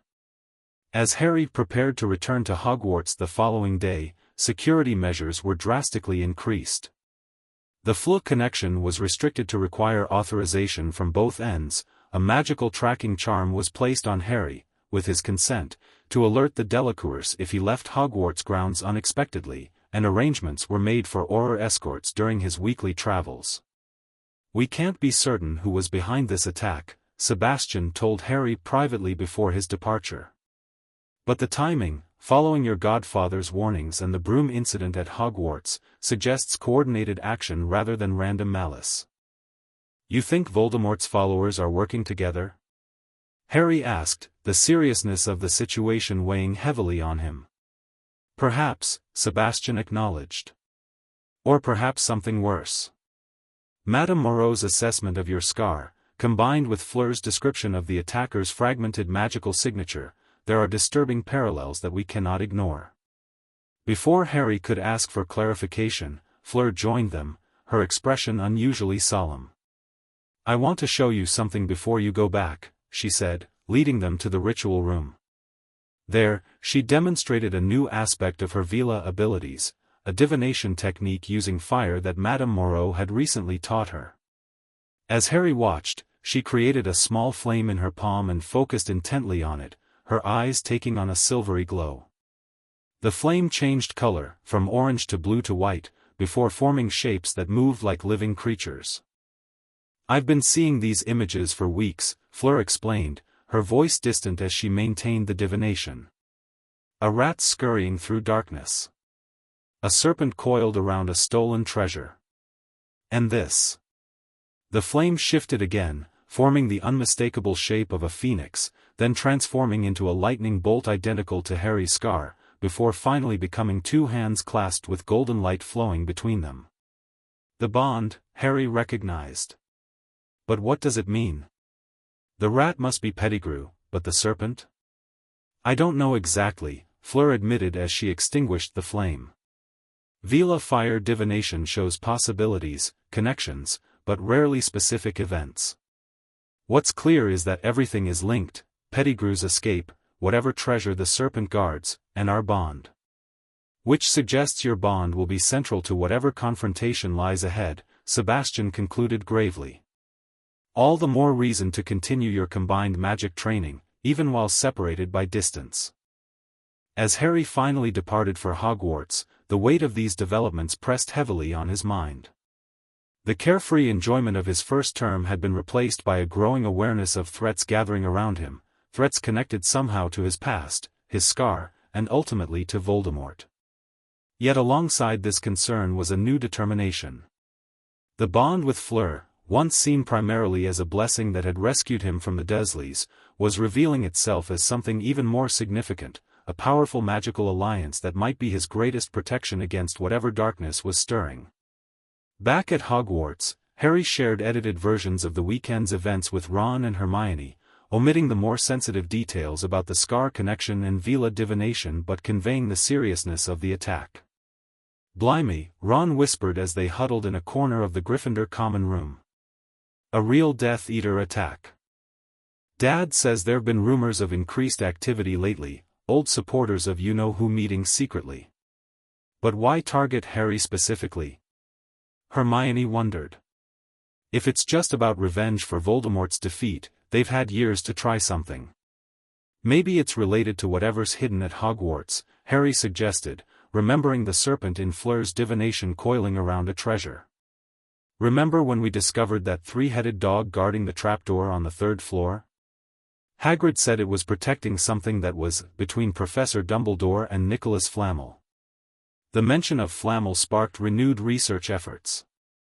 Hermione had been trying to identify the name for weeks, ever since they'd accidentally encountered the monstrous dog while evading Filch after hours. Their investigation took on new urgency in light of the attack on Harry. If something valuable enough to be guarded by such extreme measures was hidden at Hogwarts, and if Voldemort's supporters were becoming active again, the connection seemed unlikely to be coincidental. The Christmas holiday brought a temporary reprieve from these concerns. Harry spent the break in France with the Delacours, joined for part of the time by Sirius, who was gradually recovering his health and spirits. The reunion between Sirius and Harry was everything both had hoped for, filled with stories, laughter, and the beginning of a genuine relationship beyond their legal connection. Sirius took to the Delacours immediately, his aristocratic background giving him common ground with Sebastian despite their different nationalities. More surprisingly, he and Madame Moreau developed an unlikely rapport based on their shared knowledge of ancient magical practices. The Black Family Library has several volumes on Veela magic, Sirius explained when Harry commented on this unexpected friendship. Probably collected for nefarious purposes originally, but they've given me some understanding of what you and Fleur are experiencing. This understanding proved valuable when Sirius joined a training session and offered insights from a different magical tradition. The bond you share has similarities to certain old Celtic practices, he observed. Magical partnerships where two complementary magical signatures create effects greater than the sum of their parts.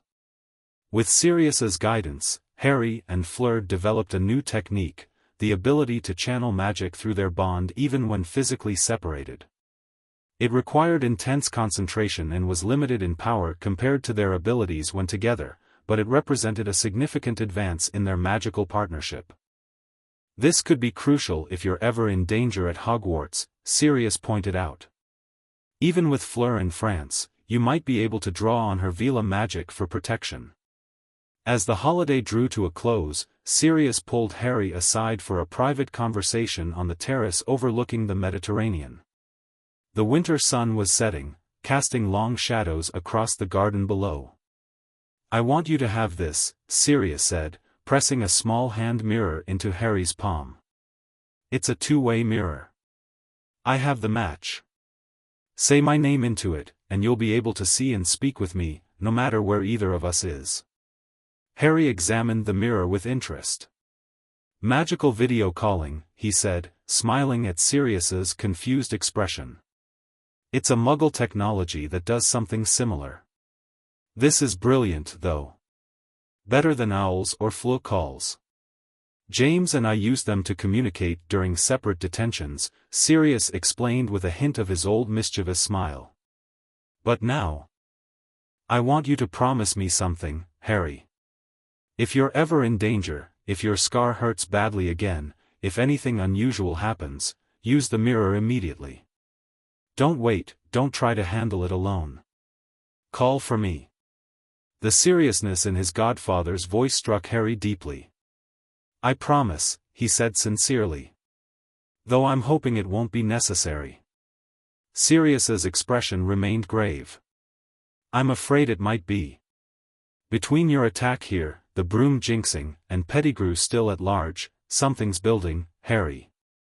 Something connected to Voldemort. I can feel it." This assessment matched Harry's own growing unease.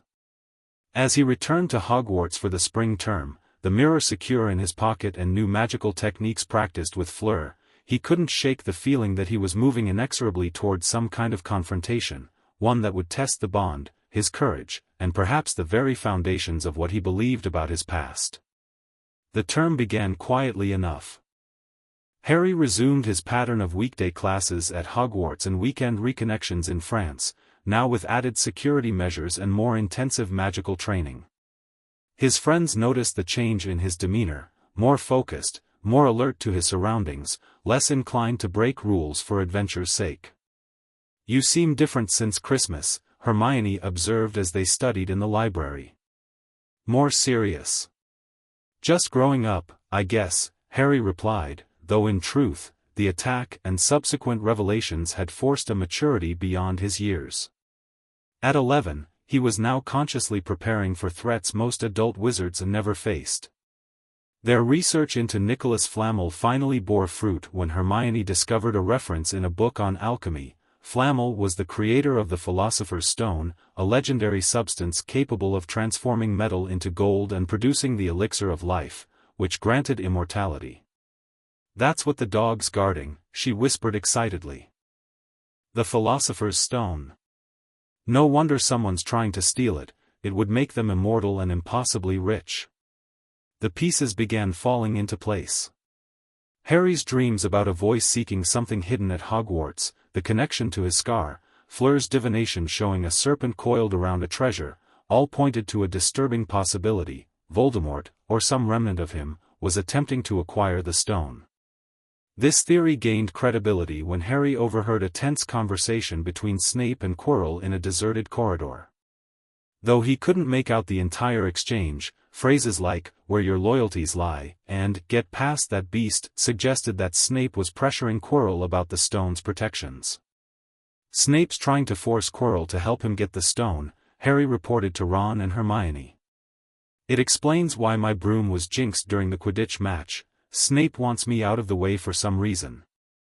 Hermione looked doubtful. "But Professor Snape is a teacher. Surely Dumbledore trusts him?" "My godfather says Snape was a Death Eater who supposedly switched sides at the end of the war," Harry countered. "Dumbledore vouched for him, but Sirius has always been suspicious of his true loyalties."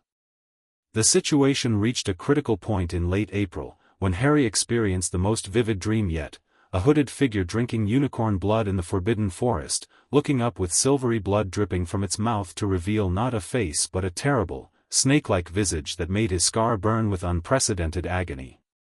He woke screaming, the pain so intense that his dorm mates had to summon Professor McGonagall. In the hospital wing, as Madame Pomfrey administered pain relief potions, Harry made a crucial decision: he used the two-way mirror to contact Sirius.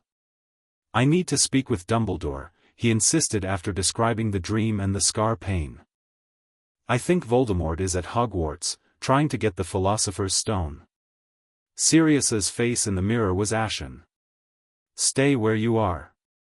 I'm contacting Sebastian and coming to Hogwarts immediately." By morning, an extraordinary gathering had assembled in Dumbledore's office: Sirius, Sebastian, Dumbledore himself, and Professor McGonagall, with Harry at the center of their concerned attention. "I believe Harry's assessment may be correct," Dumbledore said gravely after hearing the full account, including the details of the attack in France and Fleur's divination. "Though I fear the situation may be more complex than even he realizes." "The possession Fleur sensed," Sebastian pressed. "Could it be Voldemort himself, using another as a vessel?" Dumbledore's expression was troubled.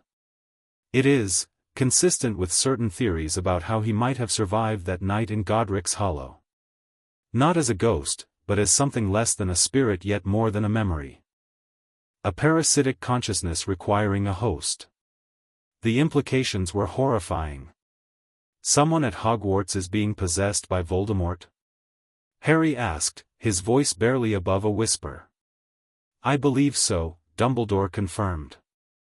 "And given the pattern of your scar's reactions, I have a suspicion about who that might be." All eyes turned to the headmaster expectantly. Professor Quirrell arrived at Hogwarts changed after a sabbatical year traveling in Albania, where rumors have long placed a dark presence believed to be Voldemort's disembodied spirit. His behavior has been increasingly erratic, and he has shown particular interest in both the third-floor corridor and Harry himself. "Quirrell, not Snape?" Harry was stunned. The nervous, stuttering professor had seemed the least likely candidate for villain. "An effective disguise," Sirius noted grimly. "Who would suspect the frightened, incompetent teacher? Why haven't you removed him from the school?" Sebastian demanded, his diplomatic calm giving way to parental concern. "Because the stone is protected by enchantments far beyond what Quirrell, or even Voldemort working through him, could overcome," Dumbledore explained. "And because confirming our suspicions required evidence that Harry has now provided. Rest assured, steps will be taken immediately to secure both the stone and the students." Those steps, however, proved insufficient. That very evening, as Harry was preparing to return to France for the weekend, Hermione burst into the dormitory, panic evident in her expression. "Dumbledore's gone," she gasped. "Called away to the ministry on urgent business. And Quirrell is missing too." Harry's blood ran cold. "It's happening tonight. Quirrell's going after the stone while Dumbledore is away." Using the two-way mirror, he immediately alerted Sirius, who was still at Hogwarts coordinating security with McGonagall. Stay in Gryffindor Tower, Sirius ordered. We'll handle this. But Harry knew he couldn't simply wait. The connection between his scar and Voldemort, the recurring dreams, Fleur's divination, all suggested he was meant to be part of this confrontation. And with Dumbledore gone, he might be the only one who could stop Quirrell before he obtained the stone. I have to go, he told Ron and Hermione. But you two should stay here. It's too dangerous. His friends exchanged looks. We're coming with you, Ron said firmly. You'll need help getting past that three-headed dog, for starters. And any other protections, Hermione added practically. The stone will be guarded by more than just one creature. Reluctantly acknowledging their logic, Harry agreed to let them accompany him. But before they left Gryffindor Tower, he took one crucial precaution. He used his developing bond communication with Fleur. Quirrell is going after the stone tonight, he projected along their golden thread. Dumbledore is gone. We're trying to stop him. If you feel danger through the bond, be ready to channel magic to me. Her response came faintly but clearly, already preparing. Grandmere is here. We'll be monitoring the bond continuously. Be careful, Harry. The journey through the third-floor trapdoor and the subsequent challenges tested them severely. Fluffy, the three-headed dog, was lulled to sleep by a charmed harp that Quirrell had left playing. Devil's Snare nearly suffocated them before Hermione remembered it feared fire. Flying Keys, a giant wizard's chess set, a logic puzzle involving potions, each obstacle required different skills, different kinds of magic. By the time Harry faced the final challenge alone, Ron injured in the chess game, Hermione sent back to help him and alert the professors, he was exhausted but determined. Stepping through the black flames, fortified by the correct potion from Hermione's logic solution, he found himself in a chamber dominated by a familiar magical artifact, the Mirror of Erised, which showed the viewer's deepest desire. And before it stood Professor Quirrell, without his turban, without his stutter, without his facade of nervous incompetence. Potter, he said coldly. I wondered if I'd meet you here. I knew it was you, Harry replied, fighting to keep his voice steady despite the pain building in his scar. You're working for Voldemort. You tried to kill me during the Quidditch match. Quirrell smiled thinly. Very good, Potter. Yes, I tried to kill you. And I would have succeeded, even with Snape muttering counter curses, if your little Veela bond hadn't interfered. Such an inconvenience, that protection. The casual mention of the bond sent a chill through Harry. You know about that? My master knows many things, Quirrell replied, turning back to the mirror. He instructed me to watch you closely after discovering the nature of your connection to the Delacour girl. Veela magic is ancient and powerful, a potential threat to our plans. As Quirrell studied the mirror, muttering about seeing himself presenting the stone to his master but not understanding how to obtain it, Harry felt the bond with Fleur strengthening. Though separated by hundreds of miles, her magic was reaching out to him, responding to his danger just as it had during the broom jinxing. Use the boy, came a high, cold voice that seemed to emanate from Quirrell himself. The boy.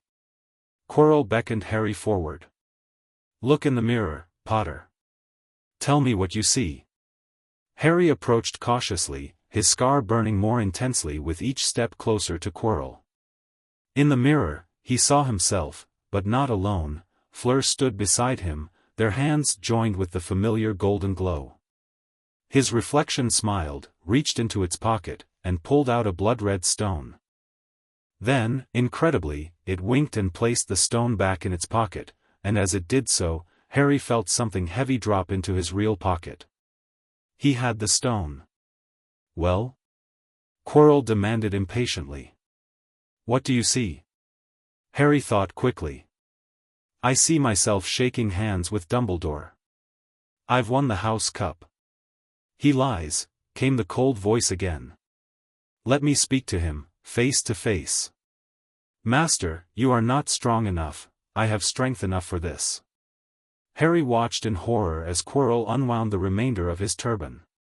Where the back of his head should have been was another face, chalk white with glaring red eyes and slits for nostrils, like a snake. "Harry Potter," it whispered. "See what I have become? Mere shadow and vapor, forced to share another's body. But once I have the elixir of life, I can create a body of my own. Now, give me the stone in your pocket." Harry stumbled backward, the pain in his scar nearly blinding him. Through it, he reached desperately for the bond with Fleur. "He's here. Voldemort. Help me." The response was immediate, a surge of Veela magic flowing through their connection, different from anything they'd practiced. It felt ancient, instinctual, raw power channeling into him and focusing around his scar. "What is this magic?" Voldemort hissed. "I feel it. Veela fire. The girl is helping you, even from a distance. Impressive, but futile. Quirrell, seize him." As Quirrell lunged forward, Harry acted on pure instinct, raising his hands defensively. The moment Quirrell's skin touched his, two extraordinary things happened simultaneously. Quirrell screamed in agony, his flesh blistering where it contacted Harry's, and a golden dome of energy erupted around Harry, identical to the phoenix shield he and Fleur had developed but manifesting despite her physical absence. "Master, I cannot touch him," Quirrell cried, staring in horror at his blistering hands. "His skin burns me." "Then kill him, fool!" Voldemort shrieked. Quirrell raised his wand, but the phoenix shield deflected his curse. Harry, understanding now that his touch was somehow lethal to Quirrell, made a desperate decision. Channeling the Veela magic flowing through the bond, he lunged forward and pressed his hands to Quirrell's face. The result was catastrophic. Quirrell screamed as his flesh crumbled beneath Harry's touch, while Voldemort howled in rage and pain. The golden shield pulsed brighter, drawn from Harry's deepest connection to Fleur, fueled by emotions beyond conscious control, determination to protect, refusal to yield, absolute rejection of the darkness before him. As Quirrell collapsed, his body disintegrating, a shadowy form tore itself free, Voldemort's spirit, forced from its host. The shadow paused, red eyes fixed on Harry with murderous hatred. "Your Veela protection won't save you forever, Potter," it hissed. "There are older magics, deeper connections between us than you know. We will meet again."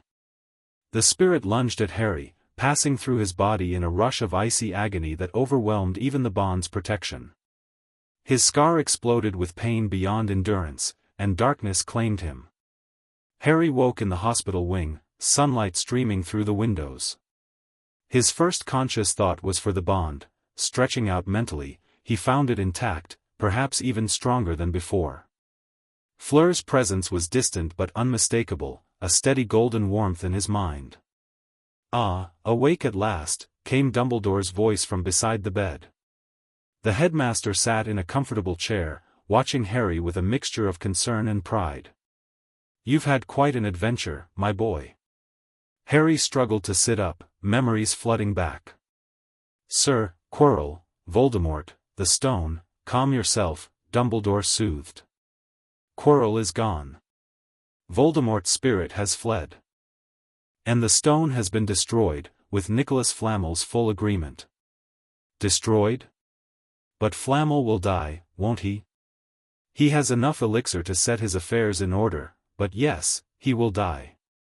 To one as old as Nicholas, it is merely like going to bed after a very, very long day. After all, to the well-organized mind, death is but the next great adventure."